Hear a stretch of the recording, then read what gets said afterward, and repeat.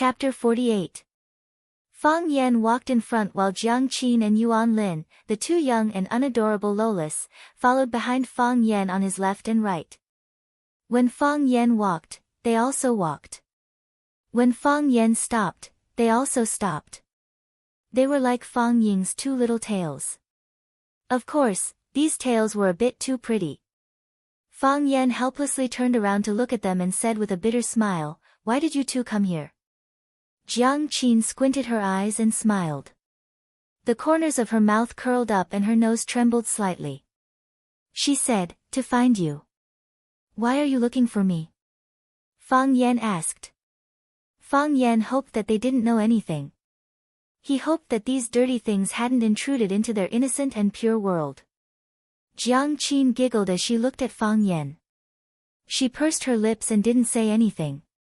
Yuan Lin quickly walked to stand beside Fang Yan and said apologetically, "Mr. Fang, I'm sorry.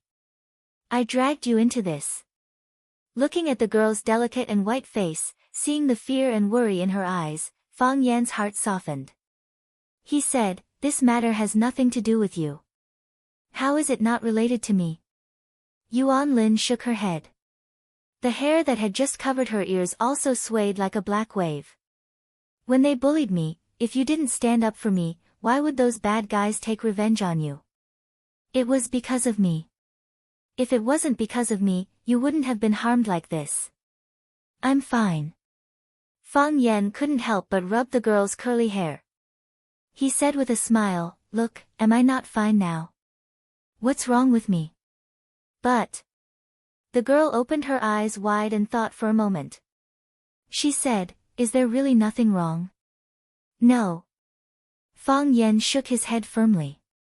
"There's nothing wrong. There's no difference between school and school as usual." Standing on the other side, Jiang Qin stared into Fang Yan's eyes and said, "Those reporters came to our school, to Jiang Qin, and to me, to ask us about our relationship with you. I told them that you were our tutor. You're our tutor after all. Am I right? I'm not lying." Sure enough, they found Jiang Qin and Yuan Lin. However, this was not surprising. Since they could find him among the teachers of so many schools in such a short period of time, how difficult would it be to find these two girls? At that time, a large group of students from number 26 middle school followed Jiang Qin and Yuan Lin to the bar. As long as those hoodlums were familiar with one of them, the truth about the others would come to light. "They didn't make things difficult for you, did they?" "No," Yuan Lin said. "They just kept asking about the relationship between Jiang Qin and you.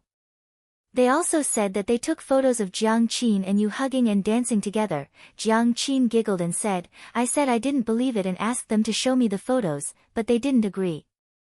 I don't know if the photos are good or not." Fang Yan was quite speechless.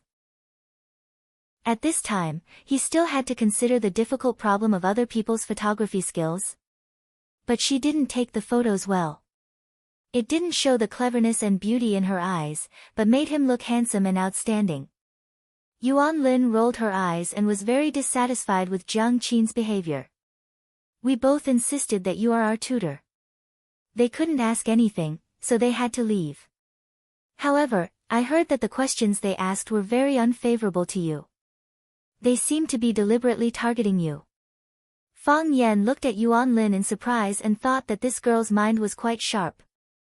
Those reporters indeed wanted to discredit him, but they were behind it by the person called Master Qing.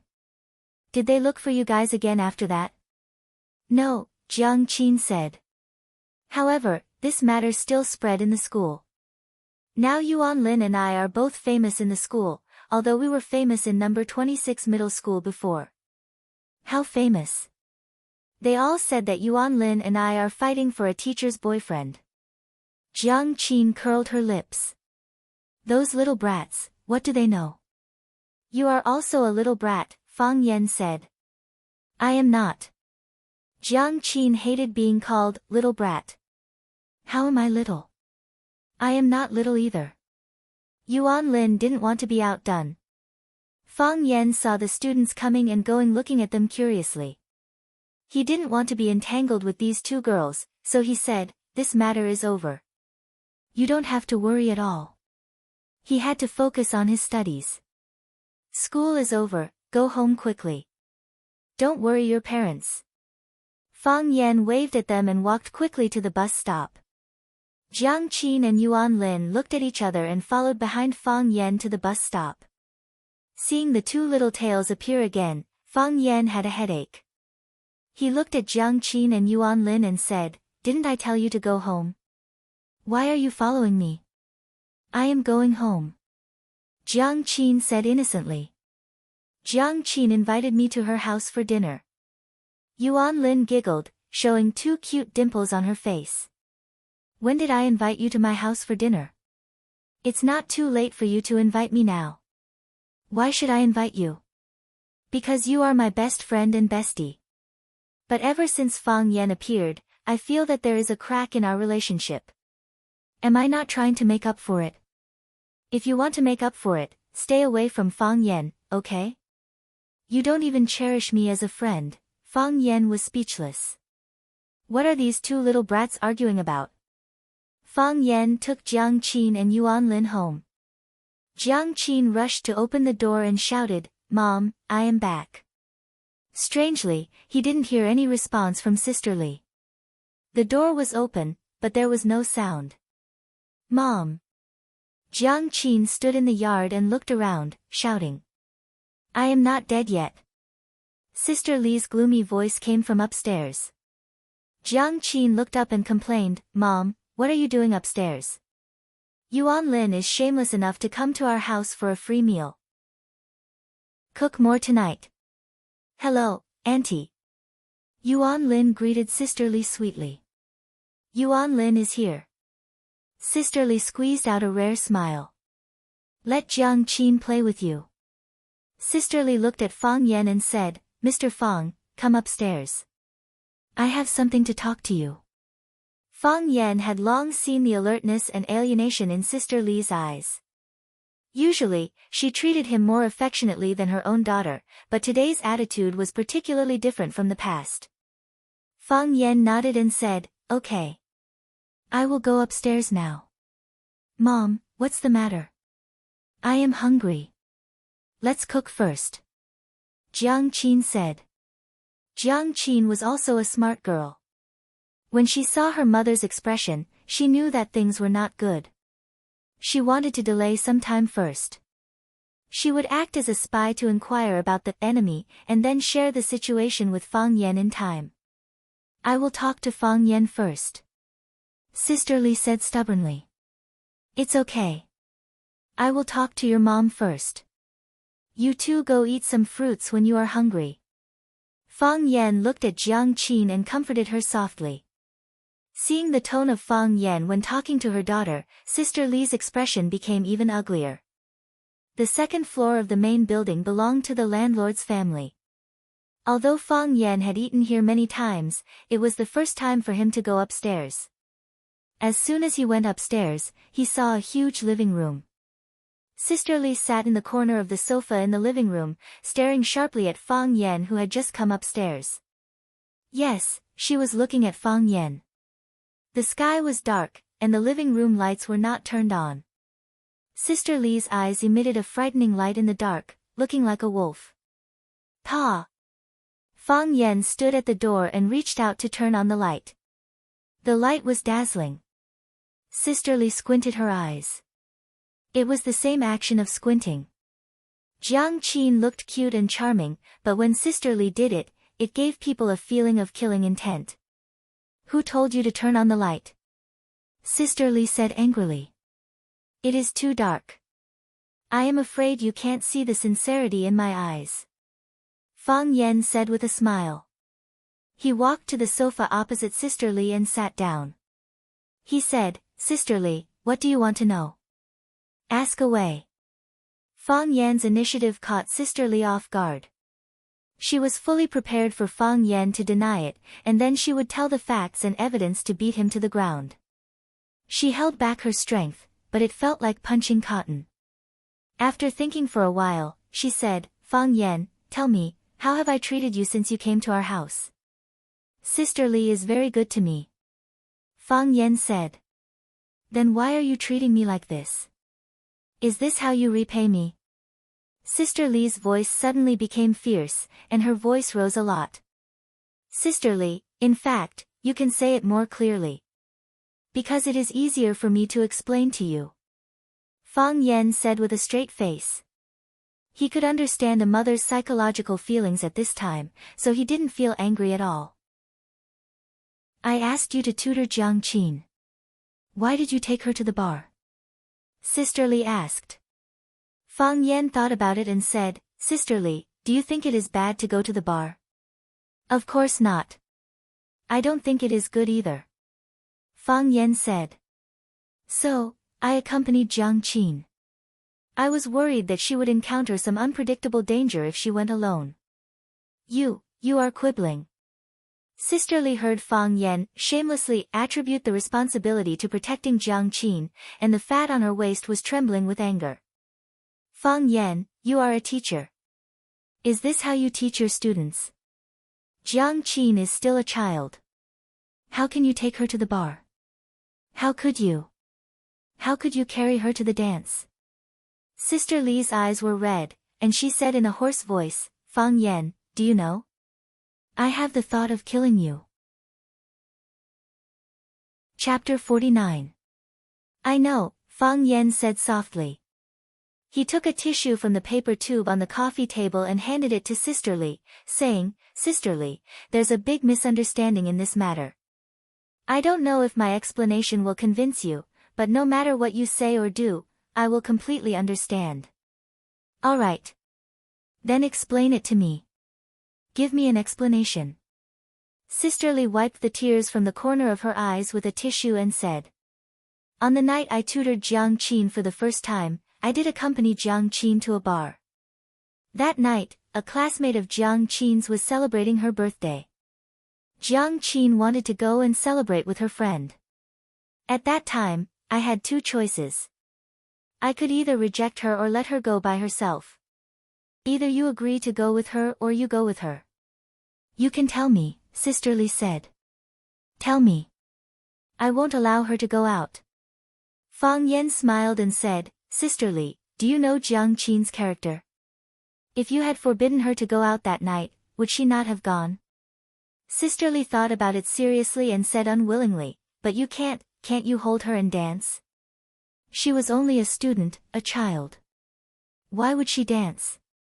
Why not go anywhere to celebrate his birthday? Why did you have to go to a bar? Young people like to imagine the future. Just like how kids like to wear adult shoes, kids like Jiang Qin also wanted to experience the lifestyle of adults in advance. They like to hold their birthday parties in KTV or bars, so it's not strange, explained Fang Yan. What about dancing? What's the matter with dancing? Sister Li asked anxiously. This was what she was most concerned about. Her daughter had yet to reach adulthood and was her precious darling. Her tutor, whom she had painstakingly invited, turned out to be a hidden evil wolf. This gave her the urge to destroy the universe. Did they show you the photos? Fang Yan asked. Yes, I have. Sister Li answered innocently. In the photo, Jiang Qin and I are hugging each other. Yes. Sister Li became excited again. She could not bear the mere mention of the subject. I saw the photo. The photos won't lie to me, right? It was the photo that lied to you, Fang Yan said. At that time, Jiang Qin was teaching me how to dance. We weren't dancing in each other's arms. Sister Li, you don't have to believe me, but please believe your daughter. Fang Yan's expression was calm. He looked straight into his sister Li's eyes and said, she is very smart and beautiful. You should be proud to have such a daughter. Sister Li remained silent. Fang Yan also kept his mouth shut. He was waiting for Sister Li's final verdict. Fang Yan. Sister Li looked at Fang Yan and said, how many tutoring lessons have you given to Jiang Qin? I will pay you 100 yuan for each lesson. I will refund you the rent and the penalty. I can't rent this house to you anymore. Fang Yan smiled and said, Sister Li, I understand. I don't want the tutoring fees, I don't want the rent, and I can't ask for the penalty. I did something wrong this time. I'm sorry that I caused you so much trouble. Fang Yan stood up and turned to walk out of the door. When he reached the door, Fang Yan turned to look at Sister Li and said, "But Sister Li's cooking is really delicious." "Let's move tomorrow," Sister Li said. "Okay," Fang Yan agreed. "Let's have dinner together tonight." "Okay," Fang Yan agreed again. Fang Yan went downstairs and Sister Li followed him. As soon as they went out, they saw Jiang Qin and Yuan Lin hurriedly running down the stairs. Obviously, they just wanted to sneak up to find out the situation, but they didn't expect to hear footsteps halfway down, so they had to run first. Seeing Fang Yan go downstairs, Jiang Qin winked at Fang Yan, meaning to say, "How's the talk with my mom?" Fang Yan smiled, indicating that everything was fine. Jiang Qin's tight face bloomed into a charming smile, and she made an okay gesture to Yuan Lin. As if happiness was contagious, Yuan Lin, the little girl, also smiled, revealing her two signature dimples. While Jiang Qin and Yuan Lin did their homework, Fang Yan returned to his rented house. Looking at his first place in Huacheng, Fang Yan's heart was filled with emotions. In less than a month, so many things had happened to him. This urban village called Che Pai, this alley, this small courtyard, and this house of less than 30 square meters. He didn't have time to really get to know them, but he already had to say goodbye. He came empty-handed, and when he left, he didn't have anything to worry about. Except for 2 sets of clothes and a few books, he found that he had nothing. Without luggage, he didn't need to pack. He folded the clothes and put them into the bag he carried when he came, and put the books on top of the clothes. All his work was done. Since he had nothing to do, he just lay on the bed and thought about things. He thought about his father's reaction, his father's angry roar, his mother's love and strictness, Yi Ro, Rosefinch Secondary, Lu Chaoga, Jiang Qin, and Yuan Lin. He also thought about Master Qing. Master Qing. He repeated the name. "It's my honor to meet you." Fang Yan heard Jiang Dai's voice from the courtyard. He had finished selling pork and came back from work. Then, Jiang Qin ran over and knocked on the door to ask Fang Yan to eat. Fang Yan opened the door, looked at Jiang Qin standing at the door, and said, "Is the food ready?" "Yes," Jiang Qin said. "Then let's go," Fang Yan said. "Let's go," Jiang Qin agreed. He said he would go, but he didn't. Jiang Qin looked at Fang Yan worriedly and said, "What did my mother say to you?" "She asked if you've made progress in your studies recently." "Pfft, I don't believe it." Jiang Qin sneered. "That's definitely not what she asked." Fang Yan smiled and said, "That's what she's most concerned about. So, you have to study hard." Jiang Qin's delicate eyebrows immediately furrowed, and she said, "Why does it sound like we're going to part forever?" "How can you say that, girl?" Fang Yan scolded her with a straight face. "That's what I taught you." Jiang Qin stuck out her tongue and said with a smile, "It's just a metaphor. It's not like we're going to part forever. Come and eat." "I'm hungry." Jiang Qin and Yuan Lin were already at the table. Jiang Dai was opening the bottle of wine. Seeing Fang Yan come in, he said, "Mr. Fang, let's drink 2 cups tonight." "Okay. I'll drink 2 cups with Big Brother Jiang." Fang Yan agreed with a smile. Jiang Qin pouted. She was very dissatisfied with the way Fang Yan called his father. Fang Yan called her father Big Brother, so didn't that make her his niece? Yuan Lin's mood instantly turned bad. Jiang Qin became Fang Yan's niece. She and Jiang Qin were of the same generation, so didn't she also become his niece? Sister Li served the last dish, stir-fried beans with wax meat, and said, "Let's eat. Let's eat." While talking about eating, she put food into Yuan Lin and Jiang Qin's bowls. Then she put food into Fang Yan's bowl, and the plate in front of Fang Yan was once again piled into a hill. "Come on, Mr. Fang, let's have a toast." Jiang Dai said with a smile and took the initiative to pick up the cup. let's have a toast. Fang Yan picked up the cup. Their cups clinked together, and then they each drank the white wine in the cup. Jiang Dai smacked his lips and said, Mr. Fang drank to his heart's content today. Drink, drink, drink. You only know how to drink. Sister Li was very dissatisfied with her husband, Jiang Dai. Let Mr. Fang eat a hot dish first. Jiang Dai was not angry. He smiled honestly and said, Mr. Fang, eat some food. Fang Yan ate a few mouthfuls of food, took the initiative to pick up the cup, and said, Big brother, let's have another toast. Let's have a toast. Jiang Dai said heroically. Jiang Qin felt that the atmosphere of the meal today was not quite right, but she could not find what was wrong. Her father was still leaving, her mother was still attentive and considerate, and Fang Yan, Jiang Qin's heart suddenly skipped a beat. She finally knew what was wrong. Fang Yan's words became quieter. In the past, he would tell jokes while eating, and everyone would laugh uncontrollably. During the meal, it felt like a talk show. But today, he was unusually quiet. He just kept drinking and didn't talk much. What's wrong? Jiang Qin thought. Jiang Dai was drunk. This was the first time he got drunk in his own home. Oh, the second time. The first time was when his daughter, Jiang Qin, got into number 26 middle school. Although it was not the best school in Huacheng, but his daughter was really amazing. Jiang Qin had something on her mind, so she put down her chopsticks early. Yuan Lin was the second to put down her chopsticks, because in front of Fang Yan, she could not show that she could eat more than Jiang Qin. Sister Li also put down her chopsticks and looked at Fang Yan thoughtfully. Fang Yan ate bitterly for a while, then put down his chopsticks and said, I'm full.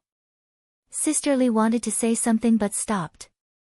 She looked at her daughter and sighed in her heart, then said with a smile, Mr. Fang, do you want some fruit? No thanks. Fang Yan also smiled and refused. I'm really full. He stood up and walked out of the dining room, then returned to his room. He put the key on the table, picked up the small travel bag on the bed, and walked to the door of the small courtyard. The sky was dark, and the night was deep. Outside the door, there were tens of thousands of lights and endless traffic. There was the hustle and bustle of hawkers, the sound of vendors haggling, and the sound of couples quarreling. The whole world was lively and wonderful. However, standing in the middle of the crowd, Fang Yan found himself alone. Fang Yan. Jiang Qin saw Fang Yan leave with his bag and quickly chased after him. Kiss. Sister Li reacted quickly and grabbed Jiang Qin's arm. Jiang Qin pulled with all his might, but Sister Li was too strong. No matter how hard he tried, he could not break free. Fang Yan. Jiang Qin's eyes turned red, and soon tears flowed out. It's all my fault. I shouldn't have brought you to the bar. It's all my fault, I shouldn't have let you fight. It's all my fault, I shouldn't have hugged you and danced, it's all my fault. The girl cried out, her tears cutting her face. Chapter 50. He looks like a dog. If someone stood on a high place and happened to see his back, would he exclaim like this? Fang Yan thought, definitely. He had been living under the protection and care of the Fang family. His father was very demanding of him but extremely tolerant. His mother often scolded him but loved him very much. His senior apprentice brother accommodated him and his junior apprentice brother admired him very much. Except for being beaten by the violent woman Yi Ro every year, his life was actually quite stable and peaceful. His father's scolding was not real, and his senior apprentice brother's beating was not real. His father scolded him fiercely and his senior apprentice brother punched him cruelly, but they never really hurt him. Those people outside would. When they praise you, they don't really praise you, but when they scold you, they really scold you. They would hurt him when they hit him, and they would kill him when they stabbed him. The outside world was very wonderful, and the outside world was also very abnormal. Fang Yan felt that he was hurt. Fang Yan. Fang Yan. A hurried and sweet voice came from behind.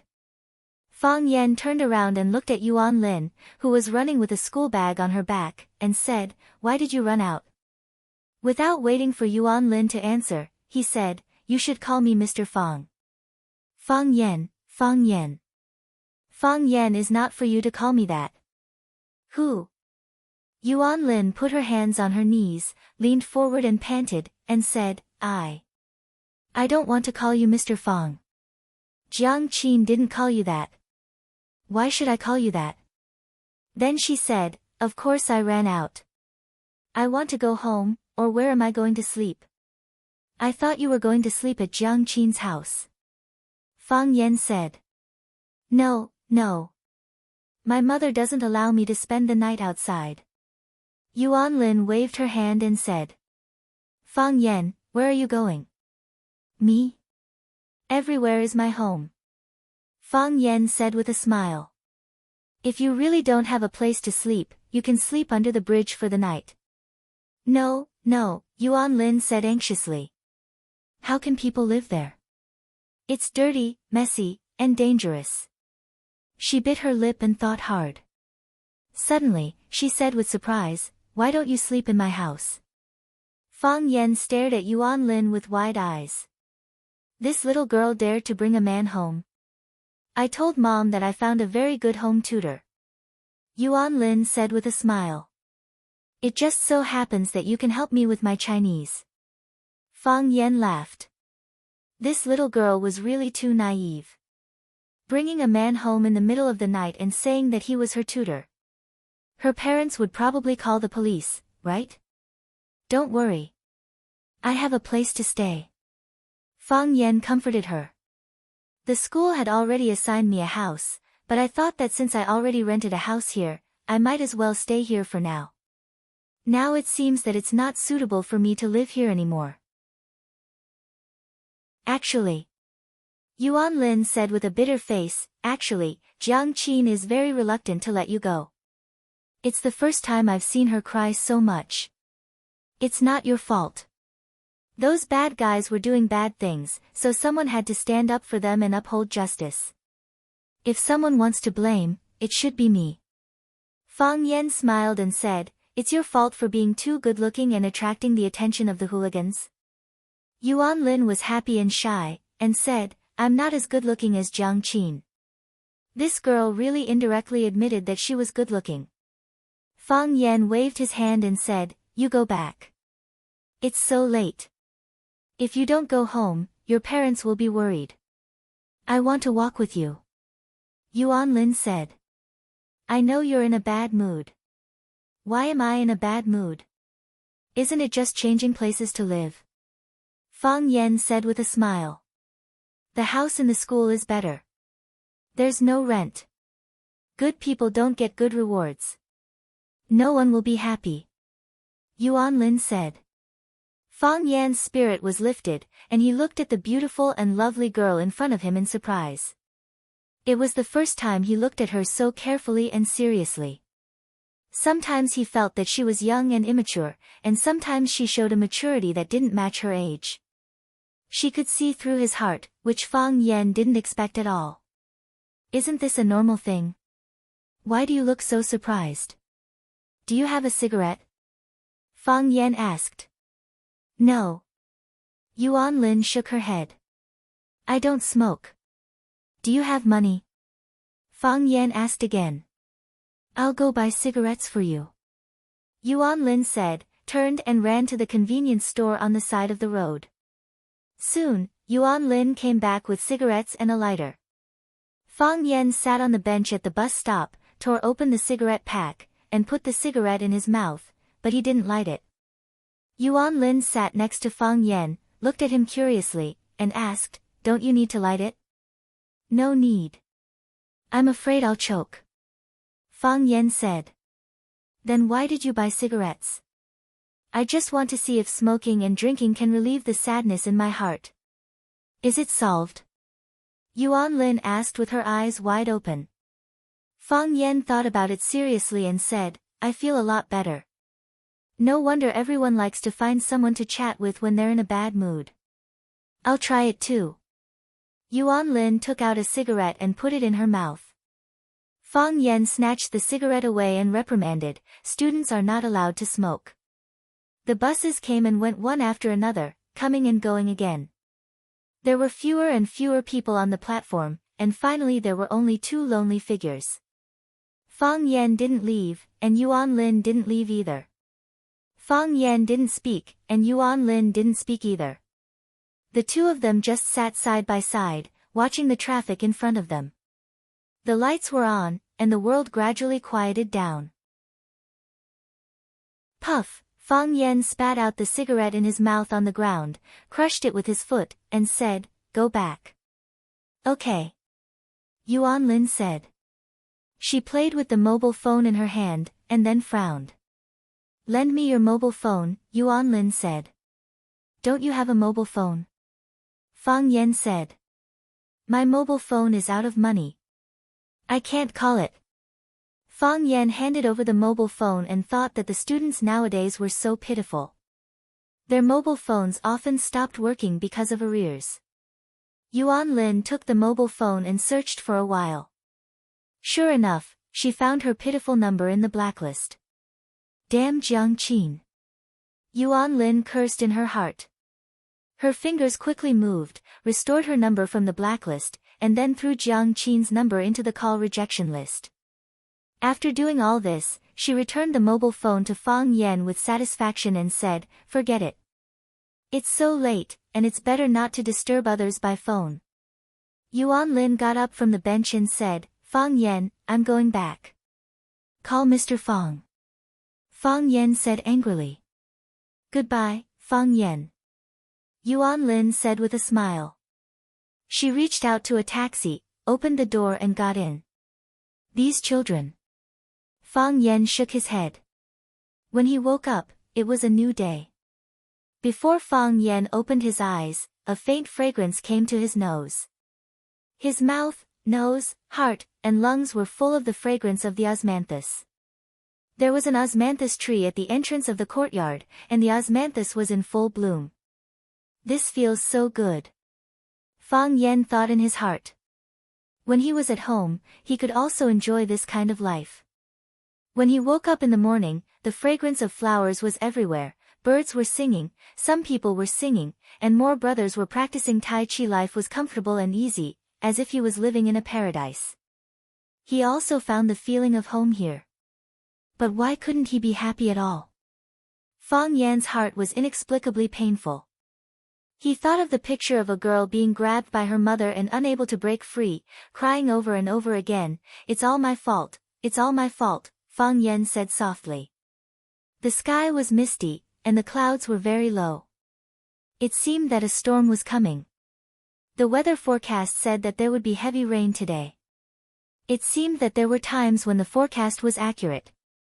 He got up and practiced a few rounds of Tai Chi. Then, he helped Lu Chaoga weeding and watering the flowers and plants, and cut off some cumbersome branches and leaves.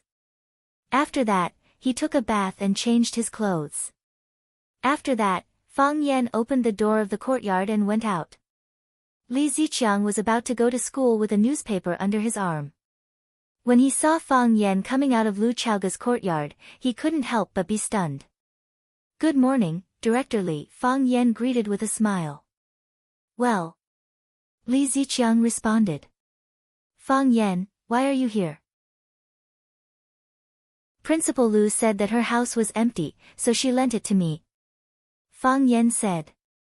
"There are rules in the school," Fang Yan interrupted Li Ziqiang's words and said, "Director Li, shouldn't you talk to Principal Lu about this kind of thing?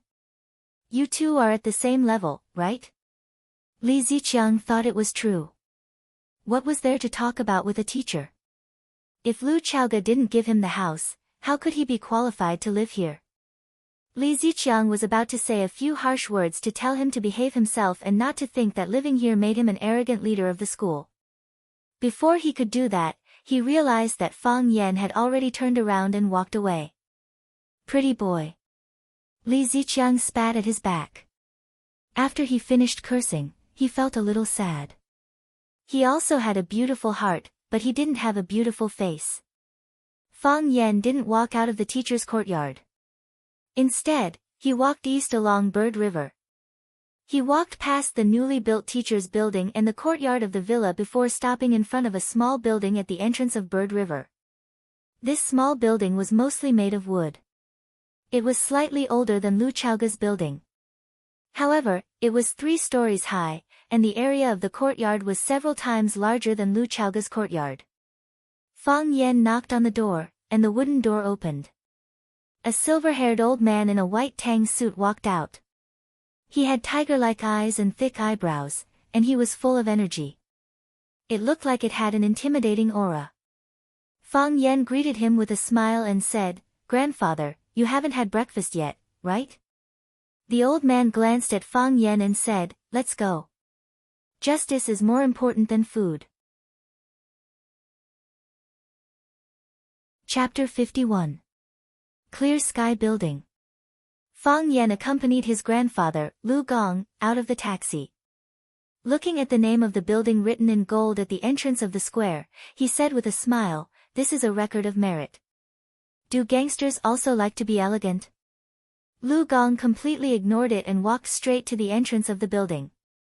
The building used an electronic gate, and one had to swipe a card to enter. Fang Yan reached out and knocked on the glass door, summoning the security guard inside to speak. The middle-aged security guard came over and asked, "What's the matter?" "We're looking for someone," Fang Yan said. "Who are you looking for?" the security guard asked. "Du Qing," Lu Gong said loudly. Every word he said was powerful and resonant, full of energy. Du Qing. The security guard felt that the name was familiar. But he couldn't remember who it was. Could it be a friend he met at the table? "Your boss," Fang Yan added. The security guard was shocked. He stared at the old and young man cautiously and asked, "Why are you looking for our big boss? Do you have an appointment?" "I have an appointment," Fang Yan said. "Call Secretary Li and ask her to come down and pick them up." The security guard didn't dare to delay and quickly went to make the call. Soon, he ran over again and said, "Secretary Li invites you in." The electronic gate opened automatically. Lu Gong stepped in, and Fang Yan followed closely behind. As soon as they reached the elevator door, the elevator opened. A beautiful and sexy woman walked in and said with a smile, "Is it Mr. Lu? The chairman is already waiting for you in the office." She looked at Fang Yan, who was standing next to Lu Gong, and said, "This is." There was only Lu Gong's name on the memo. Fang Yan belonged to the unknown unregistered. Fang Yan. Fang Yan took the initiative to reach out to the woman, holding her smooth and delicate palm and said, "Fang as in square, Yan as in Chinese." "What a descendant of Yan Huang." Leah laughed. "Mr. Lu, a descendant of Yan Huang. Please follow me." Lu Gong glared at Fang Yan and stepped into the elevator. Fang Yan and Leah looked at each other and smiled, then followed closely behind. Leah used the nameplate on her chest to scan the elevator's electronic system, then pressed a blank button that did not show any floors. Fang Yan thought to himself, "This Du Qing is indeed worthy of starting out as an underworld, his sense of security is very strong." Even though the Clear Sky building was his independent kingdom, he was still heavily guarded. Fortunately, Grandpa's student had a way. Otherwise, it wouldn't be easy for him to see him. The security on the top floor was even stricter, and the staircase and the lounge of the elevator was. The security on the top floor was even stricter. At the top of the stairs and in the lounge facing the elevator, there were black-clothed men eyeing outsiders. A hooligan is a hooligan. Even if he has hundreds of millions of dollars, he still can't change the violent and barbaric nature of a hooligan. Fang Yan mocked in his heart. Of course, this did not rule out the possibility of Du Qing wanting to show off his strength in front of his guests. After all, some coal bosses like to bring a few burly men to increase their aura when they went out. When Shanghai Beach was on the air, Su Wenxiang, who was dressed in black and wearing a black hat, walked out of the alley with a group of lackeys in suits. How many hot-blooded men were envious of that scene? Leah walked to the door of an electronic door, pressed the video call button, and said softly, "Boss, Mr. Lu is here." Ka, the electronic door opened, and Liya stood at the side and made an inviting gesture. Lu Gong was fearless as he strode in. Fang Yan thanked Liya and followed her into the room. This was a room that was so spacious that it was a little unreasonable. The entire room was about 1,000 square meters in size. There were no bookshelves filled with books, no computers, phones, and other electronic office equipment. The walls were all painted silver. Other than a wooden table and chairs facing the door, there was an indoor golf course. The indoor lawn was planted with lush green grass, and the ceiling was transparent. When he raised his head, he could see the dark clouds rolling in the sky. A middle-aged man wearing a polo shirt stood in the middle of the lawn, holding a club with both hands and preparing to hit the ball. Bang! With a graceful upward stroke, the small white ball flew out with a resounding sound. Beautiful. The man smiled happily. Obviously, he was also a golf enthusiast. The man was very pleased with the landing point of the small ball, and only then did he reluctantly walk out of the lawn with the club in his hand. Du Qing. Fang Yan's eyes narrowed slightly. Du Qing seemed to have sensed something, and his gaze immediately shifted to Fang Yan. Then, he smiled and nodded at Fang Yan, indicating that he had greeted him. Fang Yan had searched for Du Qing's information on the internet, and knew that he was now a famous enterprise in Huacheng. He had single-handedly established the Green Cloud Group, which was involved in civil construction, port transportation, and seafood wholesale and export businesses. He had been chosen as Huacheng's Outstanding Entrepreneur of the Year for many years. He did charity work. Whether it was the earthquake in Wen County or the snowstorm in the south, he had donated tens of millions. He was a well-known philanthropist in the country. However, his background as a mafia was rarely mentioned. Perhaps, even if someone knew the truth and posted it on the internet, it would be quickly deleted. Fang Yan had also seen some photos of Du Qing attending events on the internet. He looked gentle and refined, and had the demeanor of a successful entrepreneur. In reality, Du Qing was even more charming.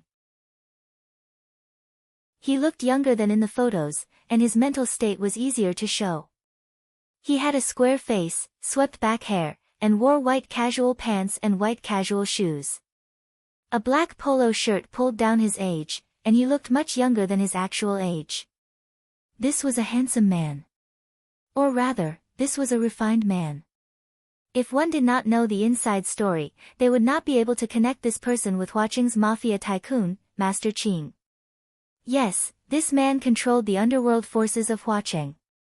Some people said that in modern society, good families all followed the style of young ladies, and young ladies all walked the path of purity, so did gangsters.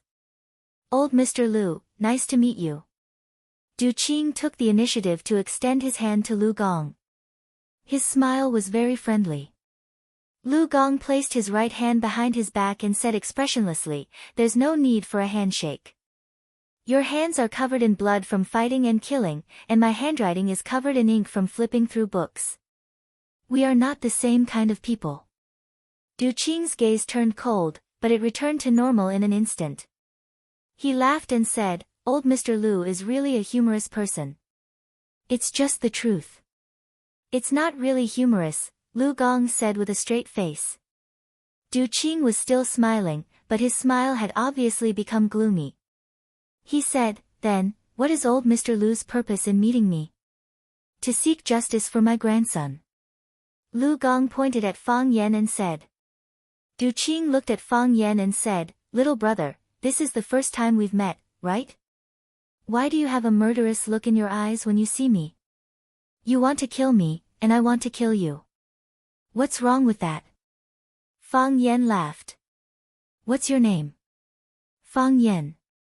Fang as in square, the flame of the descendants of Yan and Huang. Some people say it's the flame of two fires. Fang Yan. Du Qing repeated the name. He finally had a little impression of the man in front of him. At an invitational golf tournament, he was asked to deal with a man. It was said that the man was just a middle school teacher. He didn't take the matter seriously and casually asked his subordinates to do it. This teacher actually had some background. Was he the grandson of old man Lu Gong? No, Lu Gong's surname was Lu, and Fang Yan's surname was Fang, so it's you. Du Qing laughed. Before you came in, I really didn't think that we would have a chance to meet. I'm the opposite of you. Fang Yan laughed. I know, we will definitely meet. Because you have a good grandfather. Du Qing sneered. Asking an old man to come out and plead for you shouldn't be a hot-blooded man, right? There are 2 fires in your name, but you can't see any fire in your actions. This is the most convenient way. Fang Yan said. Of course, I have many other ways. However, I think this method should be the most gentle of all the methods. Fang Yan not only knew how to recite poems and write, but he was also proficient in tracking, kidnapping, burlap, and beating people with clubs. As the saying goes, it's never a burden to have more skills. Du Qing looked at Lu Gong and said, Old Mr. Lu, how do we seek justice for this? First, tell us the real culprit behind the scenes, and we will talk to him. What else? Du Qing asked. Kowtow to my grandson and apologize. Lu Gong said. Du Qing's eyelids twitched. Those who were familiar with him knew that this was a sign that he was extremely angry. What if I don't agree? Why not? I can't agree. I don't want to agree either. You wanted to destroy my grandson, so asking you to kowtow and apologize is already extremely lenient. Do you really think that a hooligan's face is more important than my grandson's life? Lu Gong. Du Qing shouted angrily. I see that you're giving face to Chief Luo. Don't be so ungrateful. Do you believe that I won't get someone to throw you off this Clearsky building? Du Qing looked out the door and shouted, Men. Whoosh, the electronic door opened and a large number of men in black surged in. They surrounded Lu Gong and Fang Yan in the middle, looking like they could attack at any time. Fang Yan took a step forward and used his body to block his grandfather, Lu Gong, behind him. Move. Lu Gong pushed Fang Yan away. I don't believe you. Lu Gong glared at Du Qing and shouted sternly. His eyes were wide open and his silver hair was flying. I'm a scholar. I know the 4 books and 5 classics, and I'm familiar with the records of the Grand Historian and the Book of Han. I write to nourish my qi, and I read poetry to cultivate my mind. I only have a few clothes and I'm penniless. But I have thousands of students, and that's my greatest asset in this life. I respect heaven and earth, respect morality, and fear the people. You're just a hooligan, why would I be threatened by you? Lu Gong strode in front of Du Qing and shouted, I know that your family is rich and has many disciples. I'd like to see what you can do to me today. Civil officials were not greedy, and military generals did not hesitate to die. They would definitely win the hearts of all the countries in the world. Even a mere scholar, as long as he had the courage to protect himself, he could even charge into a dragon's pool or a tiger's den. Chapter 52. Literature could shock the heavens and the earth. In ancient myths, when a good piece of literature appeared in the world, there would definitely be a phenomenon from the heavens. Auspicious clouds would fill the sky, drums would sound in unison, fairies would scatter flowers, saints would appear, and 72 saints would bow in worship. Generals had killing intent, while scholars had strength of character. When a scholar was not afraid of power or death, then he would be an invincible existence. Killing him and humiliating him was just to help him leave his name in history. Sima Qian was like this, and so could Lu Gong. Fang Yan's eyes widened, and he was deeply shocked. His grandfather was a teacher who rarely blushed with others, but when faced with an ambitious and ruthless underworld character like Du Qing, he was actually able to display such an aggressive and unyielding attitude. This was too surprising and pleasantly surprising. He held his head high and chest out, and his eyes were firm and stubborn. His thin face was slightly raised, and his silver hair stood on its own even though there was no wind. He was the shortest old man present, but at this moment, the aura he emitted enveloped the entire place. Respect the heavens and the earth. Respect for morality. Fear the hearts of the people. A mere hooligan, what was there to be afraid of? Fang Yan felt like his eyes were brimming with tears. This was how a man should be. His dantian was scorching hot, as if someone was holding a match and gently stroking it. The heart of Tai Chi, which had been stagnant for a long time, was starting to react. Was that sturdy outer shell finally going to melt? Countless thoughts flashed through his mind. He tried his best to pursue it, but he couldn't get any results. It was like an earthworm loosening the soil, like a seed trying to break through the membrane on the top of his head, just a little bit more. As long as he exerted a little more force, he would be able to break through the soil. What was missing? What exactly was missing? Seeing Lu Gong's overbearing manner, Du Qing was extremely angry. How many years had it been? No one dared to clamor in front of him. Of course, there had been someone who didn't know the immensity of heaven and earth. Later, on his way back, he had collided with a truck loaded with sand and stones. He had died on the spot, and the truck driver had abandoned the car and fled. How could there be so many coincidences in this world? Some coincidences were heaven's will, while others were human's will. Just as Lu Gong had said, his family was filthy rich, had many underlings, made friends with influential officials, and squeezed into the upper class with the identity of a greenhorn. As long as he said a word, or even just a hint with his eyes, there would be countless people willing to work for him, erasing the old and the young from this world. Yes, his underlings were also getting impatient from waiting. The people standing in this office were the brothers who had fought with him in the past.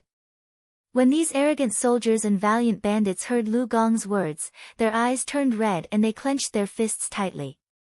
Du Qing could also hear Barbarian Bull's rough breathing, which was a sign that he was about to attack. "You may leave," Du Qing said. A tragedy was about to break out. "Big brother!" Barbarian Bull shouted in a coarse voice. "Step down." Du Qing waved his hand and said with a smile. When Barbarian Bull saw Du Qing's smiling face, he immediately lost his anger, turned around and left dejectedly. He was not afraid of Du Qing's screams, but he was afraid of Du Qing's laughter. This was a phrase that his brothers always said. If Du Qing yelled at the people around him, then it proved that you were still his brother. If he smiled at you, it was best not to make him angry at this time. When Barbarian Bull left, the others also followed. Very quickly, those men in black left, not a single one was left. "Elder Lu, why do you have to do this?" Du Qing looked at Lu Gong and said with a smile. "Although I, Du Qing, was born from a grassroots background, and my body is now stained with the stench of money, I still admire Elder Lu's great name for a long time. Huacheng used to be a weak city in education, but Elder Lu single-handedly changed the situation. He mobilized donations and set up schools. He personally attended to everything, and invited talents everywhere. The most admirable thing is that ninth brother Lu made the school principal. This is really something that ordinary people can't do. No matter how bad my heart is, no matter how bad my character is, I can't hurt such an affectionate and righteous old man who wholeheartedly serves the public. Am I right?" From Du Qing's words, it could be seen that he did have some understanding of Lu Gong. Moreover, in his heart, he was very clear that he really couldn't do anything to Lu Gong. This little old man was a freak in the education field of Huacheng. He didn't have any authority, but most of the time, his words carried more weight than the mayor or provincial governor. He said that he was a penniless scholar, and Du Qing couldn't confirm this.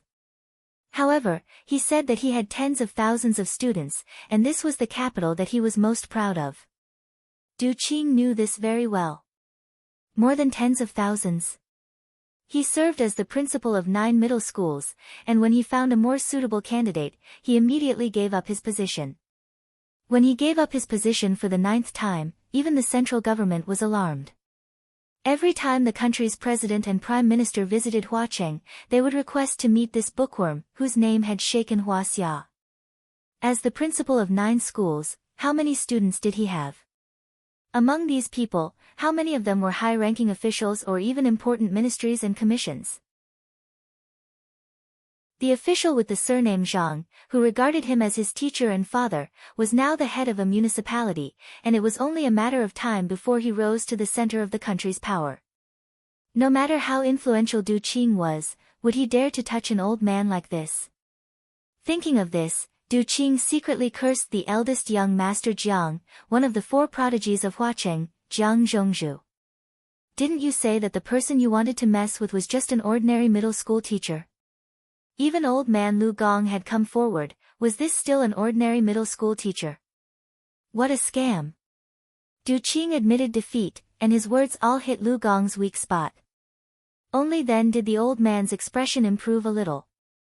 He looked at Du Qing seriously and said, "I'm not here to take advantage of my seniority, I'm here to seek justice for my grandson. I just want to know, when and where did my grandson offend Mr. Du to the point of incurring such vengeance from you? Killing someone is just a small matter, but destroying someone's reputation is absolutely unforgivable." "It's a misunderstanding," Du Qing said with a chuckle. "It's a misunderstanding. Old Mr. Lu, you also know that my energy is mainly focused on the Green Cloud Group now. Those fighting and killing things are already in the past.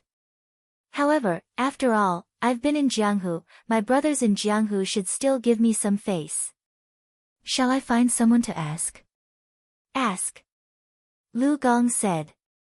Du Qing knew that he had to give this grandfather and grandson an explanation. He opened the communication system on his wrist and said, "Secretary Li, ask Sirius to come see me. Also, bring someone in to make a pot of good tea." "Yes." Li Ya's sweet voice came from the phone. "Old Mr. Lu, and this little brother Fang Yan. Come, wait for a moment, they'll be here soon. Let's drink tea and chat. The biggest regret in my life is that I didn't study enough, so I really respect cultured people." Since Du Qing had said it like this, Lu Gong and Fang Yan had no choice but to give him face. Du Qing pressed the button on his watch, and the silver-white wall automatically shrank to both sides. A door appeared at the edge of the golf course, and behind the door was an antique room with a coffee table and chairs. Based on Fang Yan's understanding, these tables, and chairs were all made of precious materials such as red sandalwood or Hainan rosewood. Furthermore, some of them were passed down from dynasties that had existed for hundreds or even thousands of years. Just the decoration of this small tea room would probably cost hundreds of millions of yuan. Lu Gong was very interested in these exquisitely carved wooden furniture. He seriously admired it and said, "It's rare to see large pieces of furniture made of rosewood nowadays, and such exquisite workmanship is even rarer. Mr. Du must collect it well, this is a national treasure."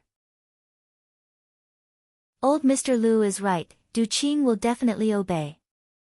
Du Qing smiled gently and agreed. While the 3 of them were talking, the office door opened. The secretary, Li Ya, walked in with 2 girls in cheongsam. One was holding a teapot, the other was carrying boiling water, and they walked towards the tea room. The girl in the cheongsam had obviously been trained in the tea ceremony. After they came in, they immediately got busy on the tea table. Washing tea, cleaning cups, brewing, their movements were skillful and graceful. Just smelling the tea and watching the tea show was a beautiful enjoyment. Li Ya stood respectfully at the side, occasionally looking at Fang Yan, who was sitting with Lu Gong. When the tea was ready, the girl in the cheongsam used the tea tweezers to distribute the teacups to everyone. Du Qing made a gesture of invitation and said, "Elder Lu, please." Lu Gong picked up the teacup and sniffed it, then praised, "Good tea." Du Qing's interest was piqued, and he said, "Elder Lu, may I ask what's good about it?" Lu Gong glanced at Fang Yan beside him and said, "My grandson is very picky. Let's listen to him." Du Qing smiled and said, "Then I'll ask little brother Fang Yan to comment." Hearing that Du Qing wanted Fang Yan to taste the tea, Li Ya and the 2 girls in cheongsam immediately looked at Fang Yan's face. Fang Yan smelled the fragrance and looked at the color. He took a small sip and held it in his mouth to savor the taste. After swallowing it, he said, "I won't comment on the tea for now. Let's talk about the water first. There's no smell of bleach powder, so it's not tap water. There's no artificial addition of industrial raw materials, so it's not mineral water. It's clear and sweet, and it comes from nature. I think this water must have come from a famous mountain or a spring in a beautiful place. The most brilliant thing is, I don't know how this water was transported here. It's not musty, it's not hard to taste, and it still maintains a clear and fresh taste. It's like it's just been fished out of the spring. Du Qing praised and said with a smile, this water is the water of the Tiger Mountain. My people found a spring there. The water is sweet and suitable for brewing tea. Using a wooden bucket to fill the water, the bucket is not covered, and fresh tea leaves are used to cover the dust. Then, using a wooden boat to transport the water. The wooden boat is paddled by people, so the water will not be stained with any smell of oil. Brother Fang is an expert, you're absolutely right. After a pause, he said, Mr. Fang, would you like to comment on this tea? There's no praise for the tea. Fang Yan said indifferently. The tea doesn't match this water. This is definitely not Mr. Du's collection of good tea, right? Du Qing was stunned for a moment, then he laughed and turned to Li Ye and said, serve the tea, serve the tea. Chapter 53. Li Ye took the new tea and Fang Yan took it and brewed it again. The tea and water complemented each other and the fragrance filled the air. With good tea and good water, the effect of brewing was indeed very different from before. After a cup of fragrant tea entered their stomachs, the atmosphere became more harmonious. It was as if they had accepted the other party's cigarette and drank a cup of wine at a social occasion, and their relationship had instantly warmed up. What a good tea! Du Qing said to the two women in Changsam, Xiao Bai, Xiao Ting, you two have to learn more from Mr. Fang Yan. Mr. Fang is an expert in the tea ceremony. The two women in Changsam were still a little disapproving when Du Qing invited Fang Yan to comment. What kind of insight could a guy who hadn't even grown his hair have? Even after hearing Fang Yan's comments, they were still a little unconvinced. Who wouldn't be able to taste such good tea and water in their mouths? It wasn't until Fang Yan's performance of Kung Fu tea that they personally drank the tea made by Fang Yan that they were completely convinced by Fang Yan. They had also brewed this box of old Shu de Hong Pao, but the taste was not as mellow and fragrant. Hearing that the boss wanted them to learn from Fang Yan, the two of them stared at Fang Yan with shining eyes and said, Mr. Fang, please give me some pointers. Fang Yan waved his hand and said, I don't dare to give you pointers. You two are good at tea, but you still lack understanding of the materials. After a long time, you have accumulated a lot. Good tea and good water can be seen at a glance. Thank you, Mr. Fang. The oval-faced girl said gently. While they were tasting and discussing tea, Sirius was also brought over. He was pushed over in a wheelchair. Looking at Fang Yan, who was sitting opposite Du Qing, his eyes were filled with uncontrollable hatred. After staring at Fang Yan for a few seconds, he greeted Du Qing and said, Mr. Du, you're looking for me. Sirius, let me ask you something. Du Qing walked in front of Sirius and said, What's the conflict between you and Mr. Fang? Sirius looked at Fang Yan again and said in a low voice, A little misunderstanding. Has the misunderstanding been resolved? Yes, Sirius said. Someone had informed him before he came, so how could he dare to speak carelessly? Will there be no problem in the future? Du Qing looked at the bruise on Sirius' face and had a new understanding of Fang Yan. His subordinates had only reported to him that Sirius was injured, but they had not expected him to be injured to this extent. This kid's methods were also quite sinister. No more, Tian Lang said unwillingly. The misunderstanding has been resolved. Du Qing turned to look at Lu Gong and said, Old Master Lu, you see, the attitude of the person involved is quite good. Why don't you let me be the peacemaker in the middle and let this matter rest? Lu Gong waved his hand and said, A pitiful person must have a hateful side. Let him go. Du Qing patted Sirius' shoulder and said, Have a good rest. Yes. Sirius's eyes turned red and he said in a choked voice, "Thank you, Mr. Du." Du Qing waved his hand, and Sirius was pushed out. "He is also a good man," Du Qing said with a smile. "No discord, no concord. Brother Fang Yan, we can still be friends in the future. Am I right?"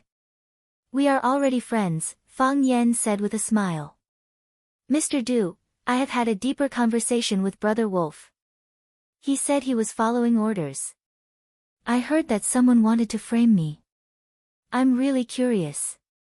What kind of person has such a deep hatred for me that he wants to ruin my reputation?" Du Qing pondered and did not speak. Obviously, Sirius was just a staircase, so that the two sides could get off the stage without falling out. However, the other party was very dissatisfied with this explanation. Du Qing looked at Fang Yan and asked, "Brother Fang Yan is a refined man. Which of the four gentlemen do you like the most?" "Bamboo," Fang Yan said. "Integrity makes one strong, unintentional goods make one proud. After several storms, one would rather break than bend. It is still green all year round, not competing with other flowers. Listen, how high the evaluation of bamboo is." "Brother Fang Yan should dislike bamboo the most," Du Qing said with a smile. Fang Yan looked at Du Qing thoughtfully with a stern expression. "Ha, drink some tea. Drink some tea," Du Qing said with a smile. "Elder Lu, this tea is really cheap here. When you go back, bring the tea with you. I know where your mansion is.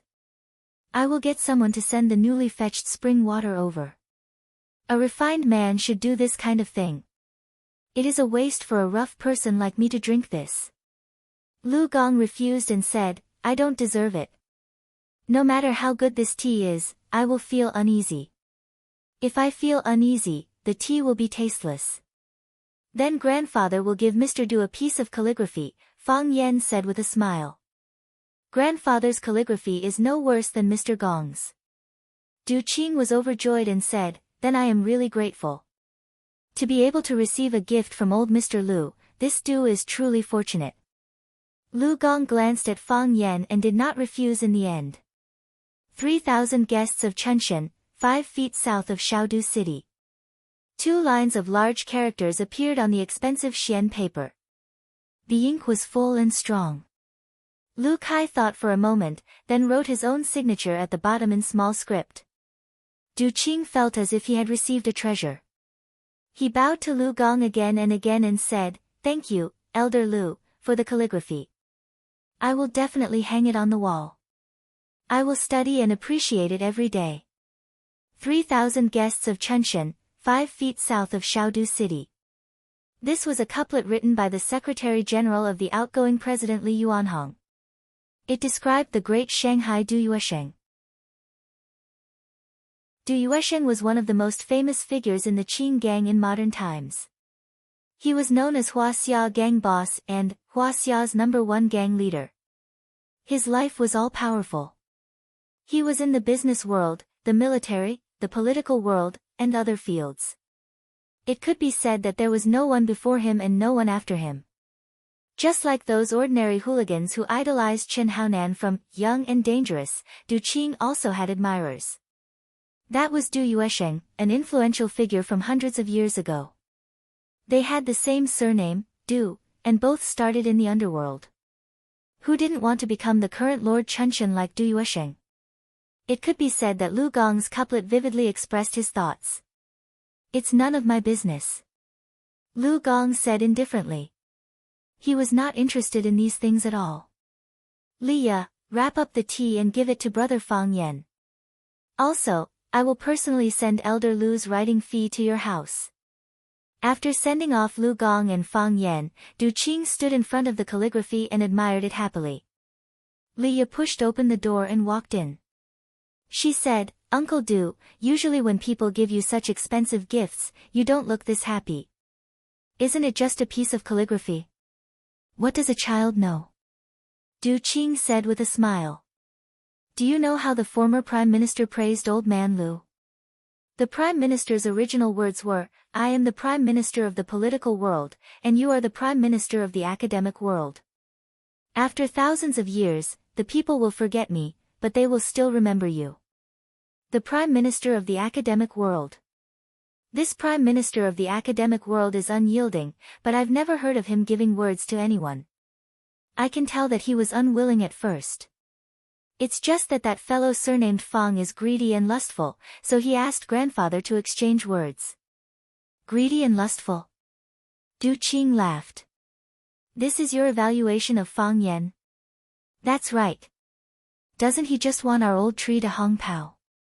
His eyes are also constantly looking at Xiao Bai and Xiao Ting's thighs, making me want to dig out his eyeballs. Du Qing shook his head and said, Leah, 1,000 people have 1,000 faces. The reason I let you follow me is to let you learn how to read people. If you don't read people correctly, then the dishes will definitely not be to your liking.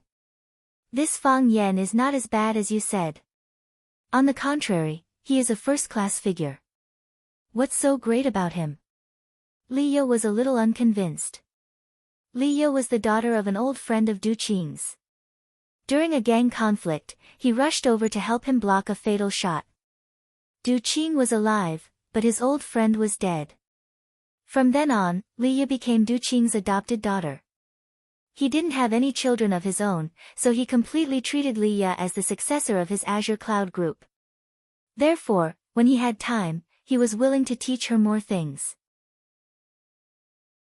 In my eyes, he is even cuter than Old Man Lu. Du Qing said. Some people, because they are mythical, it is difficult for us mortals to get close to them. Everyone knows Lu Mang's personality, so no one can do anything to him. They can only respect him. However, if you are too stubborn, you will break easily. Lu Mang's personality is destined to be a loner. However, how can a person not have friends in this society? Lu Gong is a cultured person. He can endure loneliness, and even enjoy the loneliness brought about by this reputation. However, can others do the same? If Lu Gong rejects my good tea today, then, I will no longer have any interactions with him in the future. The corner of Du Qing's mouth carried a hint of a smile, and said, but, Fang Yan was able to smooth things over in the middle, allowing me to have a chance to interact with him. I will give him tea, he will give me calligraphy and paintings, and then I will find an opportunity to go to the mansion to give him a brush fee. Wouldn't everyone be familiar with each other? But, why are you doing this? Leah asked. Those cultured people always look down on us, why should we make friends with him? It's not that I want to make friends with Lu Gong. Du Qing laughed. It's Fang Yan who wants to make friends with me. His grandfather could isolate himself from the world, but he couldn't. He doesn't have the face, the scene, or the feelings, but I do. Leah rolled her eyes, and said, why are you men's thoughts so complicated? Isn't it better to just say it out loud? Aren't you afraid of getting dizzy? Du Qing shook his head helplessly, and said, there are some words that whoever says it will be at a disadvantage. Du Qing pointed to his head and said, I have to comprehend. After a pause, he smiled with a playful expression and said, isn't that good? Jiang Zhulu against the fire above. Flower City has been quiet for a long time, it should be lively now, right? Chapter 54. Lu Gong was a legendary figure in Huaqing's education circle. He was called the Prime Minister of the academic world by the former Prime Minister. He was frequently received by national leaders both at home and abroad. From this, one could see how high his status was. A few decades ago, Huaxia's Guangnan was a weak province in education. Compared to some of the northern provinces with big college entrance exams, the number of students who could get into famous schools could be counted on one's fingers. After Lu Gong returned from studying abroad, he immediately threw himself into the cause of strengthening the education system in Huaxia. He carried out a reform of the education system. He led various channels such as government investment and private donations to raise funds for the education industry. He invited outstanding talents from all over the country and even the world to take up important positions. He successively served as the principal of Huaqing High School, Huaqing Second High School, Third High School, Ninth High School, Guangnan First High School, and Huaxia Normal University High School. He was not greedy for money or power. When he found that someone was more suitable than him for the position of principal, he immediately gave up his position. Rosefinch Secondary's predecessor was Huaqing 29th High School. It was also the school where he served as the last principal. 29th High School was the worst school in Huaqing. Whether it was the school environment or the students' results, it was ranked last. He proposed to reform the school and introduce private funds to build an elite school. The government accepted Liu Zhang's suggestion, and number 29 High changed its name to Vermilion Bird High School. After receiving funding from the outside world, the school's environment was remodeled, and outstanding teachers from society were recruited with generous salaries. After more than 10 years of hard work by countless people, it was finally built into a school that was second to none in Huaqing, or even all of Huaxia. In the past few decades, the education industry in Huaxia had also greatly improved. Every year, there were countless students who got into the top 10 schools in the country. There were also many students who were specially recruited by famous foreign schools. Lu Gong was old and tired. After resigning from his position as principal of Rosefinch High School, he stayed in his old house by the Sparrow River to live out the rest of his life. Rosefinch Secondary later built a new batch of teaching staff rooms and prepared a small courtyard for the school leaders. Lu Gong did not want to move into these new houses. He still lived in the small building he used to live in. Fang Yan followed his grandfather into the courtyard. A kind-looking old lady quickly came out and said with a smile, "Fang Yan, you and your grandson went out. You haven't had breakfast, right?" "I drank a lot of tea," Lu Gong said. "Do you have sweet potato porridge?" "It's still in the pot. I'll cook it for you." "No need. Porridge is fine," Lu Gong said. "Fang Yan, have a bowl too." Fang Yan and Yan. Lu is the old lady. In the past, Fang Yan had always lived in the north, and the old couple rarely had the chance to see him. Now that her grandson had come to work for them, she naturally had to take care of Fang Yan's daily life. "Whatever." Lu Gong waved his hand and said. The old lady happily went to stir-fry some side dishes. Fang Yan and Lu Gong sat at the dining table and each filled a bowl of sweet potato porridge to eat. "Grandma's porridge is really good," Fang Yan praised. Lu Gong raised his head and glanced at Fang Yan. He carefully chewed the food in his mouth without saying a word. Fang Yan understood his grandfather's meaning and tactfully shut up. He knew that his grandfather adhered to the habit of not talking while eating or sleeping. When eating, he didn't like to talk or listen to others. Grandma's movements were swift, and she quickly brought out two side dishes that went well with the rice. One was lettuces, and the other was stir-fried green beans with meat. Fang Yan ate to his heart's content and went to get another bowl of porridge. Lu Gong put down his bowl and chopsticks, indicating that he was already full. Fang Yan ate another bowl of appetizers before putting down his chopsticks in satisfaction. "Follow me to the study," Lu Gong said. After that, he stood up and left. "Okay."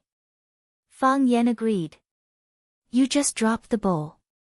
Why don't you let me sit down and rest?" Grandma complained while cleaning the table. Lu Gong didn't respond. He took Fang Yan to the study on the second floor. Lu Gong's study was 200 square meters, occupying more than half of the entire second floor. The other half was the balcony, where he could sit down and drink tea, smoke, or play 5 animal frolics twice to exercise. Apart from a wooden table and chairs in the study, there were bookshelves everywhere. The bookshelves were filled with books of different sizes and colors. There were rare books from the Ming and Qing dynasties, manuscripts of unofficial history, biographies of famous people, general history of China and the world, poems from the Tang and Song dynasties, philosophy, education, music, and fine arts. Rather than calling it a study, it would be better to call it a small library. What impressed Fang Yan the most was that Lu Gong was not the kind of person who flaunted his knowledge. He deliberately bought these books and hid them at home in order to show others that he was knowledgeable. He was a real book lover. He had read most of these books and even made a lot of comments and wrote dozens of reading notes in them. The reason why Lu Gong retired early was that he felt neglected by these old friends. Fang Yan didn't have many opportunities to come to the south, and he had only been able to enter his grandfather's study a few times.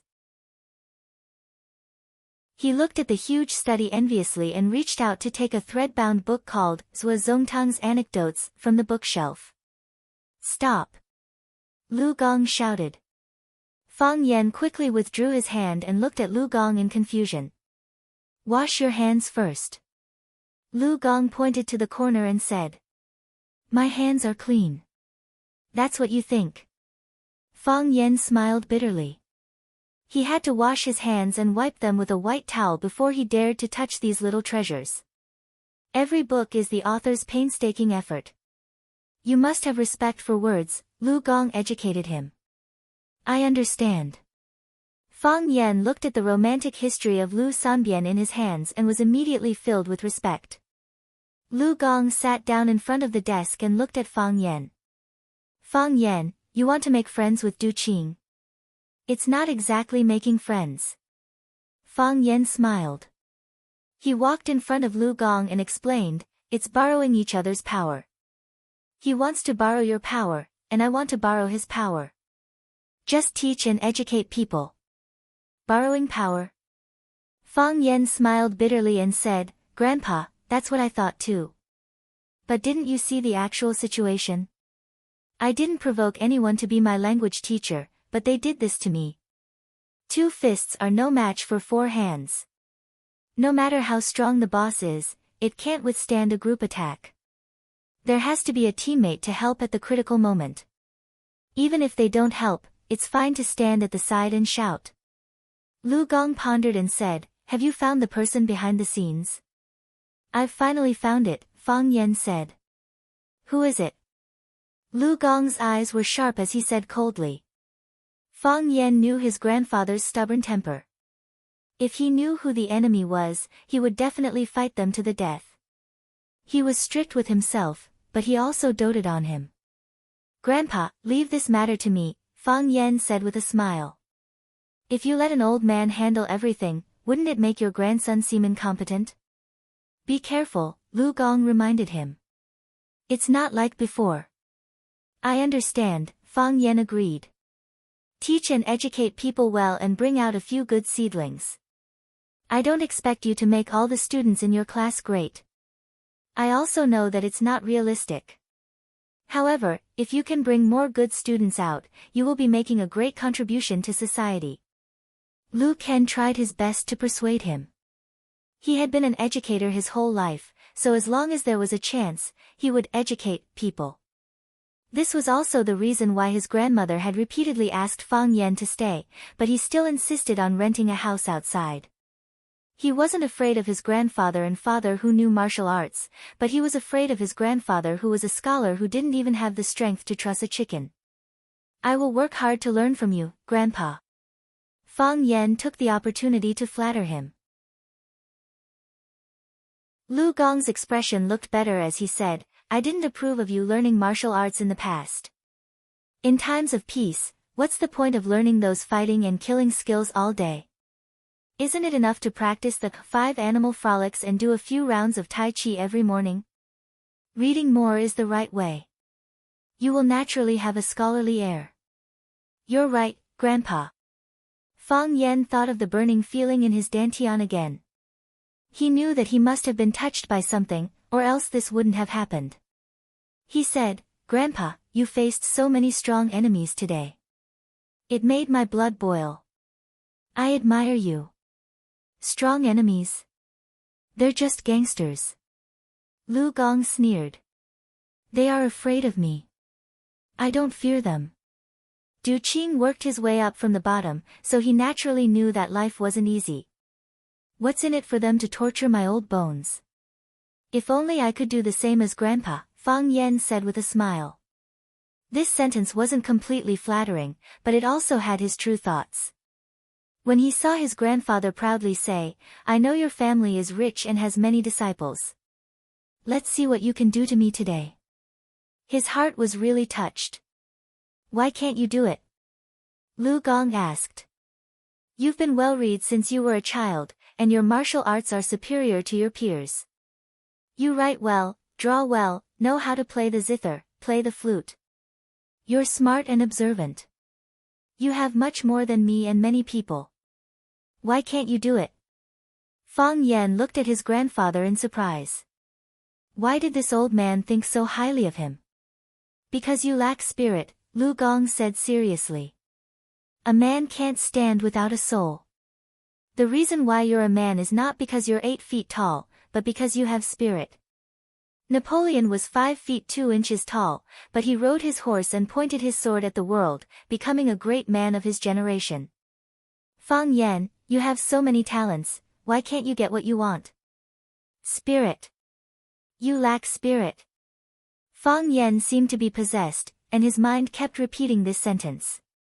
The burning feeling in his dantian became stronger again, as if it was burning a hole in his flesh.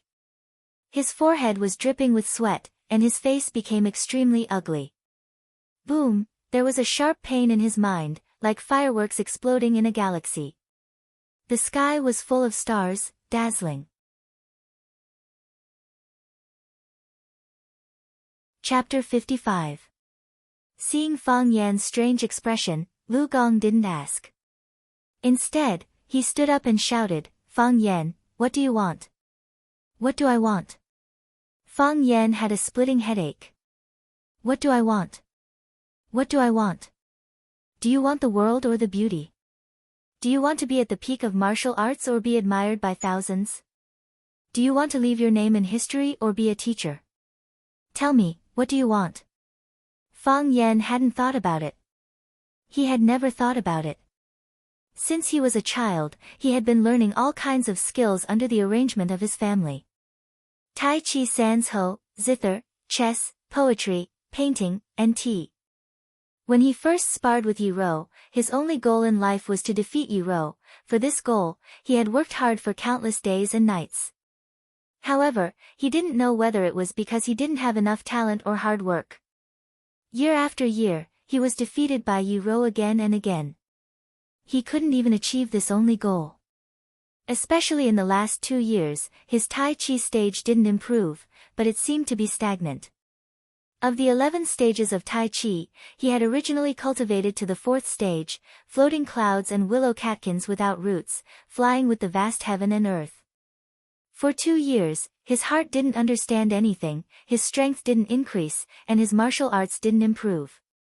For the first time in his life, Fang Yan felt panic. This time, he ran away not only to escape the fate of being defeated and humiliated by Yi Ro again, but also to avoid his flaws being exposed in front of others. He was the hope of the Fang family. He didn't want to see everyone disappointed. He was proud. He was as proud as Yi Ro. He had a proud heart, but he was always slapped in the face by Yi Ro. This made him gradually become shameless. However, these were all given to him by others or his family. What do I really want? This was the first time someone asked him this question, and it was also the first time Fang Yan thought about it. In ancient times, there were 3 immortal things, called Li De, and Li De. Life is only 100 years, it's gone in a flash. The body dies easily, but the spirit is immortal.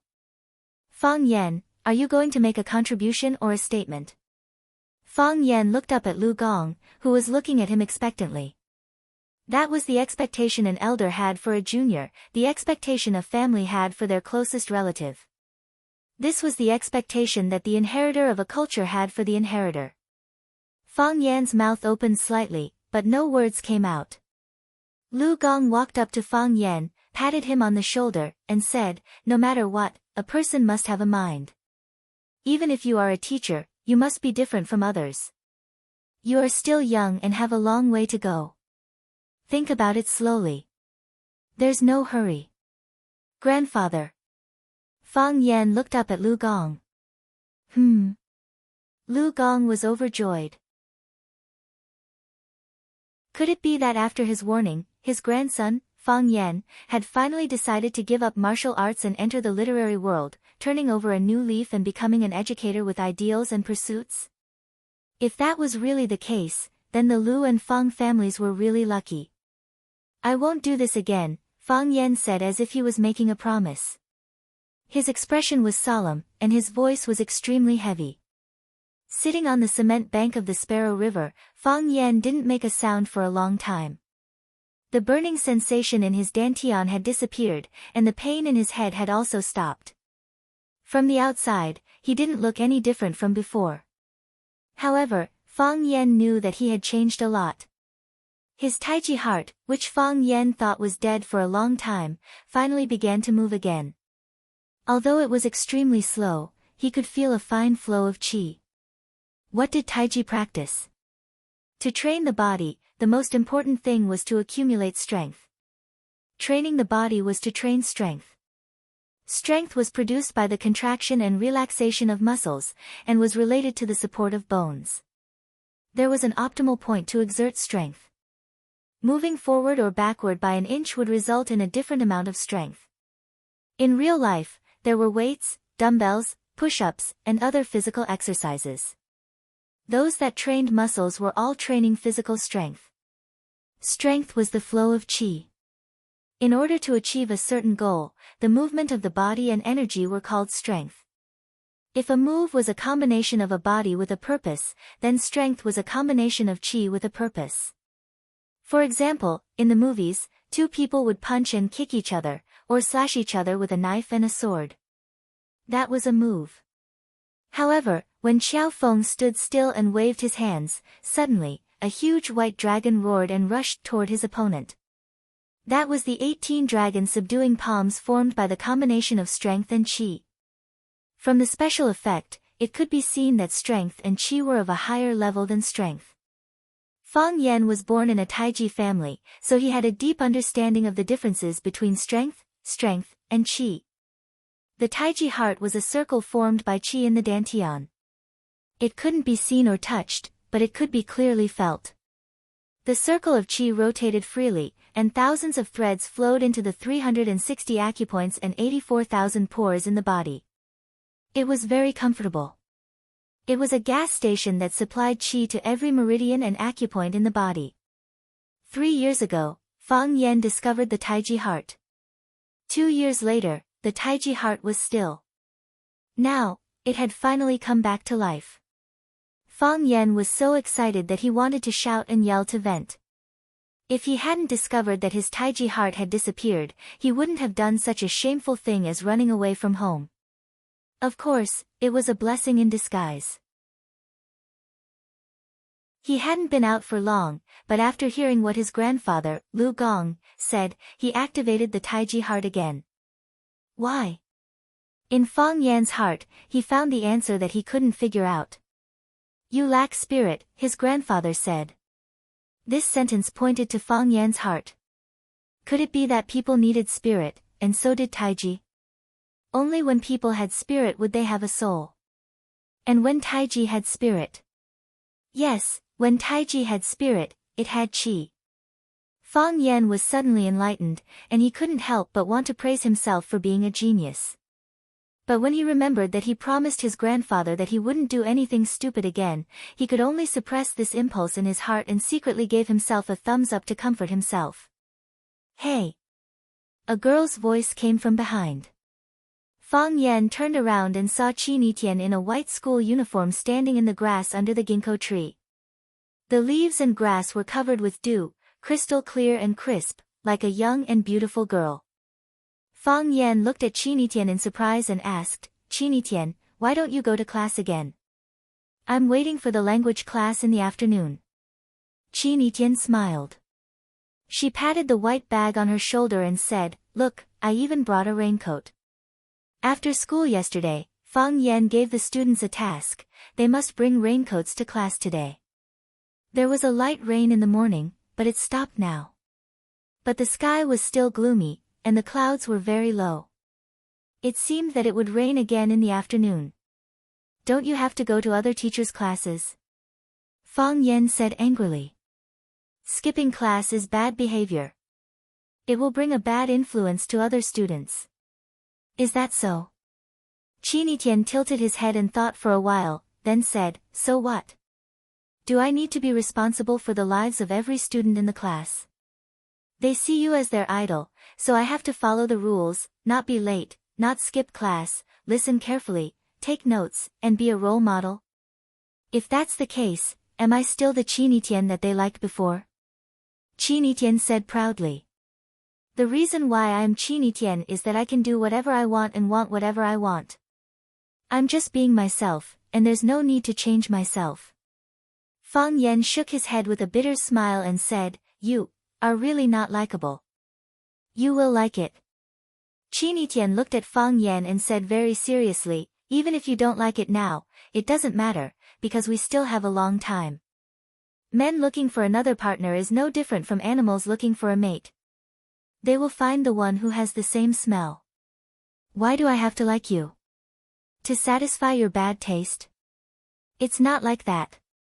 Chinitian took off the other earphone on his right ear, shook his hair to make it more supple, and said, "I think you are a very interesting person, and so am I. If we are together, will it be more interesting?" "I don't think I deserve you," Fang Yan said. These days, it was popular to give people a good person card. When you didn't like someone, you could say, "You are a good person, but I don't think I deserve you." Not only did you reject the other person, but you also made the other person feel that you were superior. That's right, Fang Yan was rejecting Chinitian.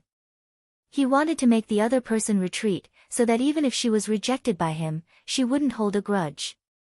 "Listen, I don't deserve you, so I belittle myself to raise you. What else do you have to say? If you say that I have no conscience, do you still have a conscience?" "It's true." Chinitian nodded and said. "But I will give you more time and more opportunities. There are 2 fires in your name, but they are 2 dead fires. I think I will have the opportunity to ignite them, right?" Fang Yan. "What? Do you have time? What? Go shopping with me. What?" Chinitian smiled and said, "It seems that all the couples in the world like to go shopping. I was wondering, what kind of feeling is this?" Fang Yan's curiosity was also aroused, and he said, "Indeed. It's boring to go shopping alone. If 2 people go shopping, will there be any difference? Can we get a discount when we eat and buy things? Oh, the merchants really know how to do business."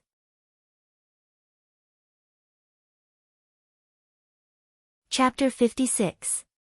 Today was really not a good day to go shopping. The sky was dark, and the clouds were getting lower and lower. The cold wind blew on his body, and his hair and face were unconsciously soaked by the sporadic rain falling from the sky. There were no bright smiles blooming in the sun, no suspenders showing beautiful collarbones and slender necks, no beautiful legs wrapped in black stockings. Oh, there were a few beautiful women who were not afraid of the cold and insisted on bringing benefits to people. Fang Yan sincerely admired them in his heart. They didn't travel because of the long journey, they didn't fall in love because they were hurt, and they didn't wear black stockings because the weather was cold. These behaviors were all hooligans. Because of the weather, there were few people on the pedestrian street today. Fang Yan, who was wearing a black buttonless Chinese tunic suit, and Chinitian, who was wearing a white school uniform and blue trousers, walked side by side, very eye-catching. Fang Yan was delicate and handsome, and he always had a smile on his face when he walked.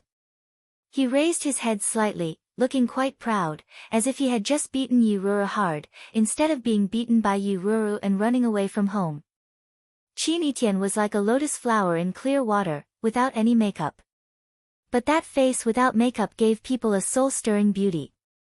She had shoulder-length hair and a slender figure. What was more outstanding was her temperament, walking in the crowd like a queen inspecting her subjects. She didn't say anything, didn't do anything, just walked on quietly. However, everyone couldn't help but cast their eyes on her. A talented man and a beautiful woman, a match made in heaven. Probably this was the scene they were talking about.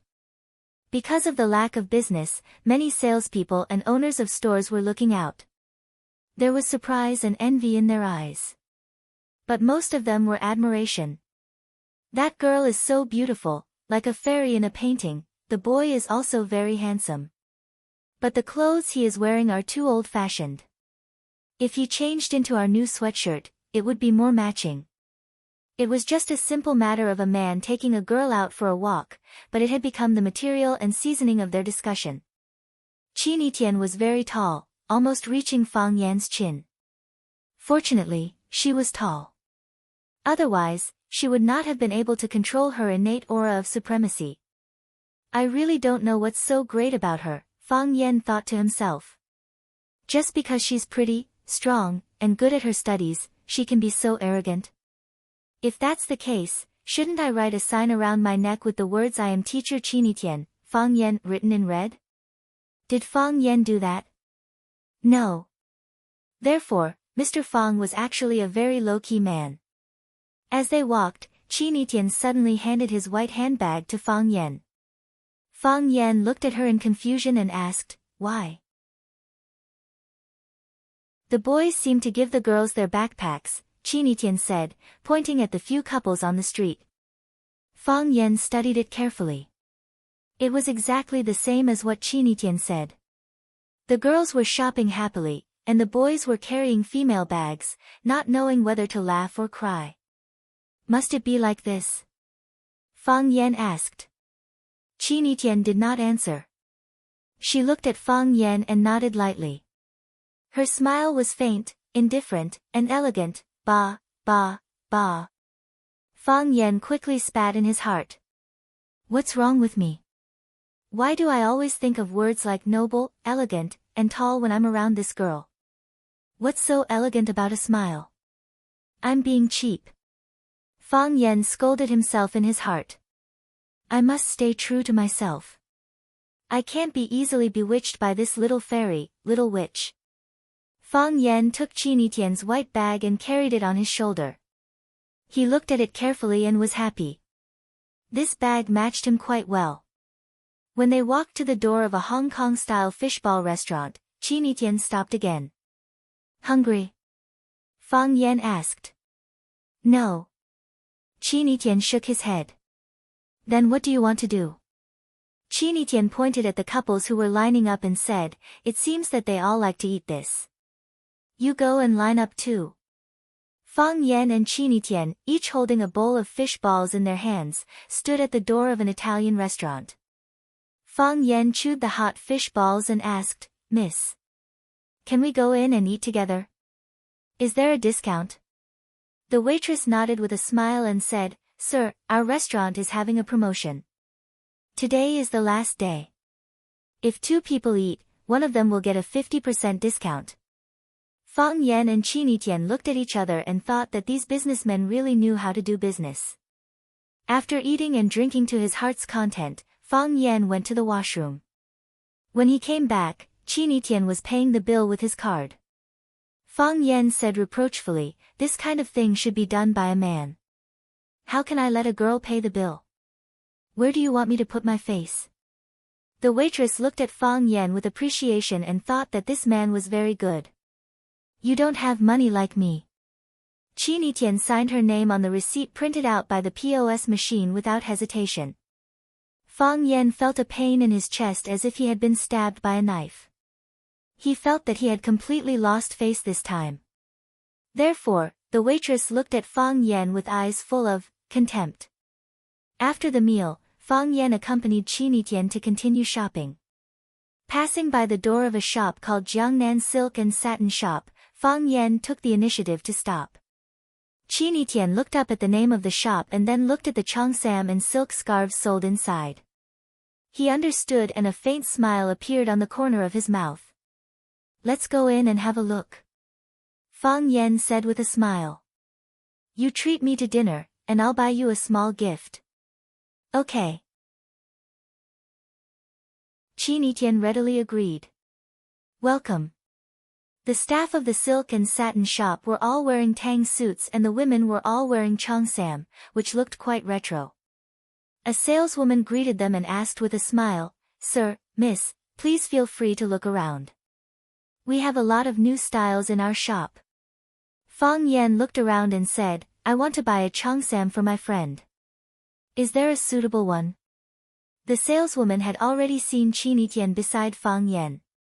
Such a beautiful girl could not be ignored by men and women. She said, why not? To be honest, I haven't seen a woman with more temperament than this lady. She looks good in any clothes. Then let's go out and buy a set of sportswear. Fang Yan joked. No, no, no. The saleswoman knew that she had said the wrong thing and quickly asked them to stay. This lady. Call her a girl. She is still a student. Fang Yan corrected her. Okay. This girl, her temperament is so good that she looks good in any clothes. However, the cheongsam in our shop can have a kind of icing on the cake effect on her. If she goes out in our cheongsam, she will definitely be charming, and the number of people turning their heads will be hundreds of times. How do you calculate the number of hundreds of times? Some people turned their heads several times. The saleswoman said with a smile. Who doesn't want to see such a beautiful girl a few more times? Choose one, Fang Yan said. I'm not very good at this kind of thing. Okay, this is our new style. Fang Yan stood still and said, we want to see the classic style. The saleswoman quickly looked at Fang Yan's expression. She despised him in her heart, but she said happily, Sir, you really have good taste. The classic style will never go out of style. Moreover, we are having a discount on the classic style. One piece is 15% off, buy two get one free. Fang Yan waved his hand and said, it's not about money. Choose the clothes. You make it sound like you are very poor. Fang Yan thought in his heart. He looked at the name of the shop again and secretly remembered it. He thought that he would never come again. No problem. The saleswoman carefully looked at Qin Tian's appearance and said, this lotus root white one with a peony embroidered on it is very good. It is very suitable for the girl's noble temperament, no. Qin Tian directly refused. This Awe of the Phoenix is selling very well, too complicated. What about this one? This pattern of a spirit bird announcing good news was also very popular among young girls nowadays. They all say it is very festive. No connotation. To be honest, if it wasn't for the promotion of sales, the saleswoman would have gone crazy. Young miss, why are you so difficult to please? Aren't you just buying a stagnant product that is on sale at the end of the season? Do you have to be so picky? You don't need to change clothes. Just change your boyfriend. If you change your boyfriend, I can take you to the boutique area. Fang Yan's eyes were also looking around. He took a small white floral cheongsam from the corner and gave it to Qin Tian. He asked, how about this one? Qin Tian smiled and said, okay. So, Qin Tian took the cheongsam and went in to change clothes. The saleswoman secretly rolled her eyes several times with her partner. She thought that it was not the clothes she chose that were not good, but the person she chose was wrong. Choosing clothes is also a skill. Fang Yan said to the saleswoman. Her temperament is elegant, so you can't use more elegant clothes to match her. She is just a student. It's not like she is going to walk on the red carpet in Hollywood.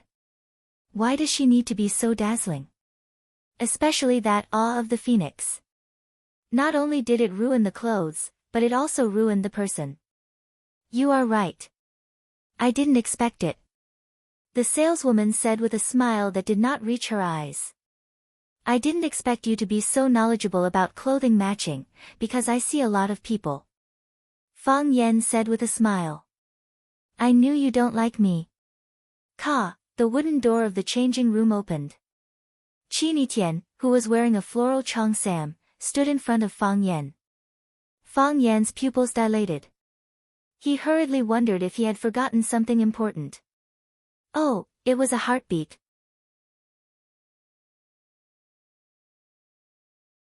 Chapter 57. The sky was dark, and it was drizzling. The walls were white, and the roof tiles were gray. Moss crawled up the walls, and the Boston creeper crawled out of the courtyard to look at the new world outside. The wooden door was old and peeling, but the copper lock had been polished to a shiny shine due to the passage of time. In this remote and narrow alley, there were usually very few people passing by here. Only a few old residents walked in and out. Occasionally, a photographer with a unique eye would bring a girl in a white dress over to take artistic photos, and then take her to a room to have sex. However, today, there was a large crowd gathered in this alley. 40 students in raincoats stood in this alley, chatting and laughing in groups of 2 or 3.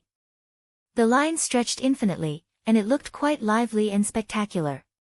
2:30 p.m. It was the time for classes at Rosefinch Secondary. A student looked at his watch and said, "Huang Haoren, why isn't Mr. Fang here yet? It's almost time for class." "That's right. He asked you to bring us here, so why isn't he here yet?" "Don't worry, everyone. Mr. Fang must have gone to borrow a boat. Didn't he borrow a boat at Sparrow River last time?" "Li Hao, are you crazy? This isn't Sparrow River. Where did Mr. Fang go to borrow a boat?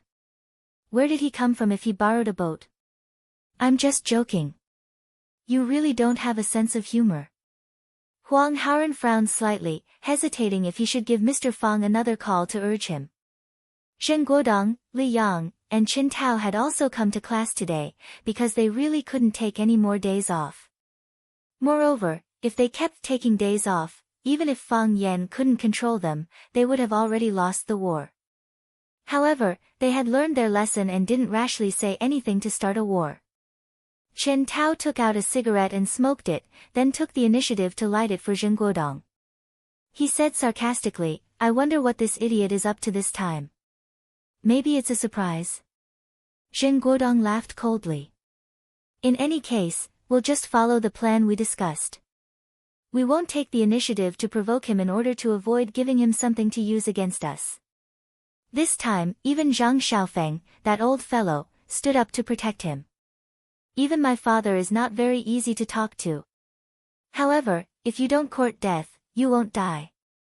With this guy's personality, sooner or later, he'll help us catch him. At that time, we'll kill him in one strike and chase him away." Zheng is right. Li Yang agreed. "Let's just watch from the sidelines and wait for him to make a mistake." "Didn't I already make a mistake?" Chen Tao chuckled. "It's class time, but the teacher is nowhere to be seen. Do you think we should report this to the school? As the class monitor of Class 9, I should make a phone call to the Academic Affairs Office."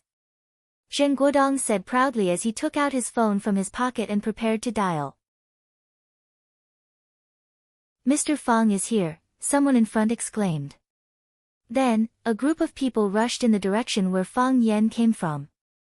Just now, Zheng Guodong and the other two were still standing in the middle of the crowd. In the blink of an eye, half of the alley was only left with the 3 of them standing there alone. The 3 of them felt a little sad in their hearts. It seemed that they had been separated from the majority of the people. "Zheng." Li Yang looked at Zheng Guodong with an embarrassed expression. Now, they were faced with a dilemma. If they joined in, they would feel very embarrassed. If they insisted, not only them, but probably all the students would feel embarrassed. "I'm the class monitor. I still have to maintain discipline," Zheng Guodong said. Yes. That's it," Li Yang said with a smile. Fang Yan looked at the smiles on the students' faces and knew that they were happy and looking forward to the 2 classes today. This was the effect he wanted. If the students wanted to learn and were willing to learn, there was no need to worry about their grades. "Huang Haoren, is everyone here?" Fang Yan asked. "There are 41 people in the class." "Qin Yitian isn't here yet," Huang Haoren said. "He didn't ask for leave either." "Yes." Fang Yan nodded. "Qin Yitian will be here in a while." Since Qin Yitian had already asked for leave from Fang Yan, Huang Haoren had nothing else to say. Fang Yan looked at everyone with a smile and asked, "Now, you should know which text we're going to learn today, right?" "Alley in the Rain," all the students shouted in unison. They were learning Farewell to Cambridge Again, on the Sparrow River. It was raining today, and they were brought to this old alley by the language class representative. How could they not know which text they were going to learn today? That's right. Today, we're going to learn Alley in the Rain, Fang Yan said with a smile. We've learned Farewell to Cambridge again earlier, so everyone should have a basic understanding of modern poetry. I've also let everyone try to compose a poem, and quite a few of you wrote quite well. Today, let's strike while the iron is hot and continue to deepen everyone's impression and feeling of poetry. Teacher, are you going to read us a poem? A student asked. Yes, reading in this alley in the rain, it feels so good, Mr. Fang, you're so cool. You surprise us every time. Fang Yan waved his hand and said, Shoo, everyone, keep quiet. All the students held their breath, knowing that teacher Fang Yan was about to start the class.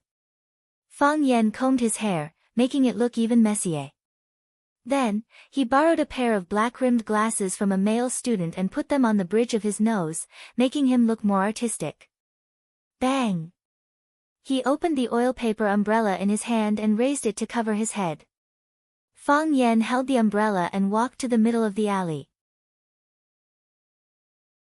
He looked into the distance and softly recited, holding the oil paper umbrella, alone.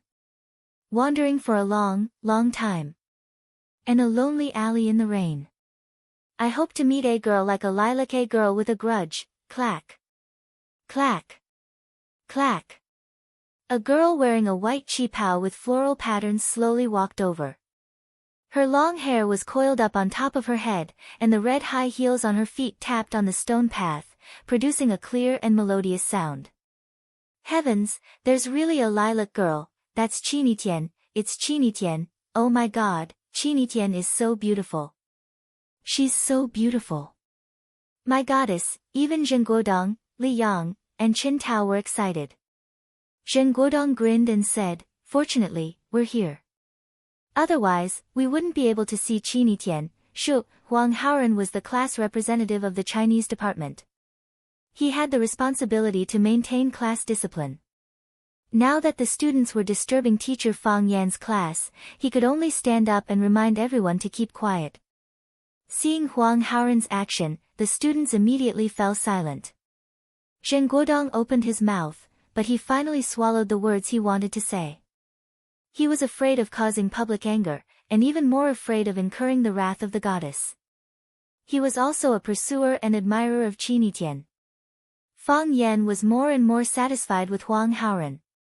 He thought to himself, I'll hold an election in a few days to promote Huang Haoren as the class representative of the Chinese department. It would be great if I could remove Zhen Guodong as the class monitor. As the class monitor, he didn't fulfill his responsibilities as a class monitor. Instead, he brought about an extremely negative impact on the class. Unfortunately, Fang Yan isn't the class monitor, so he can't decide the appointment of the class monitor. I'm the descendant of Fang's Tai Chi, but I can't decide the appointment of the class monitor, a small student official. There doesn't seem to be any connection between the two, right? The alley quieted down again. Only the sound of wind and rain, as well as the tapping of high heels on the ground, could be heard. Chinitian, who was holding an oil paper umbrella, got closer and closer. Her simple, elegant, and beautiful face became more and more refreshing. In the past, Chinitian always wore a school uniform and casual clothes. She was straightforward and simple. Other than the occasional baseball cap on her head, she had almost no ornaments on her body. But even so, she was still beautiful, elegant, and one of a kind. Chinitian. No matter where she stood alone, she was a queen. She stood with a group of people, but she was still a queen. It was the first time they saw Chinitian wearing a cheongsam. It was the first time they saw her coiled her long hair on top of her head, revealing her slender, swan-like neck. It was the first time they saw her showing off her tall and curvy figure.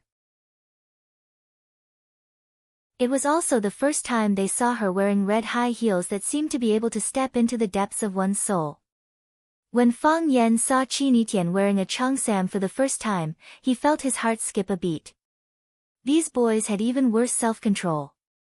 Their eyes were fixed on her, and some students didn't even realize that they were drooling. Isn't she too beautiful? They thought in their hearts. Fang Yan's voice pulled them back to reality in time. He recited with anticipation and affection, she has the color of lilacs, so all the students looked at Qinitian's color. In the hazy smoke, she walked over gracefully, like a goddess.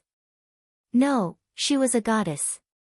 The fragrance of lilacs, although they didn't smell it, no one would deny that Qinitian had the fragrance of lilacs. Oh, it was even more fragrant than lilacs. The sadness of lilacs, Qinitian's face was expressionless as she walked with her umbrella in hand. However, at this time and place, in this situation, they all felt that Qinitian was indeed sad and lonely. She was so excellent and had no friends. How could she not be lonely? Sorrowful in the rain, sorrowful and hesitant, Qinitian walked towards Fang Yan, and the two walked forward face to face. The girl floated past me, she silently went far, far away, to the decadent fence, walked through this rainy alley. Qinitian and Fang Yan brushed past each other. The two didn't speak, didn't nod to greet each other, and didn't make eye contact. The two strangers in the vast sea of people met by fate, but they didn't know each other. As the high heels walked further and further away, Fang Yan couldn't help but turn around and look. Her expression was confused, and her eyes were sad. It's like a sad love story, a girl said in a low voice, her eyes red.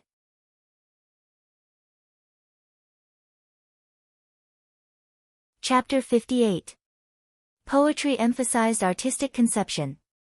In a classroom filled with white walls, blackboard tables, and chairs, and the stench of sweat and feet permeated the air, shaking one's head and reciting, was there any artistic conception? Definitely not. This was perfunctory. The teacher perfunctory the students, and the students perfunctory the teacher. They might write down who the author of the poem was, what era it was written in, and the specific historical environment. They also knew that the lilac-like girl symbolized the girl and the yearning for a better life. However, the artistic beauty of the poem itself was ignored. Now, Fang Yan did the opposite. I won't introduce the author to you, and I won't ask you to write down the year he was born and died. He won't even mention a word about what the poem symbolizes or what the author's feelings are. I'm just reading the poem to you so that you know what kind of poem it is. We put aside all the complicated things and just enjoy the poem. Obviously, the effect of this was very significant. All the students were deeply moved by this scene. They remembered this rainy alley that they didn't even know the name of. They remembered Fang Yan and Qinitian walking face to face and brushing shoulders. They remembered the sadness in Fang Yan's eyes when he looked back. The saddest love in the world was when you fell in love with her at first sight, and then she turned around and disappeared. On the bus, in the airport, in the bookstore, in the tourist area, in a strange city or on a street. Have you ever met such a person? Have you ever felt this kind of regret? You practiced Taoism for 500 years, only to exchange for a passing love. Isn't this kind of thing too cruel? Many female students cried. They were completely immersed in the sadness of never seeing each other again in the poem. They were young and lively, but also emotionally fragile. They longed for perfection and firmly believed that lovers would get married. Someone shouted, "Mr. Fang, hurry up and catch up with her. Ask for her name, ask for her phone number." The boys were also very depressed. They wanted to express something, but they couldn't say anything. Such a simple story, and it wasn't a life and death parting. How could it make people feel so sad? Fang Yan stood where he was and did not say anything. He only waited quietly. The students needed time to memorize and digest. He knew that 1 year, 2 years, 3 years, 4 years, 5 years, 6 years, more than 10 years, perhaps when their hair had turned white and they could only eat soup, this scene would still appear in their minds. Life is short. How many times can we go out, how many people can we love, and how many beautiful sceneries can we experience? What reason do they have not to remember it? Cluck. Dong. Dong. The sound of high heels tapping on the stone floor rang again. Qin Etienne had returned with the oil paper umbrella. A girl cried out in surprise, "Miss Lilac is back." He was too deeply poisoned because he was too obsessed. Because of Fang Yan's unique teaching method, they all fell in love with the story Rainy Alley. Just like how you would want to know a celebrity's height, 3 measurements, what kind of food she eats, and what color underwear she wears, even without Fang Yan's reminder, they would also search for information about the author and the poem. Only in this way could they understand the essence of the article more clearly and deeply. This was the difference between active learning and passive learning. This was also the difference between an ordinary teacher and an ultimate teacher. A great person would definitely wear special shoes and not walk the common path. Qin Etienne walked in front of Fang Yan, stared at him with bright eyes, and said, "You owe me another favor. We're all classmates, there's no need to say that I owe you." Fang Yan chuckled and waved his hand. "You're treating me like an outsider. I want to be the female lead, not the same as this cheapao." Qin Etienne laughed. "It's just a prop." In broad daylight, he actually dared to openly confess to a good teacher. This was simply too much. Fang Yan was so angry that he laughed at Qin Etienne. "How is this a prop?" Fang Yan explained. "This is a performance. I'm the poet, you're Miss Lilac. If you're a prop, then wouldn't I be a prop too? I'm Qin Etienne." "I know. You're just temporarily Miss Lilac. The character you're playing is Miss Lilac. Just like when you rehearsed the play Romeo and Juliet before you played Juliet. We did this because of love and interest, right?" "No," Qin Etienne said. Fang Yan felt that this girl was really difficult to communicate with. It seemed that he had to make a suggestion to the school to teach interpersonal skills from middle school. "I rehearsed the play Romeo and Juliet because I like this story," Qin Etienne said with a serious face. "I wore the cheapao as Miss Lilac because I like you." "I don't believe it." "How do you prove it?" "You play Miss Lilac 40 times and pass by every student in class 9. Fang Yan shamelessly made a shameless request. After saying that, he was so ashamed that he couldn't lower his head. Because when he looked down, he could see Qin Etienne was staring at him with wide eyes. "Okay." Qin Etienne actually nodded and agreed. "I promise you, not because I'm stupid. Just because I really like to do some things for you." "How about 20 times? Fang Yan found his conscience and took the initiative to reduce the number.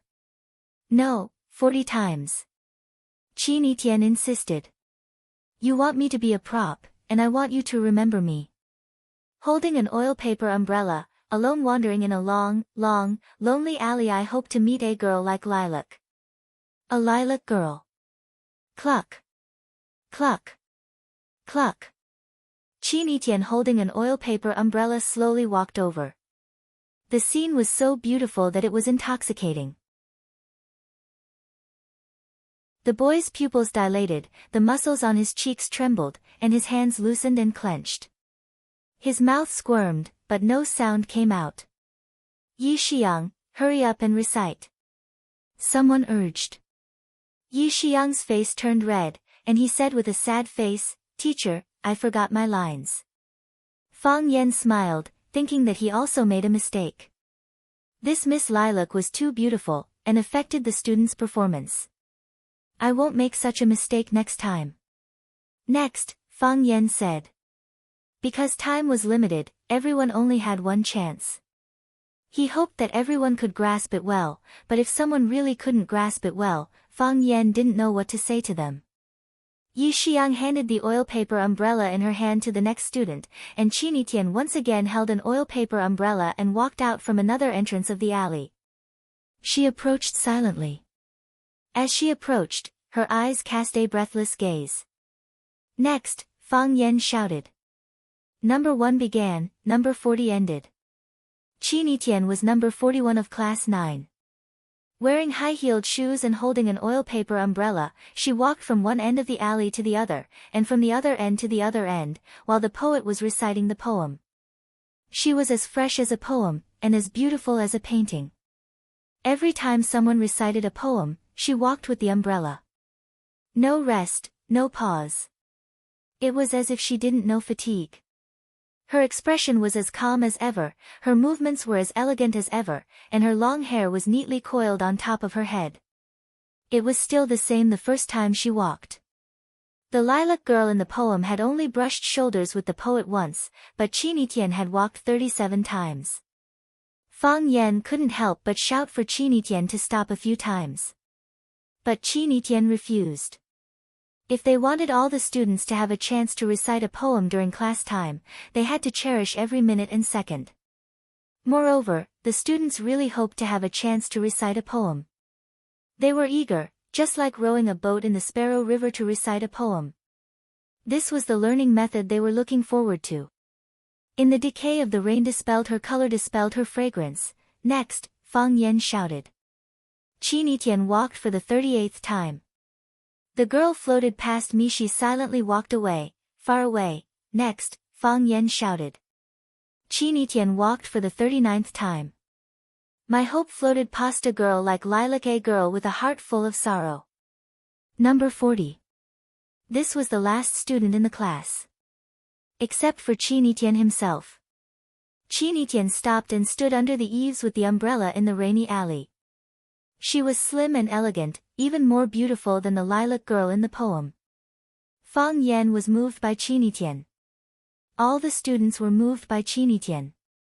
Chinitian. Chinitian. Chinitian. They shouted Chinitian's name loudly, their passionate voices breaking the silence of the rainy alley. The cold wind rustled, but everyone felt as though there was a fire in their hearts. Chinitian, thank you, a girl ran over and said. Thank you so much. Señoritian, you're amazing, goddess, you're our goddess. Fang Yan waved his hand and said, it's time for school to end. Let's go home. Roar, the playful students shouted and ran away. More students ran over to say goodbye to Fang Yan and Chinitian before leaving. The figures and voices faded away. Only Fang Yan and Chinitian were left in the alley.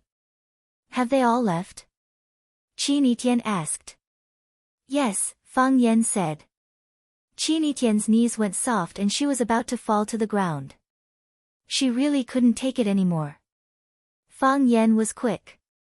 He leaned forward and reached out with both hands to pick up Chinitian's body that was about to fall to the ground and held her in his arms. Warm and fragrant. Her breath smelled like orchids. Looking at Chinitian's face, Fang Yan felt that this was really a test for him. But she was his student. Fang Yan quickly looked away. Chinitian smiled and said, I said. I'm not a prop. I'm the female lead.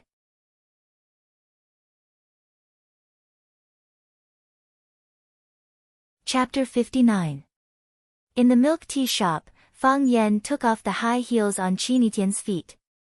The small feet, as white as snow and as tender as a new lotus root, appeared in front of him. If it were not for the red and swollen side of the little toe and the worn skin on the heel, there would be almost no flaws. Fang Yan said guiltily, does it hurt? Yes. Why didn't you say it earlier? I said it, Chinitian said. When did I say it? Fang Yan asked. He asked Chinitian to rest several times, but Chinitian still insisted on walking 40 times. I said I don't want to be a prop, I just want you to remember me. Chinitian pointed to his feet and said, did that give me extra points? No. Fang Yan pretended to be angry and said. Chinitian smiled and said, you still got extra points. Otherwise, you would have left long ago. Fang Yan put the high heels on the leg of the chair and said, I told you to wear stockings at the time, but you didn't listen. Otherwise, how could your feet be rubbed like this? Chinitian curled his lips and said, were the earthy yellow stockings you asked for, or the lilac girl in the poem? I also said you could wear black. Then you're still an auntie, Chinitian said. When I wear a cheongsam, I absolutely can't wear stockings. This is a woman's principle of dressing, and I can't violate it. Then you suffer, Fang Yan said. Sit down and wait for a while.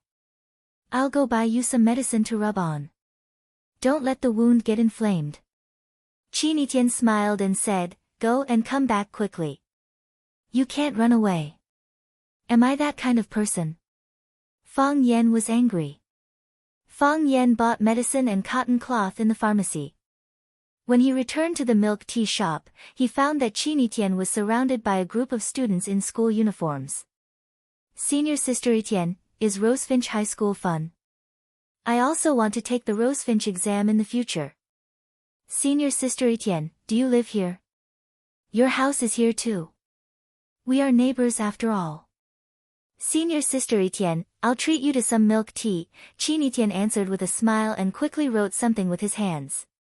When Fang Yan got closer, he realized that she was signing autographs for her fans. Wherever this girl went, she was the center of attention. She wasn't a star, but she could always enjoy the treatment of a big star. After Chinitian signed the last copy, he handed the pen and the autograph books to a young girl in front of him and said, okay, my friend is here. When the girls saw Fang Yan standing at the periphery, they immediately giggled and asked, Senior Sister Etienne, is he your boyfriend? I'm Chinitian's teacher. Fang Yan quickly explained. He didn't want these students to misunderstand. Wow! The girls were full of envy. Senior Sister Etienne has hooked up with the teacher. That's amazing, what the hell is going on? Fang Yan was quite speechless. Chinitian waved his hand and said, goodbye. Bye, Senior Etienne. The girls waved at Chinitian and left with their cups of milk tea in their hands. When they left, they would look at Fang Yan and Chinitian from time to time. Are they from number 1 middle school? Fang Yan asked. Number 7 middle school, Chinitian said. He's really famous, Fang Yan said. Huang Haoren previously said that Chinitian had been famous since junior high school and was the idol of countless people. Now, it seemed that it was true. Fang Yan opened the cap of the potion and squatted down to carefully apply the potion on Chinitian's red and swollen feet. Hiss. Chinitian shrunk her feet back. She had never been injured before. She was afraid of pain. Fang Yan looked up at Chinitian and said teasingly, Chinitian also has something that she's afraid of? Doesn't Fang Yan have it too? I do. What are you afraid of? Yi Ro. Chinitian's eyes narrowed slightly and said, it sounds like a girl's name. Fang Yan, do I need to treat her as my competitor? After sending off Chinitian, Fang Yan stood at the intersection, feeling lost. This was the intersection where Fang Yan had rented Sister Li's house. The familiar street, the familiar intersection, the familiar steamed bun shop and the black girl who was selling steamed buns. Fang Yan accidentally found the old alley when he was walking in this area. So when he saw from the weather forecast that it would rain today, he immediately told his students to bring raincoats to class. Chinitian wanted him to accompany him to go shopping, and he happened to remember that he needed a girl. So, the two hit it off. He accompanied Chinitian to go shopping, and Chinitian didn't raise any objection when she knew that he gave her the cheongsam for another purpose. Fang Yan was not stupid, and Chinitian was even smarter. She not only promised to be Fang Yan's model, but she was also willing to be a model for all 40 students in the class. Since she wanted Fang Yan to owe her a favor, she would make this favor bigger. This girl. Fang Yan smiled bitterly.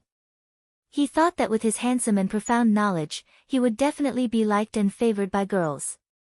However, he had never thought of developing a relationship with his student. She is still a child. Fang Yan thought in his heart. Of course, a child with a mature mind. Fang Yan thought of another girl. He thought of the girl who cried and shouted that it was all his fault when he left with his bag.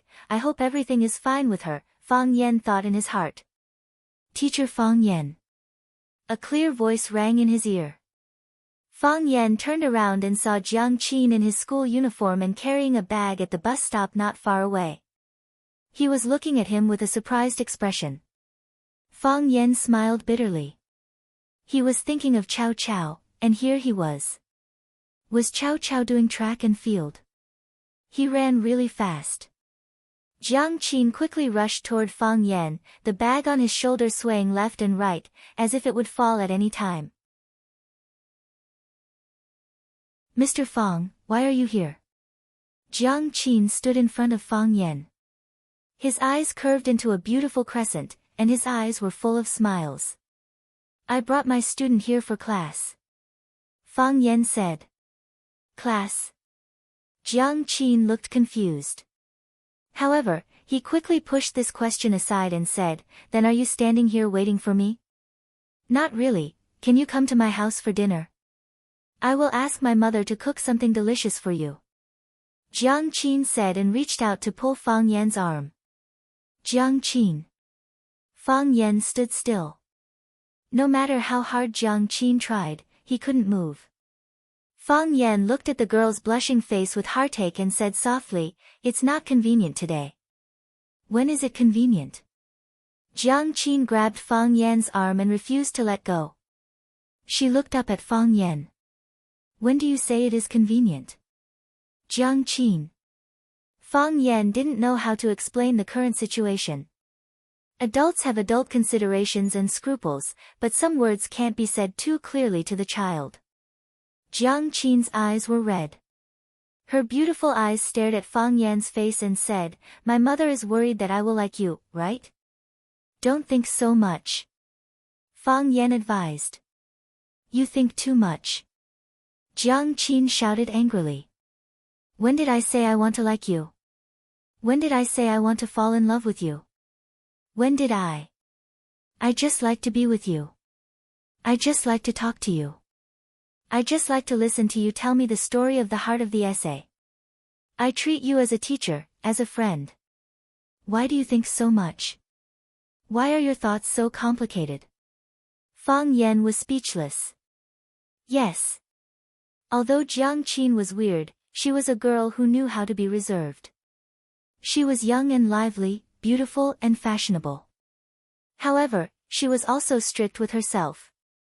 She was definitely not the kind of bad girl who ran to the society to fool around. In the process of contact between the two, although she spoke impolitely, she respected him in her heart. Fang Yan could feel it. The two were close and abided by the rules. It was just that he couldn't explain it to others. However, because of the dance incident, Jiang Qin's parents became suspicious. Fang Yan couldn't rent the Jiang family anymore. Children had children's thoughts, and adults had adult worries. Even if Fang Yan was a teacher, he couldn't solve the thorny problem that happened to him. Your mother did it for your own good. Fang Yan said softly. Yes. My mother did it for my own good. You did it for my own good. Jiang Qin's voice became louder. At this moment, the little girl's emotions completely exploded. But I'm not good at all. Seeing Fang Yan's helpless and bitter smile, Jiang Qin slowly calmed down. She released her little hand that grabbed Fang Yan's arm and looked at Fang Yan and asked, you won't go back anymore, will you? Yes. Fang Yan nodded. The school gave me a house, you won't go to my house for dinner anymore, will you? I don't think there's any chance. Then you won't answer my phone anymore? Won't contact me again? Jiang Qin. Fang Yan looked at Jiang Qin's tear-stained face and said, you're still a student. The most important thing for you now is to study hard. Don't think about other things. Okay. Jiang Qin knew that she was powerless to change anything. Just as Fang Yan said, she was still a student. She was still too young. She couldn't do anything. She wiped her tears and took off the bag from her shoulder. She opened the zipper and took out a gray box from inside. This is for you. Jiang Qin held the box and handed it over. What is it? Fang Yan asked. A white shirt. Jiang Qin said with red eyes. I like boys who wear white shirts.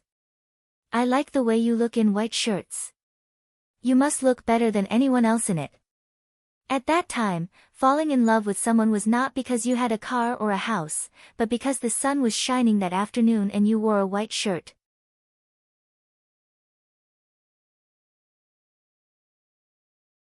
Chapter 60. Under the warm light, the aroma of the steak filled the room. Garnished with 2 pieces of broccoli and a small fruit salad, it looked especially appetizing. The red wine in the glass was made by a count from the Stour region. Count red wine wasn't very famous in the outside world, and many people probably hadn't heard of it.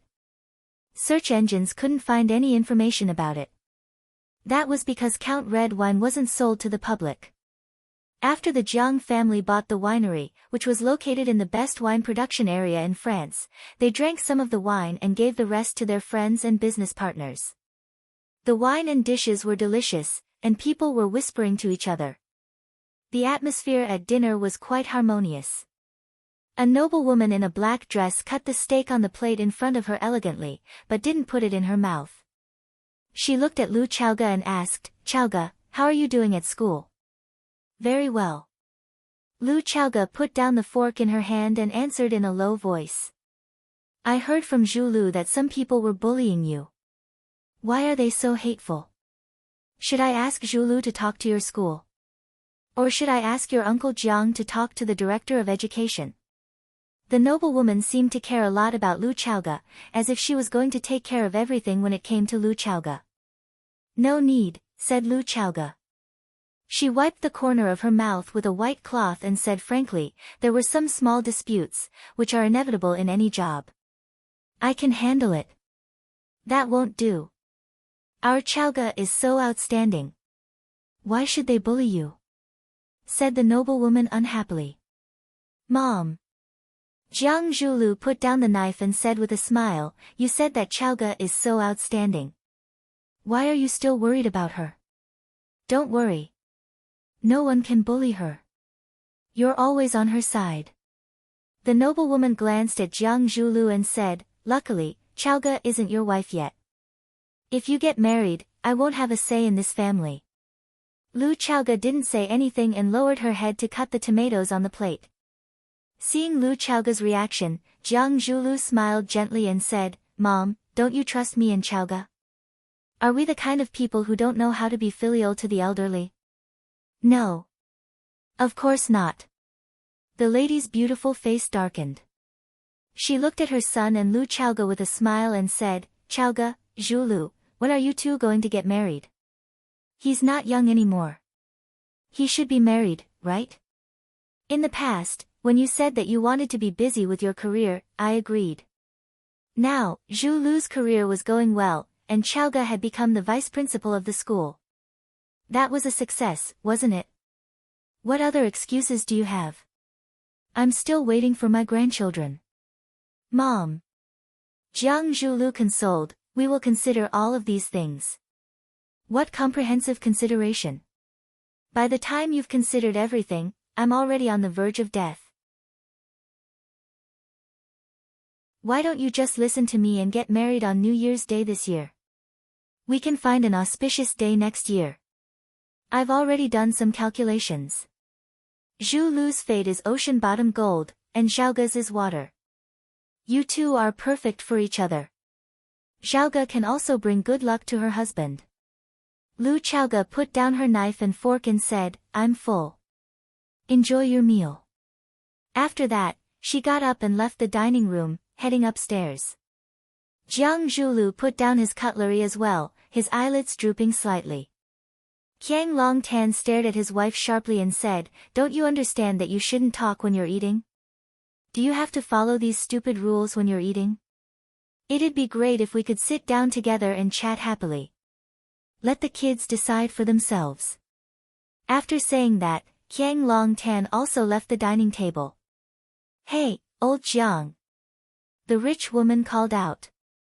Seeing that her husband was ignoring her, she said to her son angrily, "Look at your father. Are you his biological son or is Lu Chaoga his daughter? Why are both you and your father talking about outsiders? Are you going to let me stay in this house anymore?" "Mom, it's not like I don't know father's personality." Jiang Zhulu sat down next to his mother and held her hand. He always doted on Xiaoga more when we were little. I'm used to it. He's good to Xiaoga.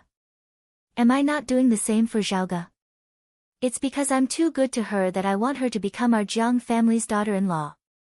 The rich woman grabbed Jiang Julio's hand and said, "My son is so outstanding. There are so many girls who want to marry into our family." Mom, how can you praise yourself like that? Jiang Zhulu laughed. I'm your son. Of course you think I'm good in every way. It's not just me who thinks you're good. The entire Jiang city thinks you're good. The rich woman said proudly, otherwise, why would the 4 talents of Huaqing only choose you, Mei Yingxua, Lan Shanggu, and Lu Shu? Which one of you isn't the most beautiful and talented in our Huaqing? Why didn't they put Li Baldi, Zhang Fatso, and Wang Ermatzi up? That's because some bored people put the 4 of us together to create some ranking. You don't know how many people we've offended and been ridiculed because of this ranking. Plus, what are the 4 talents of Huaqing? Aren't there still the 7 lunatics of Huaxia? Pfft, those people are all crazy. The 4 talents are enough. Why are you thinking so much? Son, when are you going to marry Lu Chaoga? Look at Lu Chaoga's big butt. She looks like she's going to give birth to a son. I have experience in this area. In the Jiang family's mansion, Lu Chaoga had a room of her own. Ever since her parents passed away, Lu Chaoga moved in. The Jiang family treated her well and treated her like their own daughter. Especially Qiang Long Tan, who treated her even more attentively than his own son, Jiang Zhulu. Although Mother Jiang, Ren Jing, was a little naggy, she was also very tolerant and took care of her. Jiang Zhulu treated her well too. However, it was also because everyone treated her well that Lu Chaoga always felt like her whole body was covered by mucous membranes, making it hard for her to breathe. It was so heavy that it made her feel uncomfortable. She looked down at her chest. Other than her full breasts, there wasn't much clothing. Maybe it was because her breasts had grown a little. It was really annoying to have to take her wherever she went. She took out the jade guanyin from her neck and gently held it in her palm. A trace of coolness passed through her, and her restless mood gradually calmed down. This was worn around her neck by her mother when she was very young, and it was her most precious ornament. Because of the long time, many details of her life had been forgotten. However, when she held this jade guanyin, some fragments of her life with her parents would naturally flow into her mind. It was like a floodgate of memories. When it was opened, the tide of memories would surge out. When it was closed, the water would recede, and she couldn't remember anything. Knock, knock, there was a light knock on the door. Lu Chaoga walked over and opened the door. Qiang Long Tan stood at the door with a loving face and said with a smile, "You haven't eaten enough, have you? Do you want the kitchen to send you another bowl of soup?" "Uncle, no need. I'm full." Lu Chaoga refused. "Come in and have a seat." Qiang Long Tan walked into the room and sat down at a small table on the balcony. "Chaoga, make me a cup of coffee. You make the best coffee in our family. Even your aunt and Zhulu can't compare to you." Lu Chaoga didn't secretly rejoice at the praise. She went to the cabinet and took out a cup of coffee, then carefully steeped it. It wasn't freshly ground coffee beans, but as long as it was carefully steeped, it would have a very extraordinary taste. Lu Chaoga put a cup of coffee in front of Qiang Long Tan, then pulled out a chair and sat across from him. Qiang Long Tan took a sip of the coffee, letting the bitter aroma reverberate in his mouth. Only then did he look at Lu Chaoga and say with a smile, "It's been so many years, and you know what your aunt is like. She likes you, and that's why she's always trying to make our families closer. She doesn't mean any harm." "I understand," said Lu Chaoga indifferently. "Of course, it's really annoying to talk about this kind of thing too much. I'll have a good talk with her and ask her to stop pressuring you on this matter. Young people should solve their own problems. Why should old people like us get involved?" Lu Chaoga was grateful in her heart, but her face was as calm as a mirror. "Uncle, let's not talk about it. I don't want to put you in a difficult position. What's there to put me in a difficult position? Qiang Long Tan put down the cup of coffee and said seriously, I'm trying to reason with her. Does she want to quarrel with me? Besides, talking about this issue over and over again is like bullying others and trying to get back at her. Qiang Long Tan looked at Lu Chaoge with pity and said, You came to our Jiang family when you were 6, and I've always treated you as my own daughter. Whether you want to be Jiang Zhuliu's wife or not, you're a part of our Jiang family. No one will treat you as an outsider. Don't feel any pressure on this matter. If you like Jiang Zhuliu, then be with him. If you don't like him, then kick him aside. I trust in Chaoge's taste, and I believe that you'll be able to find the man you like. You're the one in charge here, and no one is allowed to interfere. Thank you. Lu Chaoge was finally touched and she thanked him again. There's nothing to thank me for. Qiang Long Tan waved his hand and said. There's no need for thanks between father and daughter. You're always treating yourself as an outsider. That's not good. Lu Chaoge smiled but didn't say anything. No matter how well the Jiang family treated her, she still felt a deep sense of loneliness. There was one kind of irreplaceable feeling that was more peaceful than love, more enduring than friendship, and more touching than family. People looked forward to it every day when they were away from home. People got tired of each other when they returned home. That kind of feeling was called father and mother.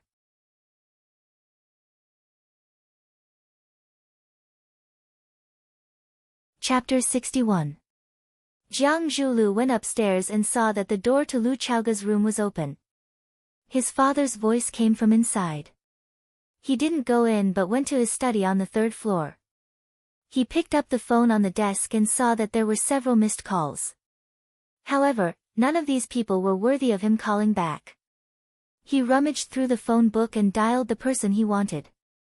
Very soon, the call was connected.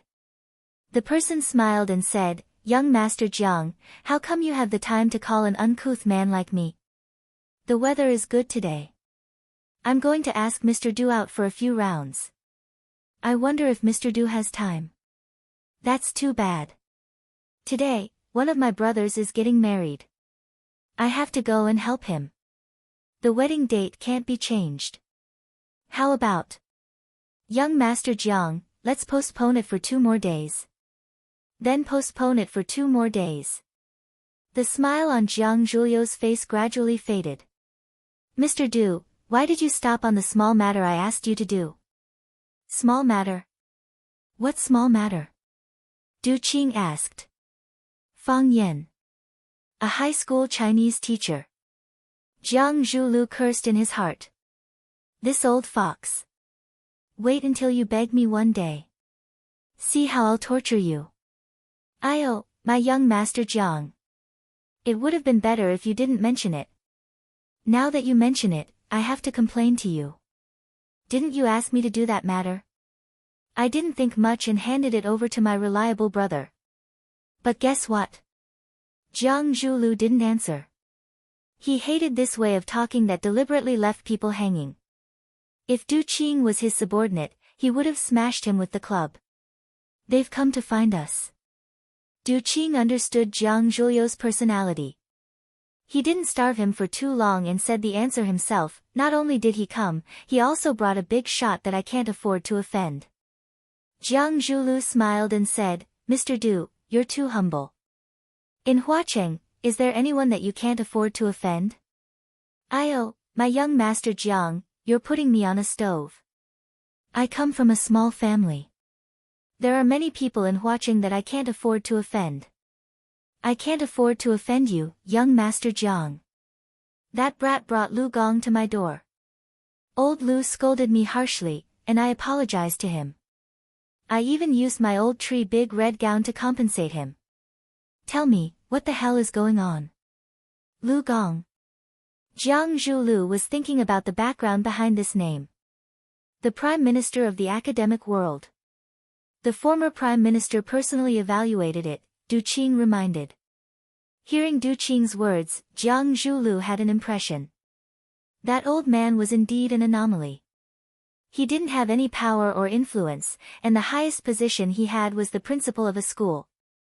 However, he had devoted himself to the education of Guangnan for decades and had students all over the world. If one thought about it carefully, Jiang Zhulu was also his student. Of course, some students were willing to acknowledge him as their teacher, but there were also students who were unwilling to acknowledge him as their teacher. Jiang Zhulu was clearly the type of person who was unwilling to admit defeat. What's the relationship between Lu Gong and that kid? Lu Gong is that kid's grandfather. In that case, Boss Du has no way of chasing him out of Huacheng. Eldest young master Jiang, old Lu has come knocking on my door. No matter what, I have to give him some face. For someone like old Lu, if he's determined on something, no one can compete with him. Eldest young master Jiang, isn't he just a high school teacher? What kind of waves can he create? Let's just let this matter go. You say, human psychology is really strange. Jiang Zhulu chuckled and said, if it's in the past, I really didn't think much of that kid. I just said it casually, thinking that what the eye doesn't see, the heart doesn't grieve. Since this kid is so good at jumping around, I really want to arm wrestle with him. This time, he has no choice but to leave. Ha ha ha, eldest young master Jiang is really bold. No wonder people say that the new generation excels the old. I, old Du, can't accept that I'm getting old. Boss Du, if there's a chance, let's play golf together, Jiang Zhulu said. Definitely, definitely. After hanging up the phone, Jiang Zhulu stood at the window and fell into deep thought. Fang Yan. He muttered these two words. Teacher Fang Yan was very troubled right now. Ever since his Sparrow Bridge version of Farewell to Cambridge Again and Learning Rainy Alley in a Rainy Alley became popular, it caused the whole school to discuss it. The students liked this novel and interesting teaching method, and the parents thought it was the model of quality education in the new era. After learning these two poems, the 9th class students' interest in poetry was unprecedentedly high. The latest issue of Rosefinch School magazine published 3 poems, 2 of which were written by the 9th class students. One was the work of Qin Yitian, and the other was the work of Huang Haoren. The prose and short story section also had several works by the 9th class students. Many parents came to the door, hoping to transfer their children from other classes to the 9th class. In the past, everyone tried their best to send their children to the 1st, 2nd, and 3rd class, the 3 elite classes. Now, because of the existence of the language teacher, Fang Yan, there were even some students from the 1st, 2nd, and 3rd classes who wanted to transfer to the 9th class. Fang Yan wasn't the teacher in charge of the 9th class, so he didn't have the right to decide whether a student should stay or not.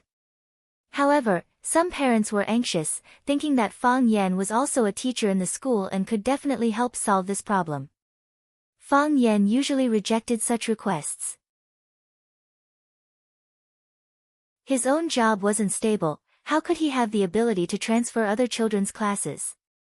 Because of the class-hopping craze, brought about by Fang Yan, he became the public enemy of all the teachers in the school. Isn't that kid good at making trouble? I want to see how his students can score during the mock test. Students should be down to earth. What's the point of doing all those fancy things? Harming others and oneself. Swimming in the Sparrow River, strolling in the Rainy Alley, who's to blame if there's a problem? The teachers were unconvinced. Why was it that after working for so many years and being so experienced in the industry, a young man like him could seduce our students with just a few tricks?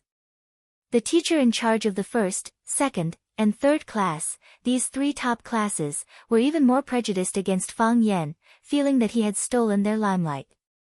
One had to know that the so-called top class was to provide the best students with the best teachers. These 3 classes recruited students based on their grades, and no one was allowed to break the rules. This rule was set by the old principal, Lu Gong, when he was the principal. If he didn't do this, then the principal's son, the vice principal's son, the mayor's daughter, the vice mayor's niece, and all the other high-ranking officials would all send in a relative or friend's child.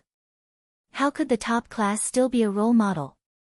This was also the reason why Zheng Guodong, the director's son, Li Mingqiang's son, Li Yang, and the teacher in charge of the 9th class, Chen Dehai's son, Chen Tao, were not able to enter the small class and could only be assigned to the 9th class. It was fine if the teachers from other classes hated Fang Yan. After all, they were direct competitors. The problem was, even the teacher in charge of the 9th class, Chen Dehai, hated Fang Yan to the core. Chen Dehai had repeatedly lost in front of Fang Yan. This was nothing new. The worst thing was, he had been the teacher in charge for so long, and those students had never thought of transferring to him.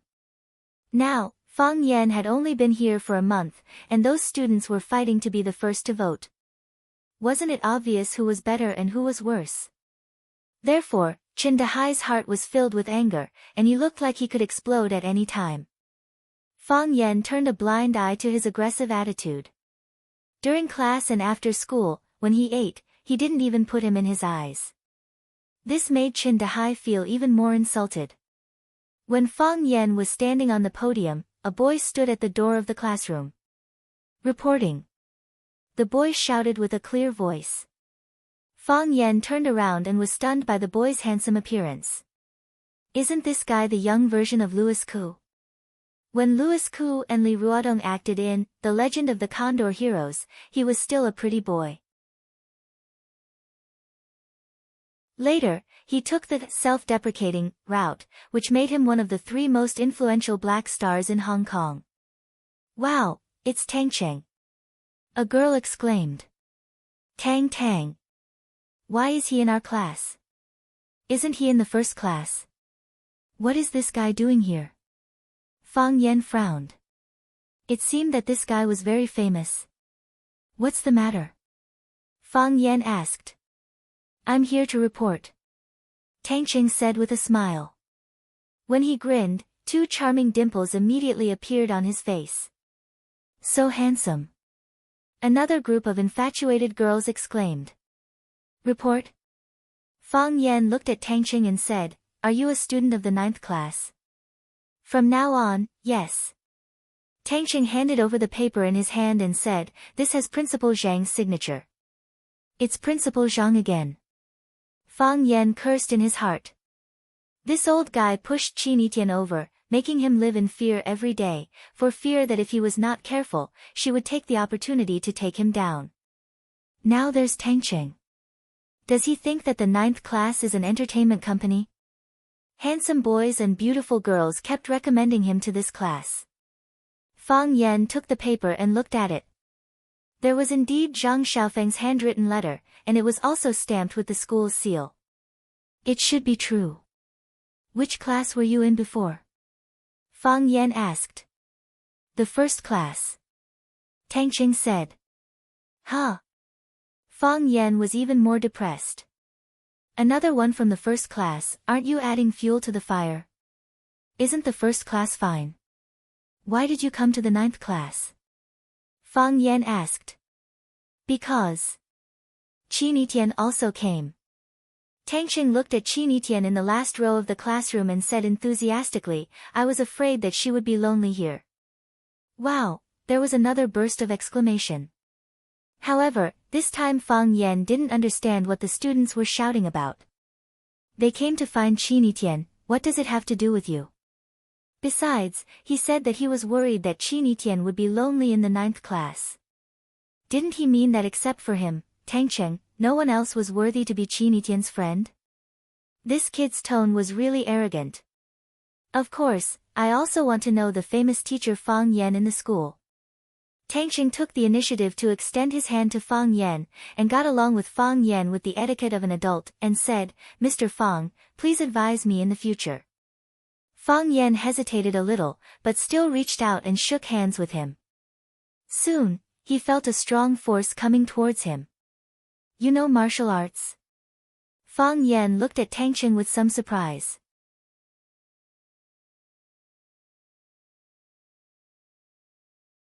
Chapter 62. A person who knows martial arts is what we call a person who practices martial arts. In Yanjing dialect, it refers to a person who practices martial arts. Tangqing's ancestors used to make a living as escorts. They would escort the important goods of their clients to travel far and wide, climb black mountains and cross dangerous rivers. It was common for them to encounter 3 to 5 robbers or some petty thieves. This required the escort to be highly skilled. It would not be a problem for them to fight 3 to 5 people at once.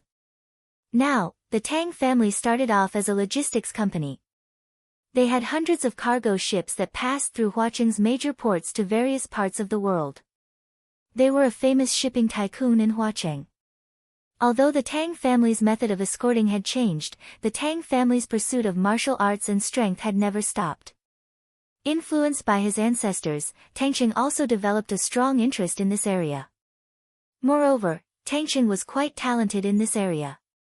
He could be considered one of the best among the younger generation of the Tang family. In a one-on-one fight, no one his age could beat him. Even in his father's generation, there were very few people who could beat him. Tangqing was handsome and had an outstanding temperament. Coupled with the nurturing and influence of his good family background, he was knowledgeable and versatile. He was the vice president of the school's martial arts club and a key member of the school's basketball team. At this age, Tangqing was the school's most dazzling star. He was also the Prince Charming in the hearts of countless girls who had just experienced their first awakening of love. If Qin Etienne was the well-deserved queen of the school belle of Rosefinch Secondary, then Tangqing was the undisputed school hunk of Rosefinch Secondary, tall, rich, and handsome. The two of them entered the first class of Rosefinch Secondary with the best results. They came from good families and looked good together. Everyone thought they were a match made in heaven. Even Tangqing himself thought so. He felt that Qin Etienne was the one for him. Under Tangqing's deliberate efforts, his relationship with Qin Etienne was indeed closer than others. Even Qin Etienne, who never ate with anyone, accepted his invitation and attended his birthday party. While he was indulging in the present and looking forward to their beautiful future, Qin Etienne suddenly skipped work. This matter was tantamount to a blow to his head. Why did Qin Etienne skip work for no reason? If Qin Etienne wanted to skip work, why didn't he discuss it with him? It would have been fine if he had informed them in advance. Tangqing was also a rather arrogant boy. He didn't immediately confront Qin Etienne in a fit of rage. Instead, through his friend's open and secret investigations, he received a piece of news that made him want to vomit blood. Qin Etienne had jumped to Class 9 because he liked Class 9's language teacher, Fang Yan. It was said that on the first day, she launched a love attack on Fang Yan in front of everyone. Tangqing had seen Fang Yan before, but he had never thought of greeting him. In his opinion, a person like Fang Yan was just a clown trying to please the crowd. In a school with a strict hierarchy, what could a young man without a strong background and without studying abroad do? Either he would lower his body and sink into the abyss and wait until the opportunity was ripe, or he had enough experience to get a promotion. Or he would walk to the other extreme like Fang Yan. Tangqing didn't appreciate the latter. With his father's help, Tangqing was able to transfer to Class 9 as he wished. It was difficult to jump from another class to a lower class, but to transfer from a lower class to Class 9. This was difficult for many people in the school to understand, and it was something that had never happened in Rosefinch Secondary's many years of existence. Especially the teacher of Class 1, Lin Lin, the old woman who was in the midst of menopause, wanted to throw Fang Yan to the ground and tear off a few pieces of flesh from his body. Qin Etienne left, Tangqing also left. Was Class 1 still Class 1 now? If other people followed suit, where would she hide her face as the teacher? Tangqing knew that Qin Etienne was a proud girl, and he knew what kind of boy she liked. He followed her here, stood next to Fang Yan, and was better than him in every aspect. At least in appearance, he had a great advantage. If he made Fang Yan lose face a few more times, would she still like a man like this? Definitely not. Therefore, Tangqing wanted to use his advantage to give Fang Yan a taste of his own medicine. He wanted him to be in so much pain that he couldn't stand up straight, and he wanted him to roll on the ground. Something's not right, Tangqing thought in his mind. When a person is attacked by an external force, the body will naturally adopt a defensive posture. In other words, when Tang Cheng forcefully held Fang Yan's hand, Fang Yan should also use a corresponding amount of force to prevent himself from getting hurt. However, Fang Yan didn't do that. If Tang Cheng's hand was iron, then Fang Yan's hand that was held in his hand was a ball of cotton. No matter how much strength he used, Fang Yan's hand was limp, and he could not resist at all. Cotton can't break iron, but can iron flatten cotton? Even if it was flattened, the cotton would bounce back again and return to its original state. Fang Yan looked calm and said with a smile, "Welcome Tang Cheng to Class 9. Class 9 is a warm family, except for Zheng Guodong, Li Yang, and Chen Tao, these three flies." Puff, the three people who were watching the fun in the back row were all shot. Fang Yan called them flies in front of the whole class. Their faces were flushed red, and they felt so ashamed that they wanted to crawl into a hole to hide themselves. They knew that if Fang Yan's words were spread, they were afraid that from today onwards, the school hedonist trio would change their name to the School Flies Trio. The School Flies Trio, was there a worse nickname than this? Think about those disgusting little things flying around in front of you, I'm afraid you wouldn't even be able to eat. Chen Tao was about to stand up and curse, but he was pulled back by Zheng Guodong. After all, Zheng Guodong was born in a merchant family, and his scheming was deeper than Chen Tao and Li Yang. He knew that a little impatience would spoil great plans. The other students are very good. They are like diligent and cute little bees, waving their wings every day to collect pollen and make nectar. They are our closest friends. Everyone laughed. If Fang Yan had just described them as little bees, they wouldn't have thought that it would be a surprise. However, he first described Zheng Guodong and the other two as flies, and then said that the others were bees. When comparing the two, the comedic effect was quite obvious. Many people looked at Zheng Guodong, Li Yang, and Chen Tao with mocking expressions. Zheng Guodong and the other two held their heads high as if nothing had happened, but in their hearts, they were extremely vexed, embarrassed, and angry. Tang Cheng did not laugh. Not only did he not laugh, but a hint of anxiety appeared in his eyes. No matter how much strength he used, he could not hurt Fang Yan at all. Steel was still steel, and cotton was still cotton. He felt that his palm was getting harder and hotter. Even his uncle, Tang Yi, the martial arts fanatic who had practiced the Tang family style for decades and reached the God realm, would also be a little abnormal when he competed with him in strength. Fang Yan did not. It was as if he did not grab his hand at all, or rather, he was not grabbing his hand at all. It's only right for me to teach you. You're the student, and I'm the teacher. I have the responsibility to pass on the knowledge I know to you. A master can lead you through the door, but cultivation depends on the individual. Just like Zheng Guodong, Li Yang, and Chen Tao, I tried very hard to teach them, but they were unwilling to learn. It's as if I was trying to kill them by forcing them to learn. To put it bluntly, what does it have to do with me whether they learn or not? Am I right? Zheng Guodong and the other two were shot in the chest once again. Tang Cheng did not answer. He was still exerting his strength.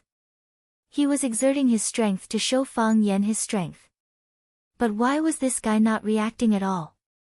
Tang Cheng, I don't think you're a bad person. You'd better not hang out with those three flies. They're notorious in school now. Other than their kind, the flies, no other students are willing to hang out with them. Don't let them ruin you. Li Yang was about to cry. Teacher, I'm your student too, alright? Don't bully me like this, okay? If you insult me like this in public, my dad will fight you to death if he finds out. Fang Yan seemed to have heard Li Yang's inner voice. He shook hands with Tang Cheng as he turned around to look at the back row and said, I'm sure you guys are not convinced by what I said. Now, in front of everyone, I'll give you a chance. You give me a reason to respect you and I'll immediately apologize to you in front of everyone. And I'll take back everything I've said just now. Zheng Guodong, Li Yang, and Chen Tao looked at each other and thought seriously. No one came to mind.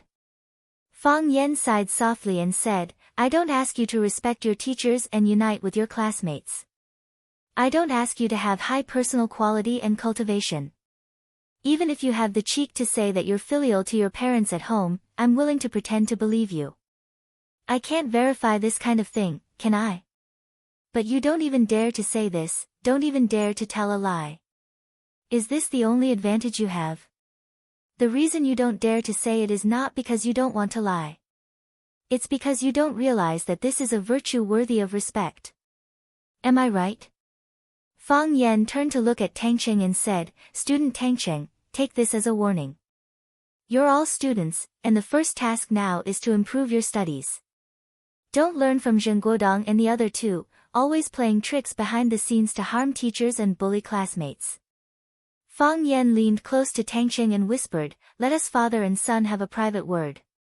Even if you want to beat me up, you have to learn the skill first before you do it, right? Tangcheng stared with his eyes wide open. Does this guy understand everything? He stepped back and wanted to loosen his grip, but found that his hand couldn't break free from Fang Yan's grip. Fang Yan's palm, which was as soft as cotton a moment ago, suddenly became as hot as steel. A ferocious force crazily surged into his palm. Plop! Tangcheng's knees went soft, and his body knelt down in front of Fang Yan. Fang Yan hurriedly bent down to help him up, and said reproachfully, how can you worship a teacher like this? It's not popular now. This kid is touched.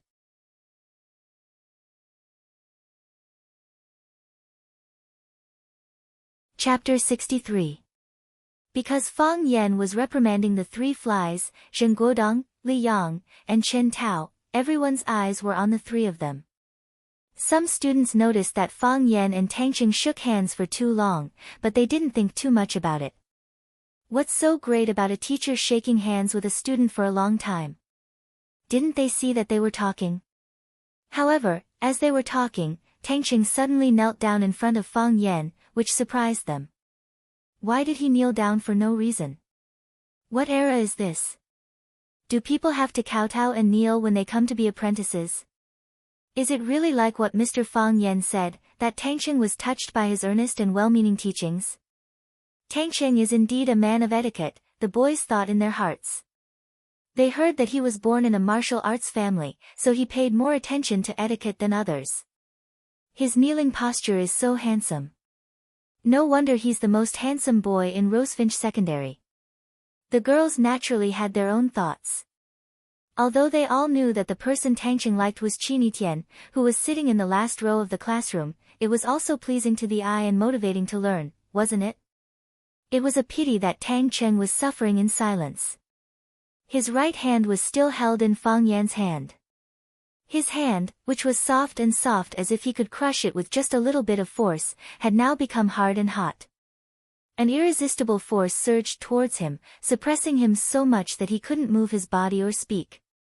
Even breathing had become extremely difficult. Seal. This was the seal that his grandfather had mentioned. When encountering an opponent with a great disparity in strength, the opponent could completely seal you off, making you unable to feel that you were still alive. Although the current state of his body was a little different from what his grandfather had described, he knew that Fang Yan had used the seal state on him.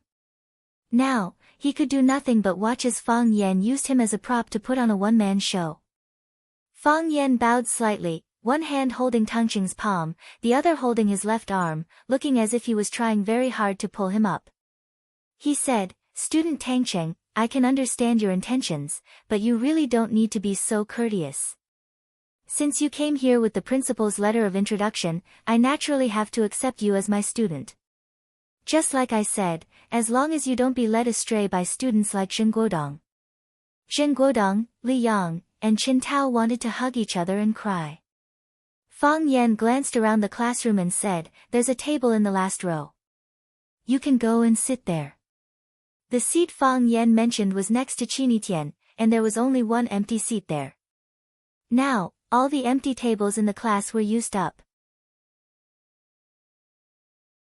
If there were more students who transferred here, Fang Yan would have to ask them to go to the logistics department to get their own tables and chairs, or move the tables and chairs from their previous class over.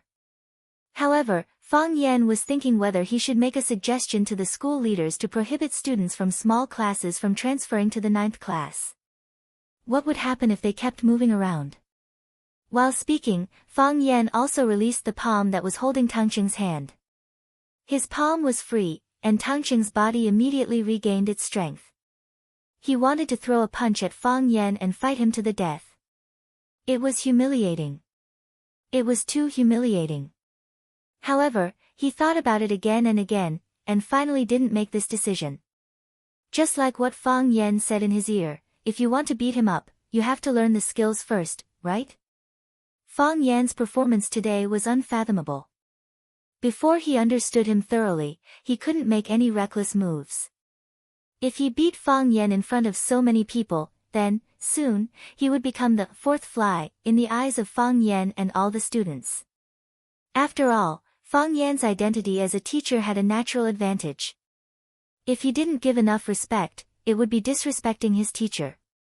This was a serious crime in ancient times, enough to destroy a person's reputation and future. Tangqing wanted to say something, but his throat moved, but he couldn't say anything. His legs were still weak, and his hand that was shaking kept shaking. He was a loser, and a loser shouting at a winner would only make others look down on him. Originally, he wanted to give Fang Yan a show of strength, but he didn't expect to be kicked to the ground. His forehead was dripping with sweat, and he walked to the last row of the classroom with a depressed expression. He sat next to Qinitian, and there was only a narrow aisle between them. What are you doing here? Qinitian held a pencil between his fingers, and his movements were smooth and graceful.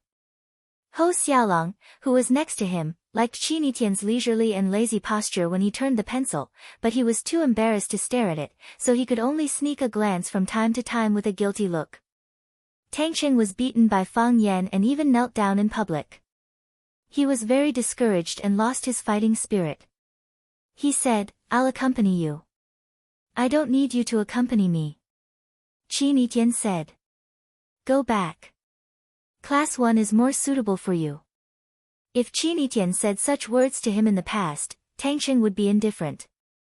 Because she was such a character. She said what she thought without considering your feelings.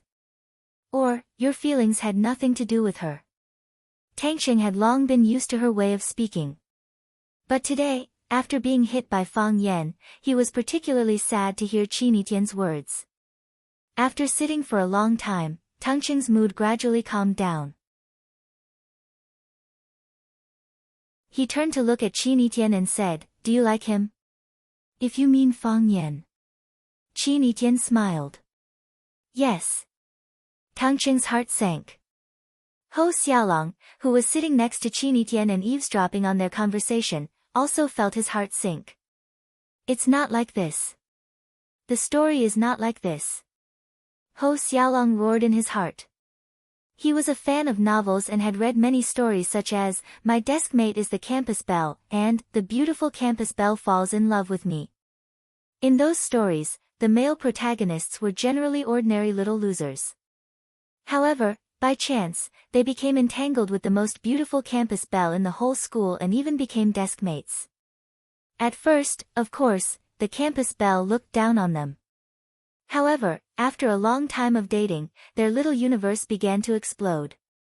Their advantages were magnified infinitely. The campus belle loved them so much that she couldn't extricate herself.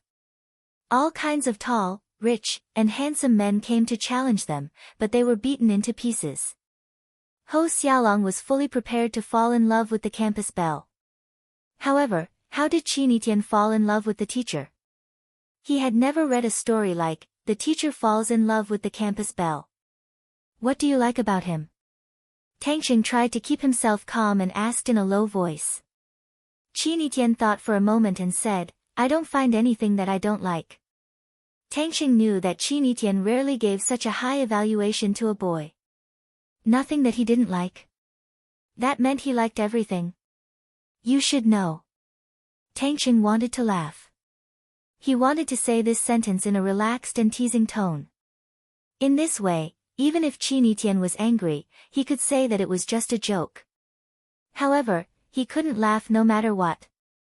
His expression was so serious. The school prohibits relationships between teachers and students. Whoosh!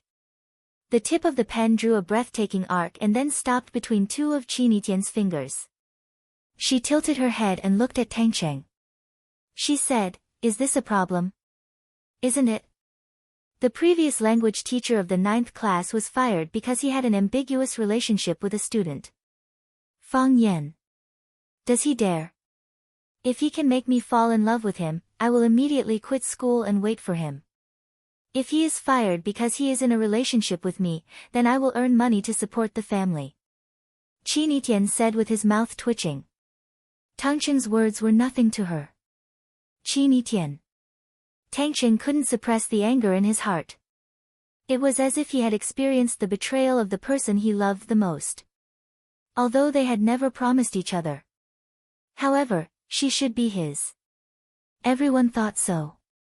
Qin Etienne waved his hand and said, "Tang Cheng, I won't fall in love with you. I've known this for a long time. I also told you." "Why?" Tang Cheng clenched his fists. "Childish." Qin Etienne said. "You said I am childish. I can change. I am still young. I can definitely become mature." Tang Cheng said eagerly. He was willing to try. He still wanted to keep her. The school belle and the school hunk should hold hands until they grew old. How could they break up just like that? Could they live up to this title and the expectations of the students? "I mean, the question you asked is childish," Qin Etienne said. "If I like it, I like it. If I don't like it, I don't like it. There is no why, only if I want to." Qin Etienne looked at Tang Cheng and persuaded again, "Tang Cheng, go back. We will still be friends. I will never go back." Tang Cheng said, gnashing his teeth. "I won't give up like this. I want to compete with him. I must defeat him. I want to let you know that I am a better man than him. I am the most suitable person for you. He can't. He can't give you anything, he can't help you with anything." Tang Cheng. Qin Etienne. Fang Yan stood on the podium and scolded. These two people chattered non-stop. He had been aiming at them for a long time. "Don't talk during class." Tang Cheng felt as if an arrow had pierced his heart. "I am confessing. Please don't disturb others at this time, okay?" It was very rude. Qin Etienne giggled and said, "He can forbid you to talk during class." "Can you forbid him to talk during class? You see, he is still better than you, right?"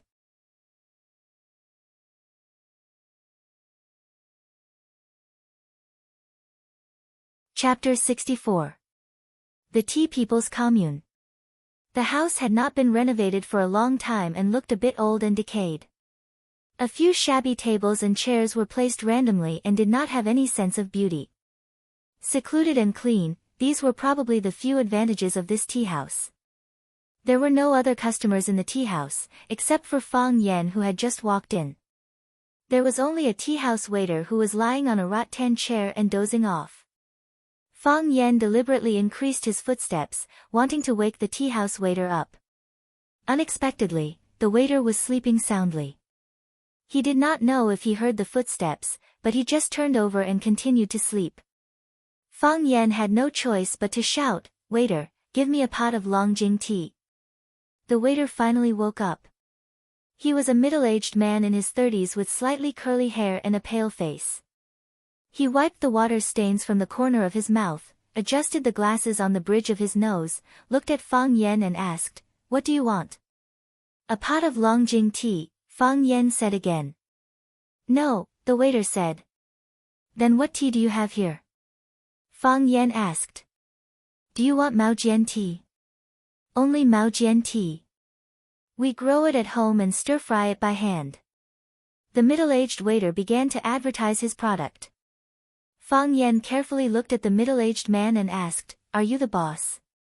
The middle-aged man smiled bitterly and said, "Also a waiter." "What's your name?" Fang Yan asked. "Zhu Jian," the the middle-aged man said. Fang Yan stood up again and walked in front of the middle-aged man. He said with a smile, I'm Fang Yan. I'm the one who asked you to meet. Mr. Fang. Zhu Jian looked at Fang Yan with a face full of shock. You are Mr. Fang Yan. Zhu Jian could not help but be surprised. Zhu Jian received a phone call today. The caller claimed to be the current Chinese teacher of Class 9 of Rosefinch High School, Fang Yan. Although Zhu Jian did not want to have any contact with that school, the other party repeatedly persuaded him and said that he could find a way to help him restore his reputation. Zhu Jian hesitated again and finally agreed to meet with Fang Yan. That matter was like a thin and long thorn stuck in his throat, making him unable to eat or sleep peacefully. The heavy burden of seducing a female student made him almost unable to lift his head in front of his family and friends. He needed relief. He needed a chance to travel light. Fang Yan's words hit the nail on the head, making it hard for him to refuse. He originally thought that Fang Yan would be a middle-aged man like him. However, wasn't this young man in front of him a little too young and immature? Isn't Rosefinch High School an elite school? How could he just randomly recruit people? It's me, Fang Yan said. He saw the doubt in Zhu Jian's eyes and said, shall we sit down and talk? I'll make you a cup of tea, Zhu Jian said. Maojian tea was not as fragrant as Tai Guanyin, not as delicate and graceful as Longjing tea, but it had its own unique charm. The tiny hairs rolled a few times in the boiling water and slowly unfolded.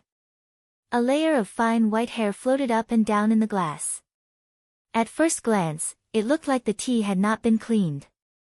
In fact, this white hair was the essence of Maojian tea. People who loved tea called it baihao because it contained rich substances that were beneficial to the human body. When drinking tea, these baihao should be drunk into the stomach. Fang Yan picked up the glass and took a sip of tea. He carefully felt it and said with a smile, good tea. Zhu Jian was expressionless and didn't care about Fang Yan's praise. How many of the words spoken on the surface could be trusted? If I guessed correctly, these tea trees grow on the top of the mountain. They are exposed to the wind and rain and the sun, so the leaves don't look green and the tea looks old. Fang Yan took another sip and commented, however, the person who picked the tea was very diligent. Every tea leaf was only taken from the tender shoots. The essence of the tea tree was all plucked. The person who fried the tea was also an expert. He used charcoal ash to roast the tea leaves. He didn't use too much fire and didn't use too much strength, retaining the tenderness of the tea tips and the natural fragrance of the tea leaves. As you said, although he didn't add any spices or tea essences, the taste of the tea was better. Zhu Jian was deeply shocked and said, Mr. Fang is an expert in the tea ceremony. This tea was planted by my old father. The tea mountain he got was on the top of the mountain. It was difficult to water the tea trees on the top of the mountain. It happened that the weather in southern Hunan was dry these years, so the color of the tea leaves was gray and ugly. In order to sell it at a good price, I asked my parents to only take the tip, which is the tender shoots of the tea tree, and then roast them myself. Later, I lost my job and remembered that I liked to drink tea. I opened a tea house at the entrance of this residential area. As you can see, because of the lack of capital and the remote location, it is very difficult to make a living. Just now, Zhu Jian looked down on and doubted Fang Yan, but now he didn't have the mentality of half-heartedly because of his young face. Fang Yan smiled and said, I didn't come here to taste tea with Mr. Zhu. I think Mr. Zhu doesn't have the mood to taste tea now. Zhu Jian smiled bitterly and said, indeed. Fang Yan looked at Zhu Jian and asked, Mr. Zhu, is the rumor in the school true? Zhu Jian didn't answer. He just looked at Fang Yan thoughtfully and said, I don't understand. Why did you come to ask me this question? Whose position do you represent? Yourself? Rosefinch High School. I represent myself, said Fang Yan. Because of sympathy? Or curiosity? Sympathy and curiosity. I'm also curious, Fang Yan said frankly. And understanding. Understanding? The understanding that we are in the same boat, said Fang Yan. What do you mean? Zhu Jian was puzzled. Some time ago, I was almost expelled because I danced with a female student in a bar. Of course, if the media reported it, I am afraid it would not be a simple expulsion, said Fang Yan. You danced with a female student in a bar? Zhu Jian looked at Fang Yan with vigilance and contempt. What kind of person is this? Do you think I am the same as you? That's why you came to seek comfort. There's another story, explained Fang Yan. It's actually very simple. It's not as dirty as people think. Why didn't the media report it? Zhu Jian asked. Don't the media love this kind of news? Because a lot of honest people stood up for me. Fang Yan played with the glass in his hand and said with a smile. They didn't believe that I would do such a thing. Seems like you are much luckier than me, Zhu Jian sighed. His incident was made known to everyone, causing him to be ostracized by the entire Huaqing education circle. The female student was even more unwilling to be humiliated and transferred to another city to study. He knew they were innocent, but who would believe it?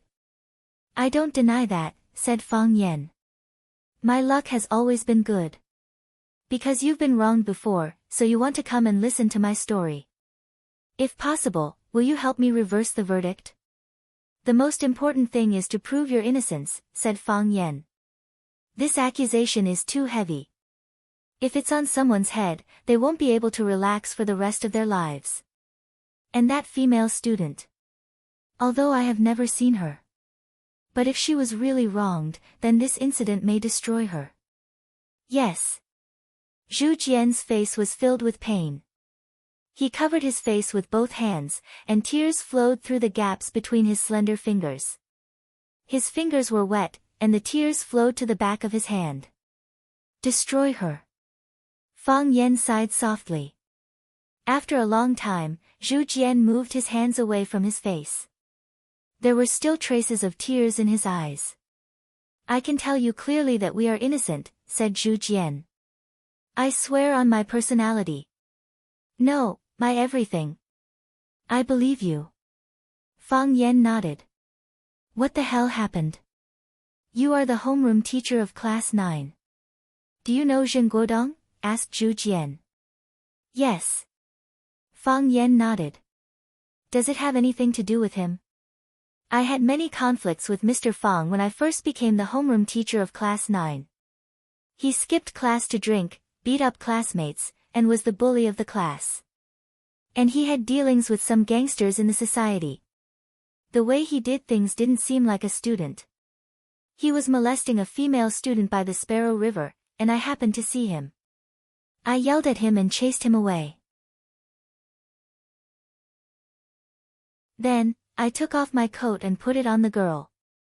I didn't expect this scene to be taken by someone, and it became the evidence of me hugging a female student and having an affair by the river. Zhu Jian punched the thick table and roared, I, Zhu Jian, have read a lot of books. Why would I do such a beastly thing? Have you explained this to the school? Asked Fang Yan. Who would believe it? Zhu Jian roared with red eyes. Who would believe it? Zheng Guodong's father is on the board of the school. Who would believe it? Fang Yan was silent. Zhu Jian's situation was indeed tricky. On one hand, he had been photographed, just like himself. On the other hand, he was more careless than himself because his jacket was on the girl. He walked out of the forest with the girl in his arms. If he said he had nothing to do with the girl, very few people would believe him. Of course, if that was the case, if Zhu Jian and the girl who was hurt stood out to accuse Zheng Guodong at the same time, there was still a chance to reverse the situation. The most important problem was that Zheng Guodong's father, Zheng Tiancheng, was on the board of the Rosefinch school. Who would be willing to offend Zheng Tiancheng and still stand out to reverse the case for Zhu Jian when the evidence was conclusive? I believe it, said Fang Yan with a serious expression. I believe you are innocent. Zhu Jian looked at Fang Yan with a surprised expression. I will help you reverse the case, I will prove your innocence, continued Fang Yan. Why? Asked Zhu Jian. He had already made it very clear that Zheng Guodong's father was Zheng Tiancheng. Why was he still willing to risk his life? If he offended Zheng Tiancheng because of him, would he still be able to stay and be the language teacher of class 9? He was afraid that he would end up being expelled from the school like him, right? Because we are all scholars, Fang Yan said with a straight face. They don't believe that scholars are righteous, and that scholars have integrity. I believe it.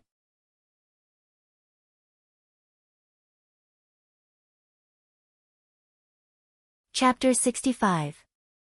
What was the demeanor of a scholar? Every historian would record good and evil deeds. This was the demeanor of a scholar. Some things should be done and some things should not be done. This was the demeanor of a scholar. Doing one's best and dying one's last was the demeanor of a scholar.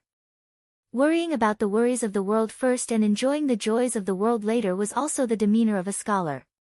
Seeing injustice on the road, pulling out a sword to help, was also the demeanor of a scholar. Of course, Fang Yan did not have a sword in his hand. The sword was in his heart. Times had changed and science and technology had developed. If he still called himself a scholar, he would be scolded for being stupid. However, in this world, there were always some things that were worth sticking to. From Chu Yuan to Han Fei, from Sima Qian to Ban Gu, from Ji Kong to Tao Qian, from Li Du to the 8 great families. From Xin Qiji to Fang Xiaoru, from Wang Fuji to Gong Zizhen. From Lu Gong to Fang Yan. These people had made Huaxia culture go back to ancient times. These people had propped up the backbone of Huaxia's national literature. Scholars were originally a great and noble profession, but why had they become worthless in the eyes of many people? Had people's hearts changed, or was society sick? Fang Yan and Zhu Jian were not related, so he could completely throw his affairs aside and ignore them. However, he still decided to get involved. To restore the reputation of a good teacher, to seek justice for a female student, and at the same time, to give those bad people a punishment, to let them know that heaven's net has a long way to go. Fang Yan still had a faint worry in his heart.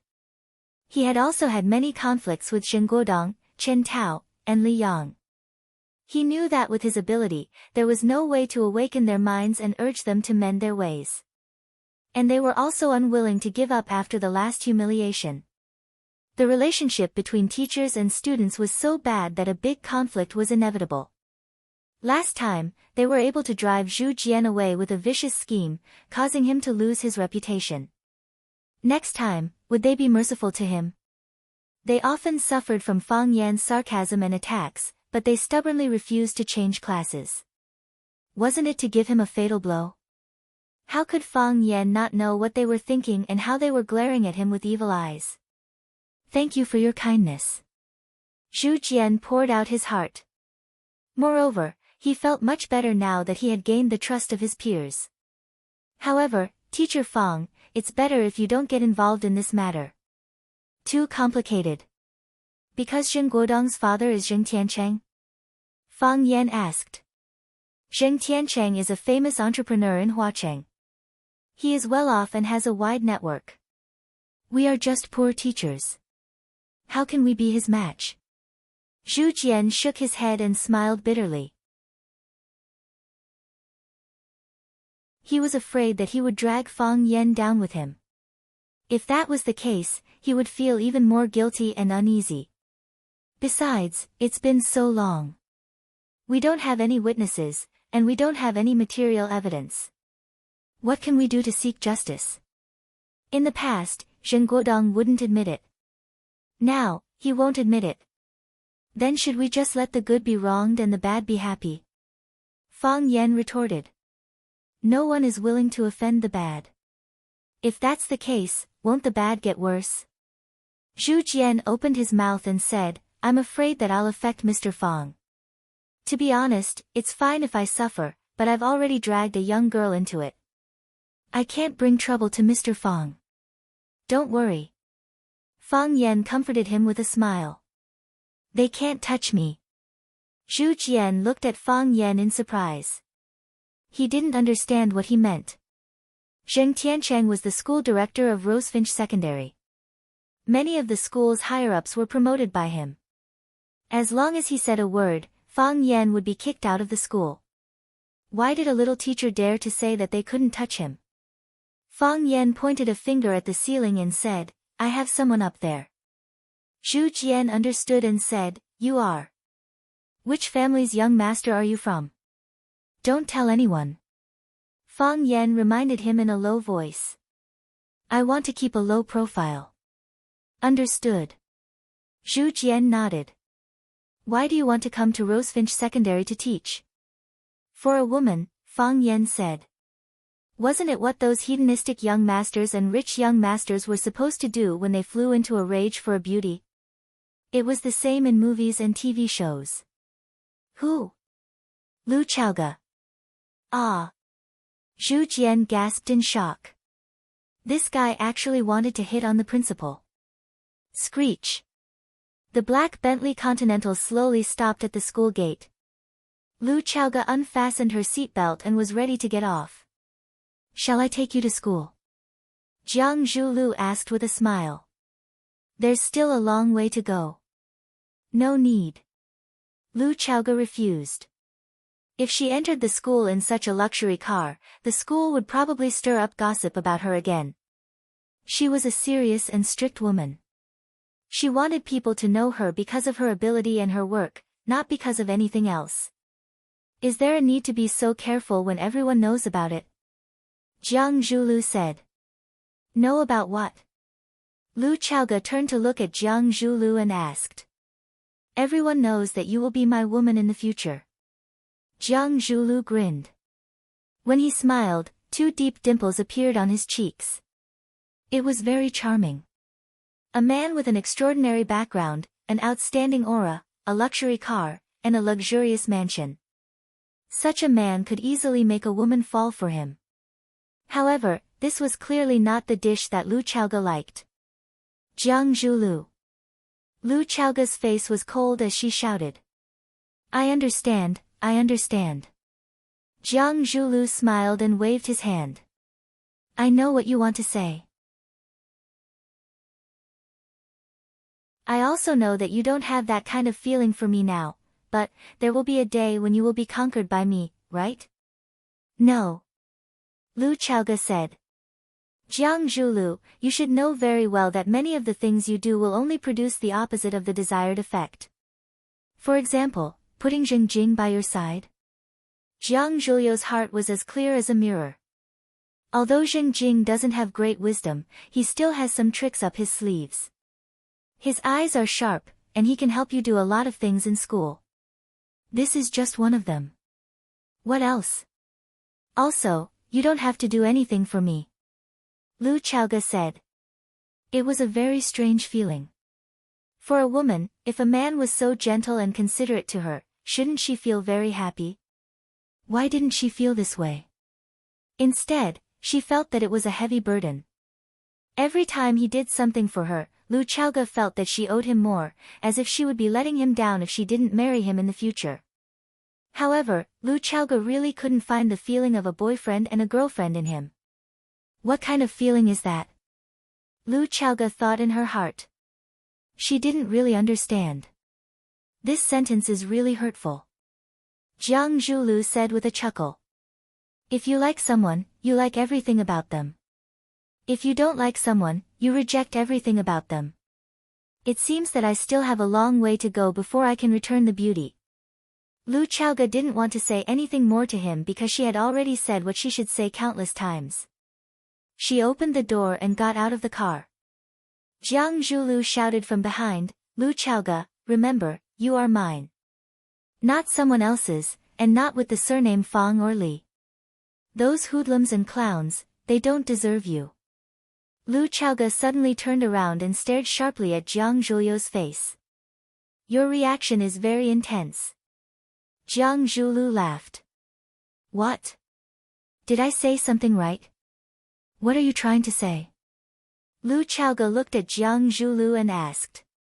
Fang Yan, are you familiar with this person? Jiang Zhulu asked. Even if you don't want to accept me, you don't need to find a teacher to insult me, right? Lu Chaoge was furious and said, first, Fang Yan and I are only colleagues. Second, my matter has nothing to do with you. Third, no one is insulting you. It's you who is insulting yourself. I'm relieved to hear the first point.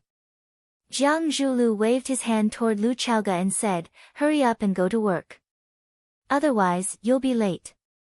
After your car is repaired, I'll have someone fetch it and send it to school. You don't need to go there anymore. I'll get it myself, Lu Chaoge said as she turned around and walked toward the school's gate. Watching Lu Chaoge swaying back, Jiang Zhuliu's eyes were full of appreciation. This woman is my woman. Jiang Zhulu didn't immediately leave. Instead, he rolled down the window and took out a copper cigarette case from his pocket. He took out a cigarette and put it in his mouth to light it. Amidst the lingering smoke, he squinted his eyes and sized up the arched gate of Rosefinch Secondary. This school had his lover, and also his rival in love. It was a very special place for him. However, he had never entered it. It was because of Lu Chaoge's refusal. Every time he sent Lu Chaoge to school, she would force him to stop at the school's gate.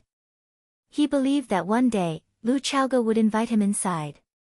She would hold his arm and accompany him inside. He had been waiting for that day. Therefore, he would never go inside by himself. This was his pride. It was 2:00 in the afternoon. The sun was warm.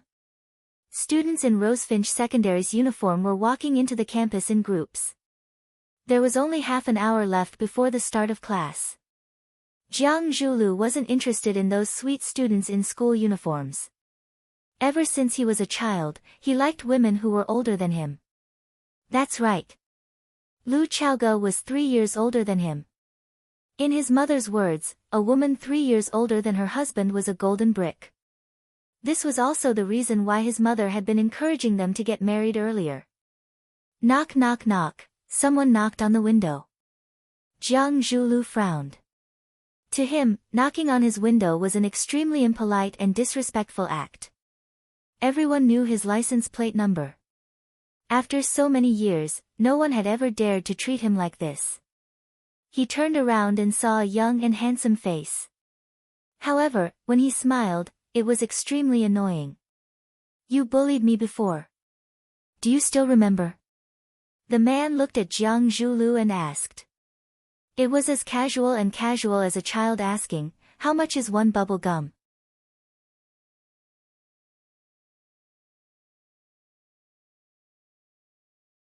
Chapter 66.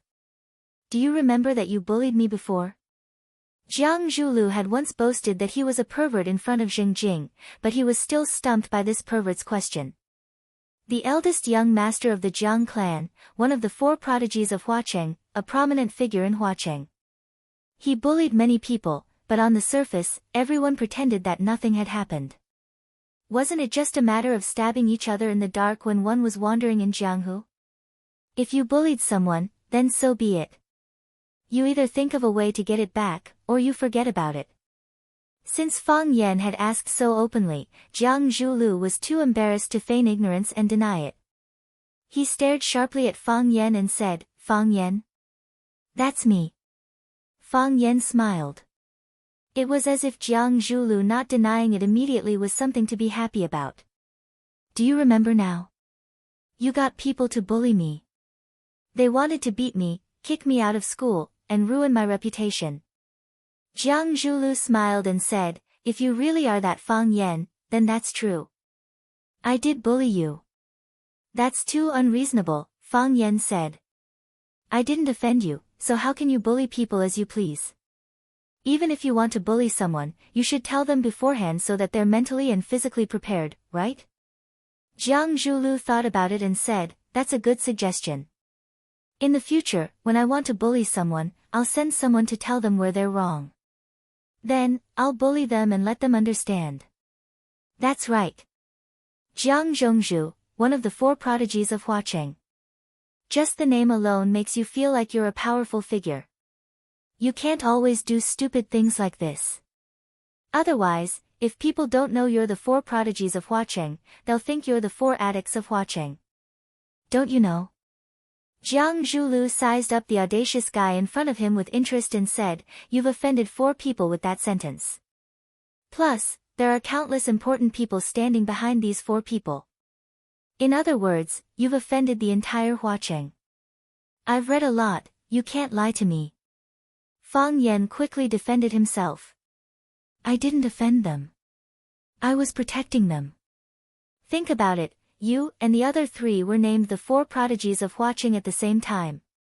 In the end, not only did one of the prodigies fail to show off, but he also kept tarnishing the reputation of the prodigies. When everyone saw this, they would think that the other 3 were the same kind of trash as this guy. Wouldn't they be looking down on the other 3 as well?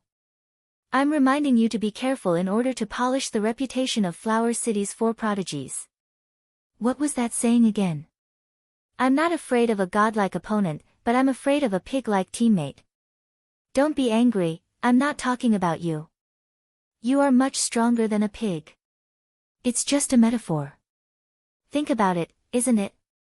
That really is the case. Jiang Zhulu smiled. That's why I have to do less stupid things and do more smart things. Cut the Gordian knot with a swift knife, cut the stinky tofu with a swift knife. This is the only way to keep the mess in order, and the stinky tofu won't have a chance to stink. You see, we really hit it off at first sight. You agree with everything I say, and every word you say goes straight to the bottom of my heart. Fang Yan had the excitement of meeting a bosom friend. Let me slap you twice, and from today onwards, we will be good brothers with no secrets. How about that? What kind of person was Jiang Zhulu? How could he let others slap him twice? If someone else said this to him, Jiang Zhulu would immediately jump down and slap them twice. Since Fang Yan said this, it wasn't something that could be resolved with 2 slaps. Seeing that Jiang Zhulu didn't reply, Fang Yan explained, "Actually, I want to be good friends with you right now, but you bullied me in the past. If I don't slap you twice, I will still feel a little uncomfortable in my heart. I can't get over this. If I slap you, we will bury the hatchet and let bygones be bygones. There will be no more barriers or grudges between us, and we will get along easily and happily. Am I right? What if I don't agree?" Jiang Zhulu had a gentle smile on his face, revealing the 2 charming dimples that were his trademark. "You don't cherish me as a friend," Fang Yan said. "Think about what you did to me. You let those hooligans hit me." Jiang Zhulu originally wanted to say that he didn't send those hooligans to provoke him, but was there a need for him to explain to Fang Yan? If he didn't explain, Fang Yan would naturally blame everything on him out of habit. "It's fine if they hit me, but they also came to the school gate to cause trouble. Then, they sent the screenshots of what happened in the bar to those reporters. What if those reporters hype this up? What will happen to me? I will be expelled from school, spurned by my parents, and attacked by the entire society. My reputation will be ruined, and my future will be ruined. I didn't purposely exaggerate the truth, right? It's completely true." Jiang Zhulu nodded. "I return good for evil. I only want to slap you twice. No matter how you look at it, I'm the one who suffered a great loss. This request of mine is not too much, right? Not too much." Jiang Zhulu nodded again. "Then, what other reason do you have to refuse?" Fang Yan said angrily. "Because I don't want to be friends with you," Jiang Zhulu said with incomparable honesty. How could he be friends with someone like Fang Yan? That Fang Yan. How could he have the nerve to say that he wanted to be friends with him? Did he deserve it? Friends? What kind of relationship was a friend? What kind of identity could be a friend? Fang Yan felt a little hurt in his heart and said, "What do you think is bad about me? I don't think you're good at anything." That means my proposal is invalid? It seems so. We can't be friends. We can't be friends. Will you still bully me in the future? Jiang Zhulu didn't want to answer anymore. Was this a conversation between two kindergartners? Why can't you understand that being friends with me is such an advantageous thing? Fang Yan shook his head and sighed. His body suddenly pounced forward and jumped into the car through the window. The surface area of the car window was only so big. If one didn't have skills, it wouldn't be easy to maneuver. However, this wasn't a problem for Fang Yan. He sat in the front passenger seat and grabbed Jiang Zhulio's hair, preventing him from moving his head. Pa! Fang Yan slapped Jiang Zhulio's left cheek. Jiang Zhulio's skin was white and tender, and Fang Yan had used too much force. With this slap, Jiang Zhulio's left cheek immediately turned red and swollen. There was a clear 5-fingered handprint on his cheek. Fang Yan, you! Fang Yan's movements were too fast and ruthless. Caught off guard, Jiang Zhulu was caught by Fang Yan. By the time he reacted and wanted to counterattack, Fang Yan had already grabbed his hair. The more he struggled, the more pain he felt. He opened his mouth and wanted to say a few harsh words, but Fang Yan clearly wasn't willing to give him the chance. Pa! Fang Yan slapped Jiang Zhulio's mouth again. Jiang Zhulu swallowed back the words he was about to say. Instead, blood flowed out from the corner of his mouth. Fang Yan had only wanted to slap Jiang Zhulio's mouth, but his nose was too close to Jiang Zhulio's mouth. Fang Yan's slap not only broke Jiang Zhulio's mouth, but it also hit his nose. The bridge of the nose was fragile, and Jiang Zhulu only felt a burning pain in his nose. Then, boiling liquid spurted out. The blood was silent, but it stained the brown steering wheel. It was a ghastly sight. Jiang Zhulu covered his nose with his hand and found it hard to speak. He looked at Fang Yan with eyes full of hatred. Fang Yan felt a little better after the 2 slaps. He chuckled and looked at Jiang Zhulu. If you had agreed to my suggestion, we would have become friends after these 2 slaps. We would have found a small restaurant, ordered 2 dishes, and a bottle of wine. Wouldn't that be great? Since you don't want to be friends with me, then let's do it according to the rules of the enemy. Fang Yan opened the car door and got out. He closed the door with a bang. He leaned against the window and looked at Jiang Zhulu. This matter isn't over yet. Fang Yan waved his hand and said, I still have classes, so I won't accompany you. Next time. Evil people would be tormented by evil people. Fang Yan was using the evil people's way to deal with the evil people. Why did Jiang Zhulu dare to bully Fang Yan? It was because he felt that he was in a superior position. He was just a little teacher. How could he compare to the Jiang family's young master? He could bully you, force you to lose your job, ruin your reputation, and ruin your future. He could take away everything from you with just a word or a glance. This was the benefit of being in a superior position. However, it was impossible for Fang Yan to make him apologize or slap him. In their dictionaries, it was natural for them to bully others. If you bullied them, then it would be a life and death feud. Jiang Zhulu had money and power. Therefore, he could push Fang Yan into the abyss. Fang Yan didn't have a firm foothold in Huacheng.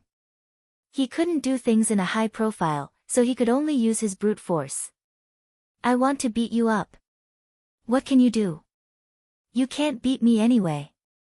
This was what Fang Yan thought. This was what he thought, and this was what he did. Seeing that Fang Yan was about to leave, Jiang Zhulu hurriedly picked up his phone and made a call. The call went through. A man's deep voice came from the other side. Young Master Jiang, what do you need from me? In a short time, Jiang Zhulu had actually calmed down. He said in a calm voice, Chief Shang, nothing much. I just wanted to ask when you have time to come over and play a few rounds. I haven't played with Chief Shang in a long time. After hanging up, Jiang Zhulu covered his bleeding nose and laughed loudly. He looked like he had gone crazy.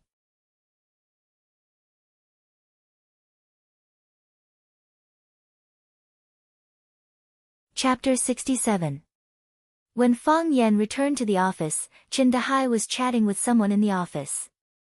When he saw Fang Yan come in, he snorted coldly and walked out with his teacup. Since the last time the two of them had a quarrel in the office, their relationship had become like fire and water. Because Fang Yan and Chen Dahai's relationship was not good, the other teachers in the office also deliberately alienated Fang Yan. Between the two, they chose Chen Dahai, so naturally, they could not be too close to Fang Yan. According to the rules of the workplace, Fang Yan was a newcomer.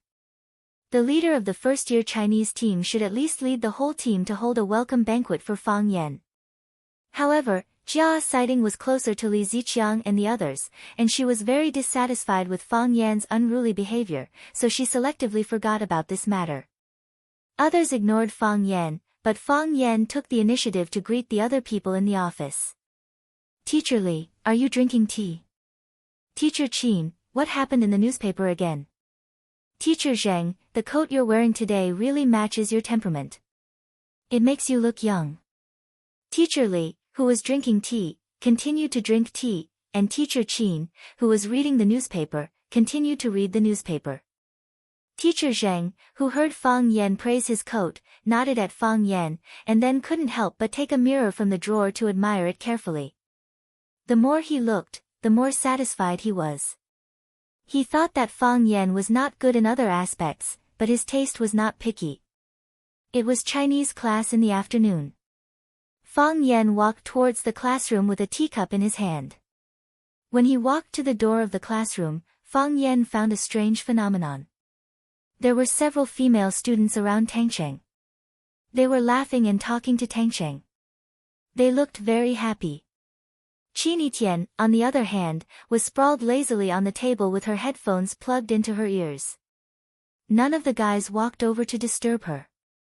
Wasn't she the goddess Rosefinch? Why wasn't there even a boy hitting on her? However, Fang Yan quickly figured out what was going on. It wasn't that the boys didn't want to go up and talk to her, but they didn't dare to. Tangsheng was the most handsome guy in the school, but he still gave off an approachable vibe. Those girls were all willing and courageous to interact with him. Qin Tian was the campus belle, but her temperament was fierce and flamboyant. The boys liked her, but they felt that they were not good enough for her. There was a type of woman who was born 1,000 miles away from others. This was also the reason why Huang Haoren regretfully said that she was too beautiful when Fang Yan asked Qin Tian what shortcomings she had. Being too beautiful was a form of rejection in itself. As Fang Yan walked up to the podium, the bell rang. Zheng Guodong shouted lazily, "Stand up." "Hello, teacher." The students answered enthusiastically. After getting along for a period of time, Fang Yan had established a very close relationship with the students. Fang Yan glanced in the direction of Zheng Guodong and said with a smile, "Before class, I'd like to announce an appointment. Student Huang Haoren has always been our temporary Chinese class representative. Now I propose to make him a permanent representative. Does anyone have any objections?" Huang Haoren was knowledgeable and talented in the field of Chinese. Moreover, he was usually serious and responsible in his work. Everyone thought that he was the most suitable Chinese class representative in the class. "No objections," everyone said in unison. Fang Yan smiled and said, "Then it's settled." Huang Haoren sat in his seat and his face was flushed with excitement.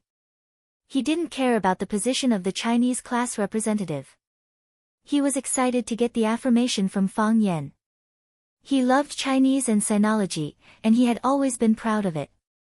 When Fang Yan came, he broke his spirit and let him know that he was still a frog at the bottom of a well. Fang Yan was the real strong one. To be able to receive the affirmation of one's respected was something that nothing could replace. After 2 classes, when Fang Yan was ready to go back to rest for a while, the phone in his pocket vibrated. He took out his phone and found a phone number that looked familiar yet strange. The familiar part was that he felt that this number must have called him before. The strange part was that he couldn't remember who had called. Fang Yan answered the phone and asked, "Who is this?" "Mr. Fang, this is Xiao Meng. Principal Lu asked you to go to her office." A girl's clear voice came from the phone. Okay. I'll go now, Fang Yan said. Did Principal Lu say anything? Mr. Fang, I don't know about this. I was just ordered to call you to tell you to come. Xiaomeng giggled. They had chatted at the door of the office last time, so they were considered acquaintances. Therefore, the two of them talked more casually. See you in a while, Fang Yan said. After hanging up the phone, Fang Yan didn't go back to his office. Instead, he went directly to the administrative building where Lu Chaoga's office was located. At the door of Lu Chaoga's office, he was greeted by the secretary, Xiaomeng. Fang Yan didn't see Zheng Jing all the way. He thought that maybe there was some misunderstanding between him and Lu Chaoga. The deputy director of the office who specialized in serving Lu Chaoga couldn't get the trust of Lu Chaoga. Zheng Jing's position was quite dangerous. Mr. Fang, you are here. Xiaomeng smiled and greeted Fang Yan. Is Principal Lu here? Fang Yan asked. Yes. You can go straight in. Xiaomeng said. Has anyone ever said that you are very cute? Fang Yan looked at Xiaomeng and asked. Again. Xiaomeng pouted and said. Last time, Fang Yan also asked her this question. She said yes, and then Fang Yan said that since others have said it, then he wouldn't say it anymore. He turned around and ran away. This made Xiaomeng very angry. But you are really cute. Fang Yan said. Xiaomeng immediately smiled and said, it would be strange to believe your words. After a few jokes, Fang Yan and Xiaomeng waved their hands, pushed the door and walked into Lu Chaoga's office. There was music in Lu Chaoga's office, a very soothing lyrical song. Used to practicing that song in the palm of your hand, used to having your fingertips gently follow, and you are no longer in the song, you are still living in the memory. The more I want to forget, the more I will remember how happy I am with you. Lu Chaoga stood in front of the windowsill trimming the potted plants. Every time she greeted Fang Yan with this posture.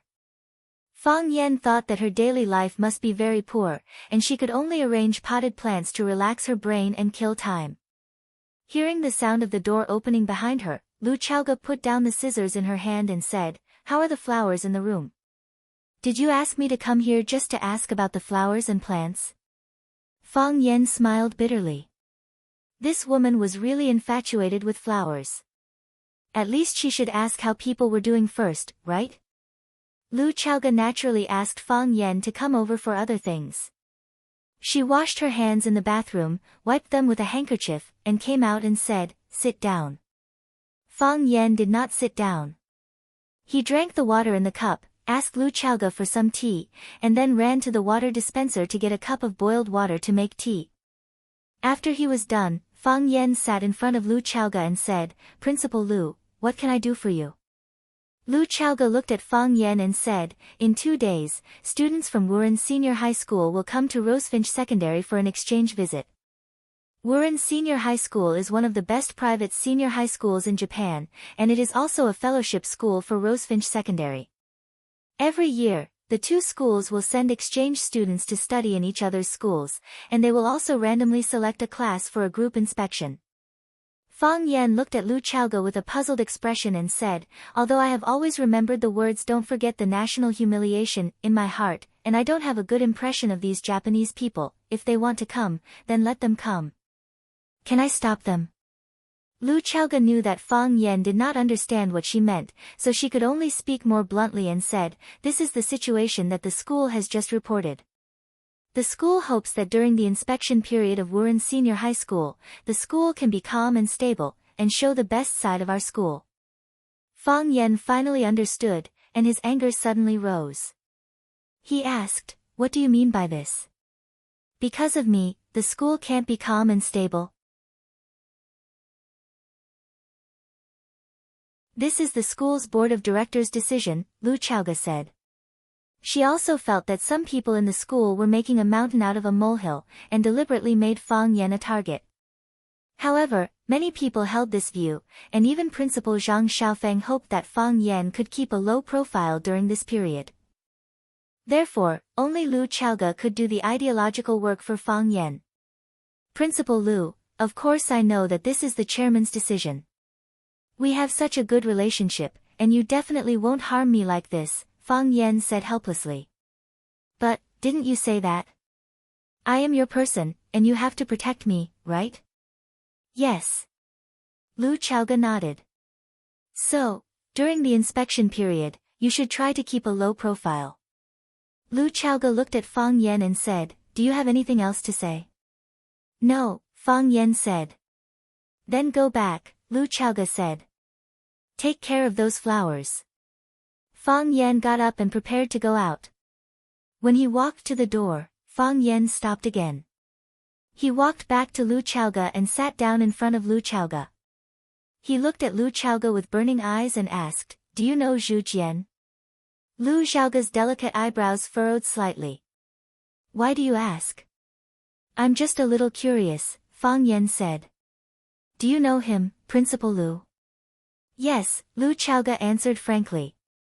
I was the one who handled his resignation procedures. Do you believe it? Fang Yan asked. Do you believe that he would do that kind of thing? Lu Chaoge looked at Fang Yan's face, but did not answer his question. I know. Fang Yan sighed softly. What was the point of knowing the answer to some things? Fang Yan picked up his cup and walked toward the door again. I can't protect everyone, Lu Chaoge said aloud. So, I hope everyone can be obedient. Fang Yan's footsteps paused, but he did not turn around and leave. Listening to the sound of Fang Yan's footsteps getting further away, Lu Chaoge's face also became gloomy.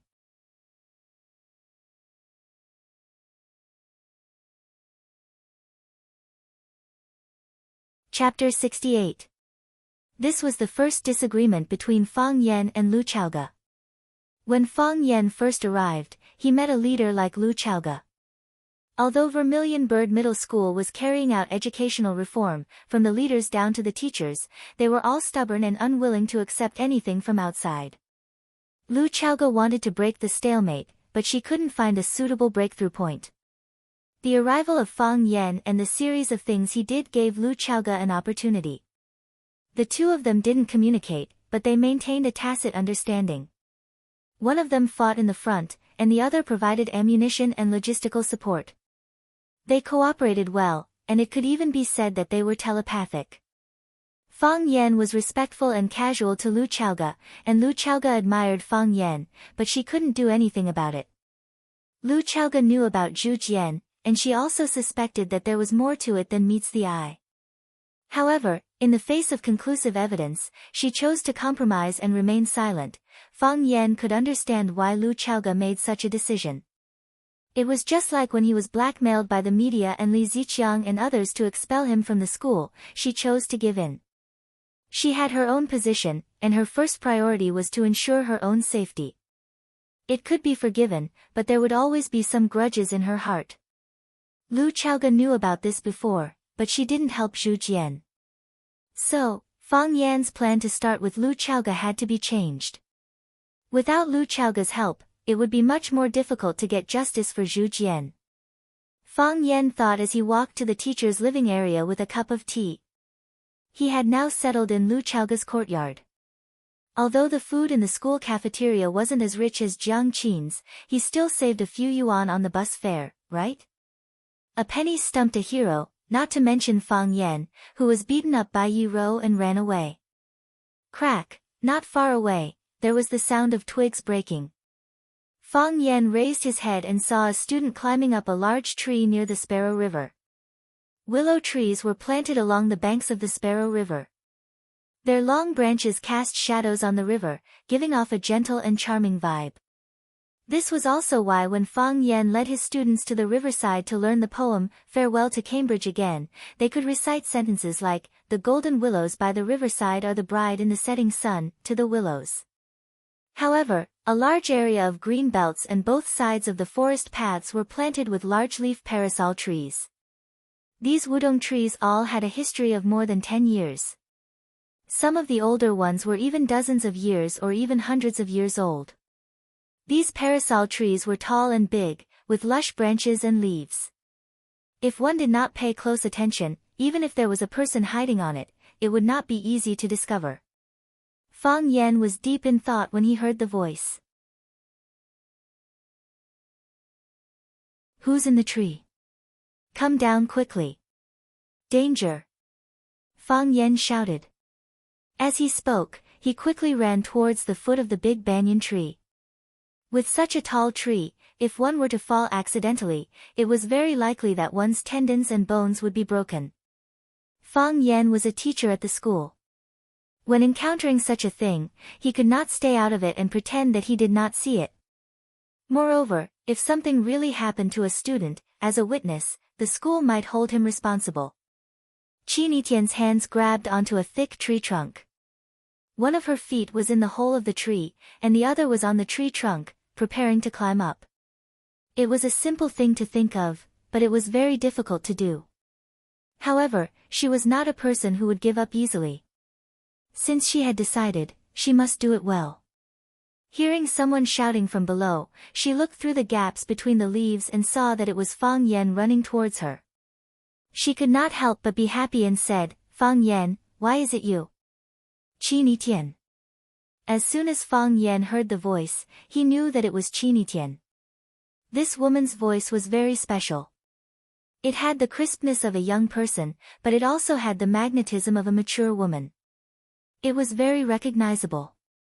Moreover, among the students at Rosefinch Secondary, the only one who dared to call him by his name was Qin Tian. Of course, Zheng Guodong and the others all called him idiot. Fang Yan stood under the parasol tree and looked up at Qin Tian, who was on top of the tree trunk. At this time, the sun was setting in the west, and the sky was filled with red clouds that shone on the surface of the Sparrow River. Even the river water was sparkling, like a huge moving piece of silk. Rays of red light shone through the branches and leaves, shining on Qin Tian's delicate and flawless face. Her face was light pink, and there was a kind of purity that could move one's heart. Even the tiny beads of sweat on her face had turned into colorful pearls that slid down her cheeks. It was so dazzling that one could not open their eyes. Qin Tian.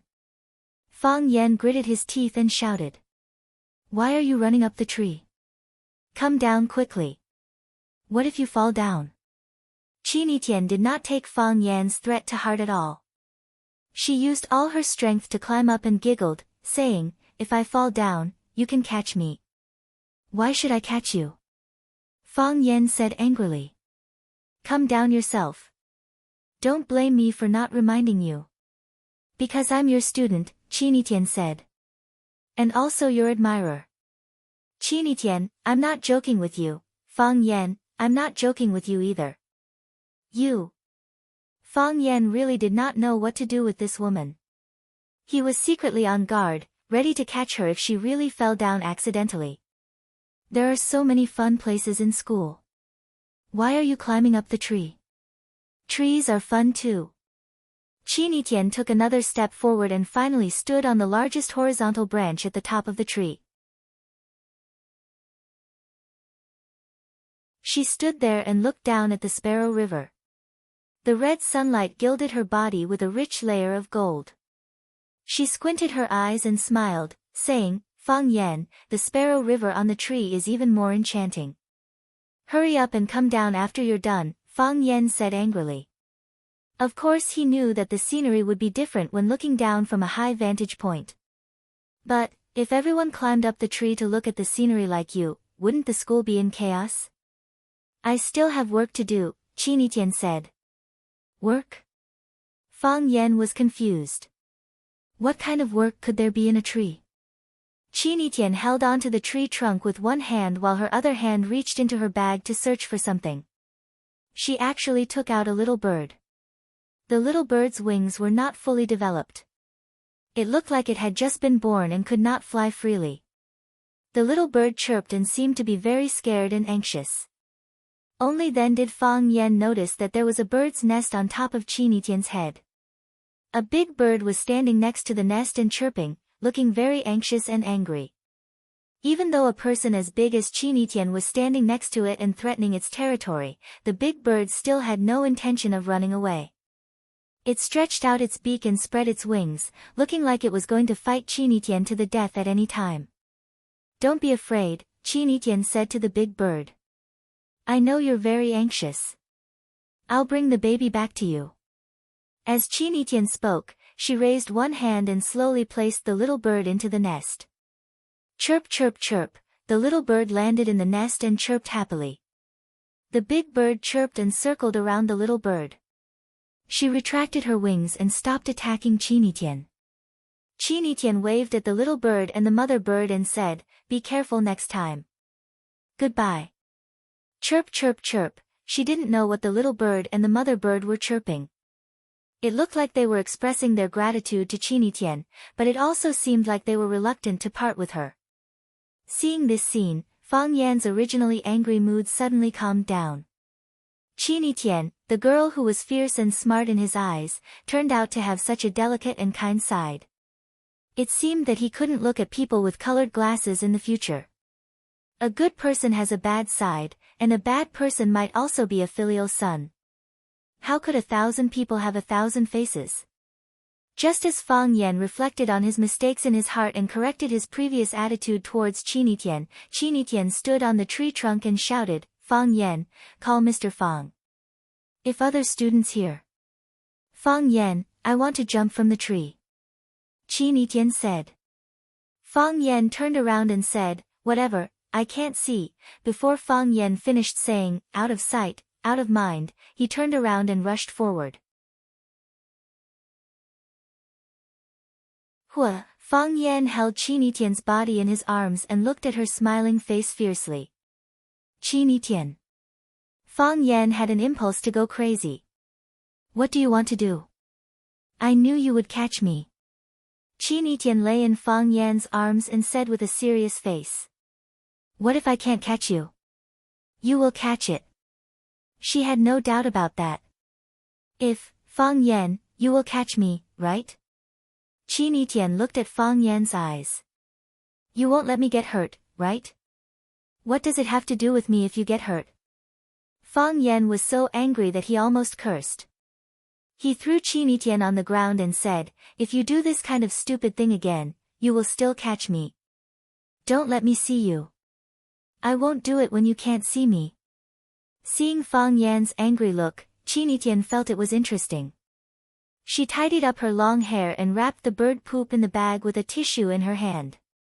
Fang Yan, the books say that men like silly women. Did I look silly just now? Silly. Fang Yan answered without hesitation. He would be angry with anyone who dared to say that Chinitian was not silly. Such a tall tree, she didn't say a word. No, she dared to jump down when others didn't believe her. What if something happened? What if she broke her leg? What if her face was scratched? Such a beautiful girl, if something happened to her. Of course, if she really fell into 5 pieces, there was no way she could survive. Silly and cute. Silly and hateful.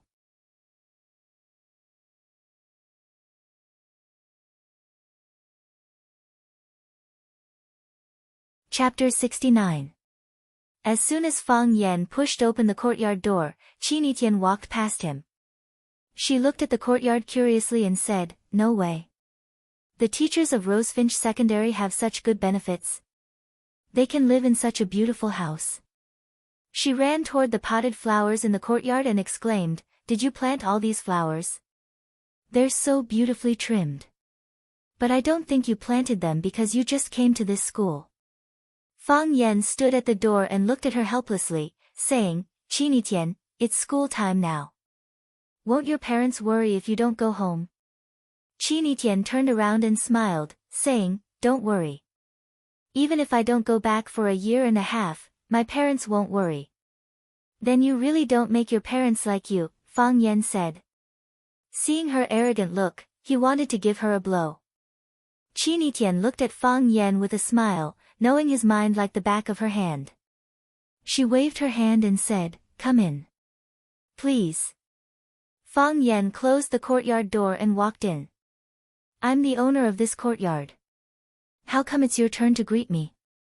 You're also not the owner of this courtyard, Qinitian raised her face and thought for a moment, then said, Headmaster Lu Chaoga's house, right? Fang Yan looked at her in surprise and said, why do you think so?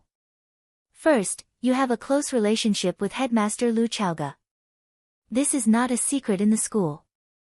Secondly, not every teacher could be allocated a courtyard like this. On the way here, I counted that there are only 11 such small courtyards. This number can only be provided for the school's leaders, and it's impossible for all the teachers to have one. On the other hand, there were high-rise apartments in the West District. Those were the houses for the other teachers to live in. Combining these 2 points, the answer was obvious. Principal Lu Chaoga doesn't live in the school, so she gave her courtyard to Fang Yan, whom she trusts. Fang Yan, should I regard Principal Lu Chaoga as my opponent? Qinitian thought about it seriously and said, it should be interesting to compete with the vice principal for the same man, right? Qinitian. Fang Yan grabbed Qinitian's shoulders with both hands, and his eyes were about to spit fire. Once again, I'm telling you solemnly that it's impossible between us. I'm the teacher, and you're the student. That's all we have, and that's all we'll ever have. From today onwards, from this second onwards, don't challenge my bottom line and speak nonsense. Are those irrelevant words referring to the fact that I like you? Qinitian asked. If that's the case. Qinitian pointed to his chest and said, I never deceive myself, let alone you. Qinitian, what do you like about me? Can I change it? If someone else said this, I would think it's very vulgar and boring. Qinitian pursed his lips and smiled. But if it's you who said it. You look so cute when you say it. Qinitian took Fang Yan's hands off his shoulders, walked into the room, looked around, and said, simple and elegant, it's Lu Chaoga's style. Are you familiar with her? No, Qinitian said. I just met her twice on the road. You can tell what kind of style she is from the way she dresses. Qinitian, we really should have a good talk. Fang Yan followed into the room and sat on the sofa in the living room. He pointed to the sofa opposite and said, sit down. Qinitian sat opposite Fang Yan and said, if you want to talk to me about respecting you, loving you, and keeping a distance from you, then our negotiation will not have any substantive results. I can give you the answer now, but I don't want to. Qinitian, I'm a teacher, and you're a student. Fang Yan looked serious and tried to persuade him, think about it, if others know our relationship, what will they think? I don't care. I care. Fang Yan's voice rose a little. I'm a teacher, and I have to cherish my reputation. In my eyes, you're just a child. Fang Yan, how old are you? When Wu Qilong debuted, Lu Shishir was still in kindergarten. They're stars. They're different from us. It's not that we can't be together. Qinitian analyzed calmly. It just takes a little time to wait. I'm 17 this year, and I'll be an adult next year. After 2 years, I'll go to college. If I want, it'll only take 1 year. When I'm in college, will there be any obstacles for us to be together? Qinitian, are you lying to me? Fang Yan looked at the girl's beautiful face and asked. What? I don't understand why you like me. Fang Yan said straightforwardly. To be honest, a girl like you likes hundreds and thousands of boys, it should be more than that. Qinitian added. If that's the case, why do you take the initiative, to like me? Because you're excellent. Qinitian said matter-of-factly. You don't know how excellent you are, do you? Fang Yan thought about it seriously and said, to be honest, I've never thought about this. Am I excellent? Very excellent. Qinitian nodded affirmatively. Fang Yan smiled shyly and said, it seems that I still lack understanding of myself. Yes, Qinitian said. Any girl, if they have foresight like me, will fall in love with you. Then let's set 3 rules, Fang Yan said. Which 3 rules? First, don't confess to me in public. Continue. Second, call me teacher Fang Yan in front of my classmates. I'll allow you to call me Fang Yan in private. What else? Don't get too close to me.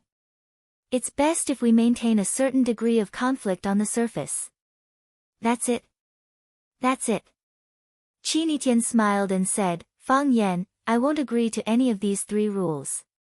Fang Yan was hurt. He felt that he had wasted half a day talking. Fang Yan, do you know why I'm sure you'll catch me? I don't know. I'm also sure of one thing. You'll definitely like me. Qin Dahai stood on the podium and glanced at the students in a dignified manner. He said, I'm satisfied with everyone's recent performance. But some students. You must pay attention. Huang Haoran, did you talk to your classmates in class? Teacher, I didn't. Huang Haoran's face turned red as he stood up and said. Being criticized by the teacher in front of everyone made this student, who had an extremely high self-esteem, feel very uncomfortable. No. Then did my eyes deceive me? Qin Dahai shouted angrily. In the second history class this morning, I saw you talking to your desk mate in a low voice. You dare to deny it? Teacher Duan, let us discuss freely. Excuses. Qin Dahai didn't believe Huang Haoran's words at all, and he didn't want to believe it. I tried to entice you, but you refused. You even ran to the school leaders to complain about me. Do you think you're so great because you have Fang Yan to protect you? If he can make you the temporary representative of the Chinese class, I can wipe you off the list as well. Pay attention in the future. If I find you talking in class again, I'll deduct your conduct points. Huang Haoran was full of grievances, but he couldn't refute it. Because he did talk in class. Even if this lawsuit went to the sky, Qin Dahai was still in the right. Qin Dahai was very satisfied with his performance of killing the chicken to warn the monkey. He said, when the school just started, we weren't familiar with each other. I only temporarily appointed the class leader and the class representative for each class. Now, everyone has been together for a long time, and we have a preliminary understanding of each other. So, I'm going to use the time of one class to choose a trustworthy student cadre. Qin Dahai's eyes paused on Zheng Guodong for a moment, and said, of course, the previously appointed students have selflessly served all of us for a long time. If we rashly choose a newcomer, it'll be unfair to the previous students. So, I think we'll make it simple. It'll still be the previous students. If everyone thinks their work is okay, and everyone is satisfied with them, then they'll stay. If everyone isn't satisfied with this student's work, then we'll choose a new student to replace them. Qin Dahai had his own selfish reasons for doing this. He knew what kind of person Zheng Guodong was, and he also knew that the students in the class didn't like Zheng Guodong. If they voted, it would be difficult for Zheng Guodong to stay. However, if he easily removed Zheng Guodong's position as the class representative, Zheng Guodong wouldn't be satisfied, and it wouldn't look good for Zheng Tiancheng's school director's face either. It would be extremely advantageous for Zheng Guodong if he implemented a custom-made arrangement. Zheng Guodong was the only candidate for the class representative. If the majority of people weren't satisfied, then they would vote to choose a new class representative. With Zheng Guodong's power in the class, there probably wouldn't be many people who dared to stand up and oppose Zheng Guodong to stay as the class representative.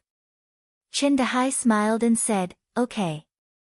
Then let's first vote on the class representative. Students who agree that Zheng Guodong should continue to be the class representative, raise your hands. Except for Li Yang and Qin Tao who were beside Zheng Guodong, everyone else lowered their heads in silence. Zheng Guodong's face was ugly, and his heart was filled with anger. He thought to himself, I have to find a chance to deal with you guys who don't listen. Qin Dahai's face was also ugly, and at the same time, he realized that he had said the wrong thing. He smiled dryly and said, maybe the students haven't thought about it clearly. I'll give everyone another chance to choose. Students who don't agree that Zheng Guodong should be the class representative, raise your hands. This time, no one raised their hands. Chen Dahai was happy and said, if no one objects, then Zheng Guodong will continue to be the class representative of our class, and continue to serve the students. Qin Yitian left the table and walked to the podium. He glanced at the whole class and said, students who agree that Qin Yitian should be the class representative, raise your hands. Hua, countless arms were raised. God said let there be light, so there was light in the world. Qin Yitian said I want to be the class representative, so she became the class representative. You're tuning in to the Blissful Bookshelf YouTube channel. We're so grateful for your support and don't forget to subscribe to join us on this incredible journey through captivating stories.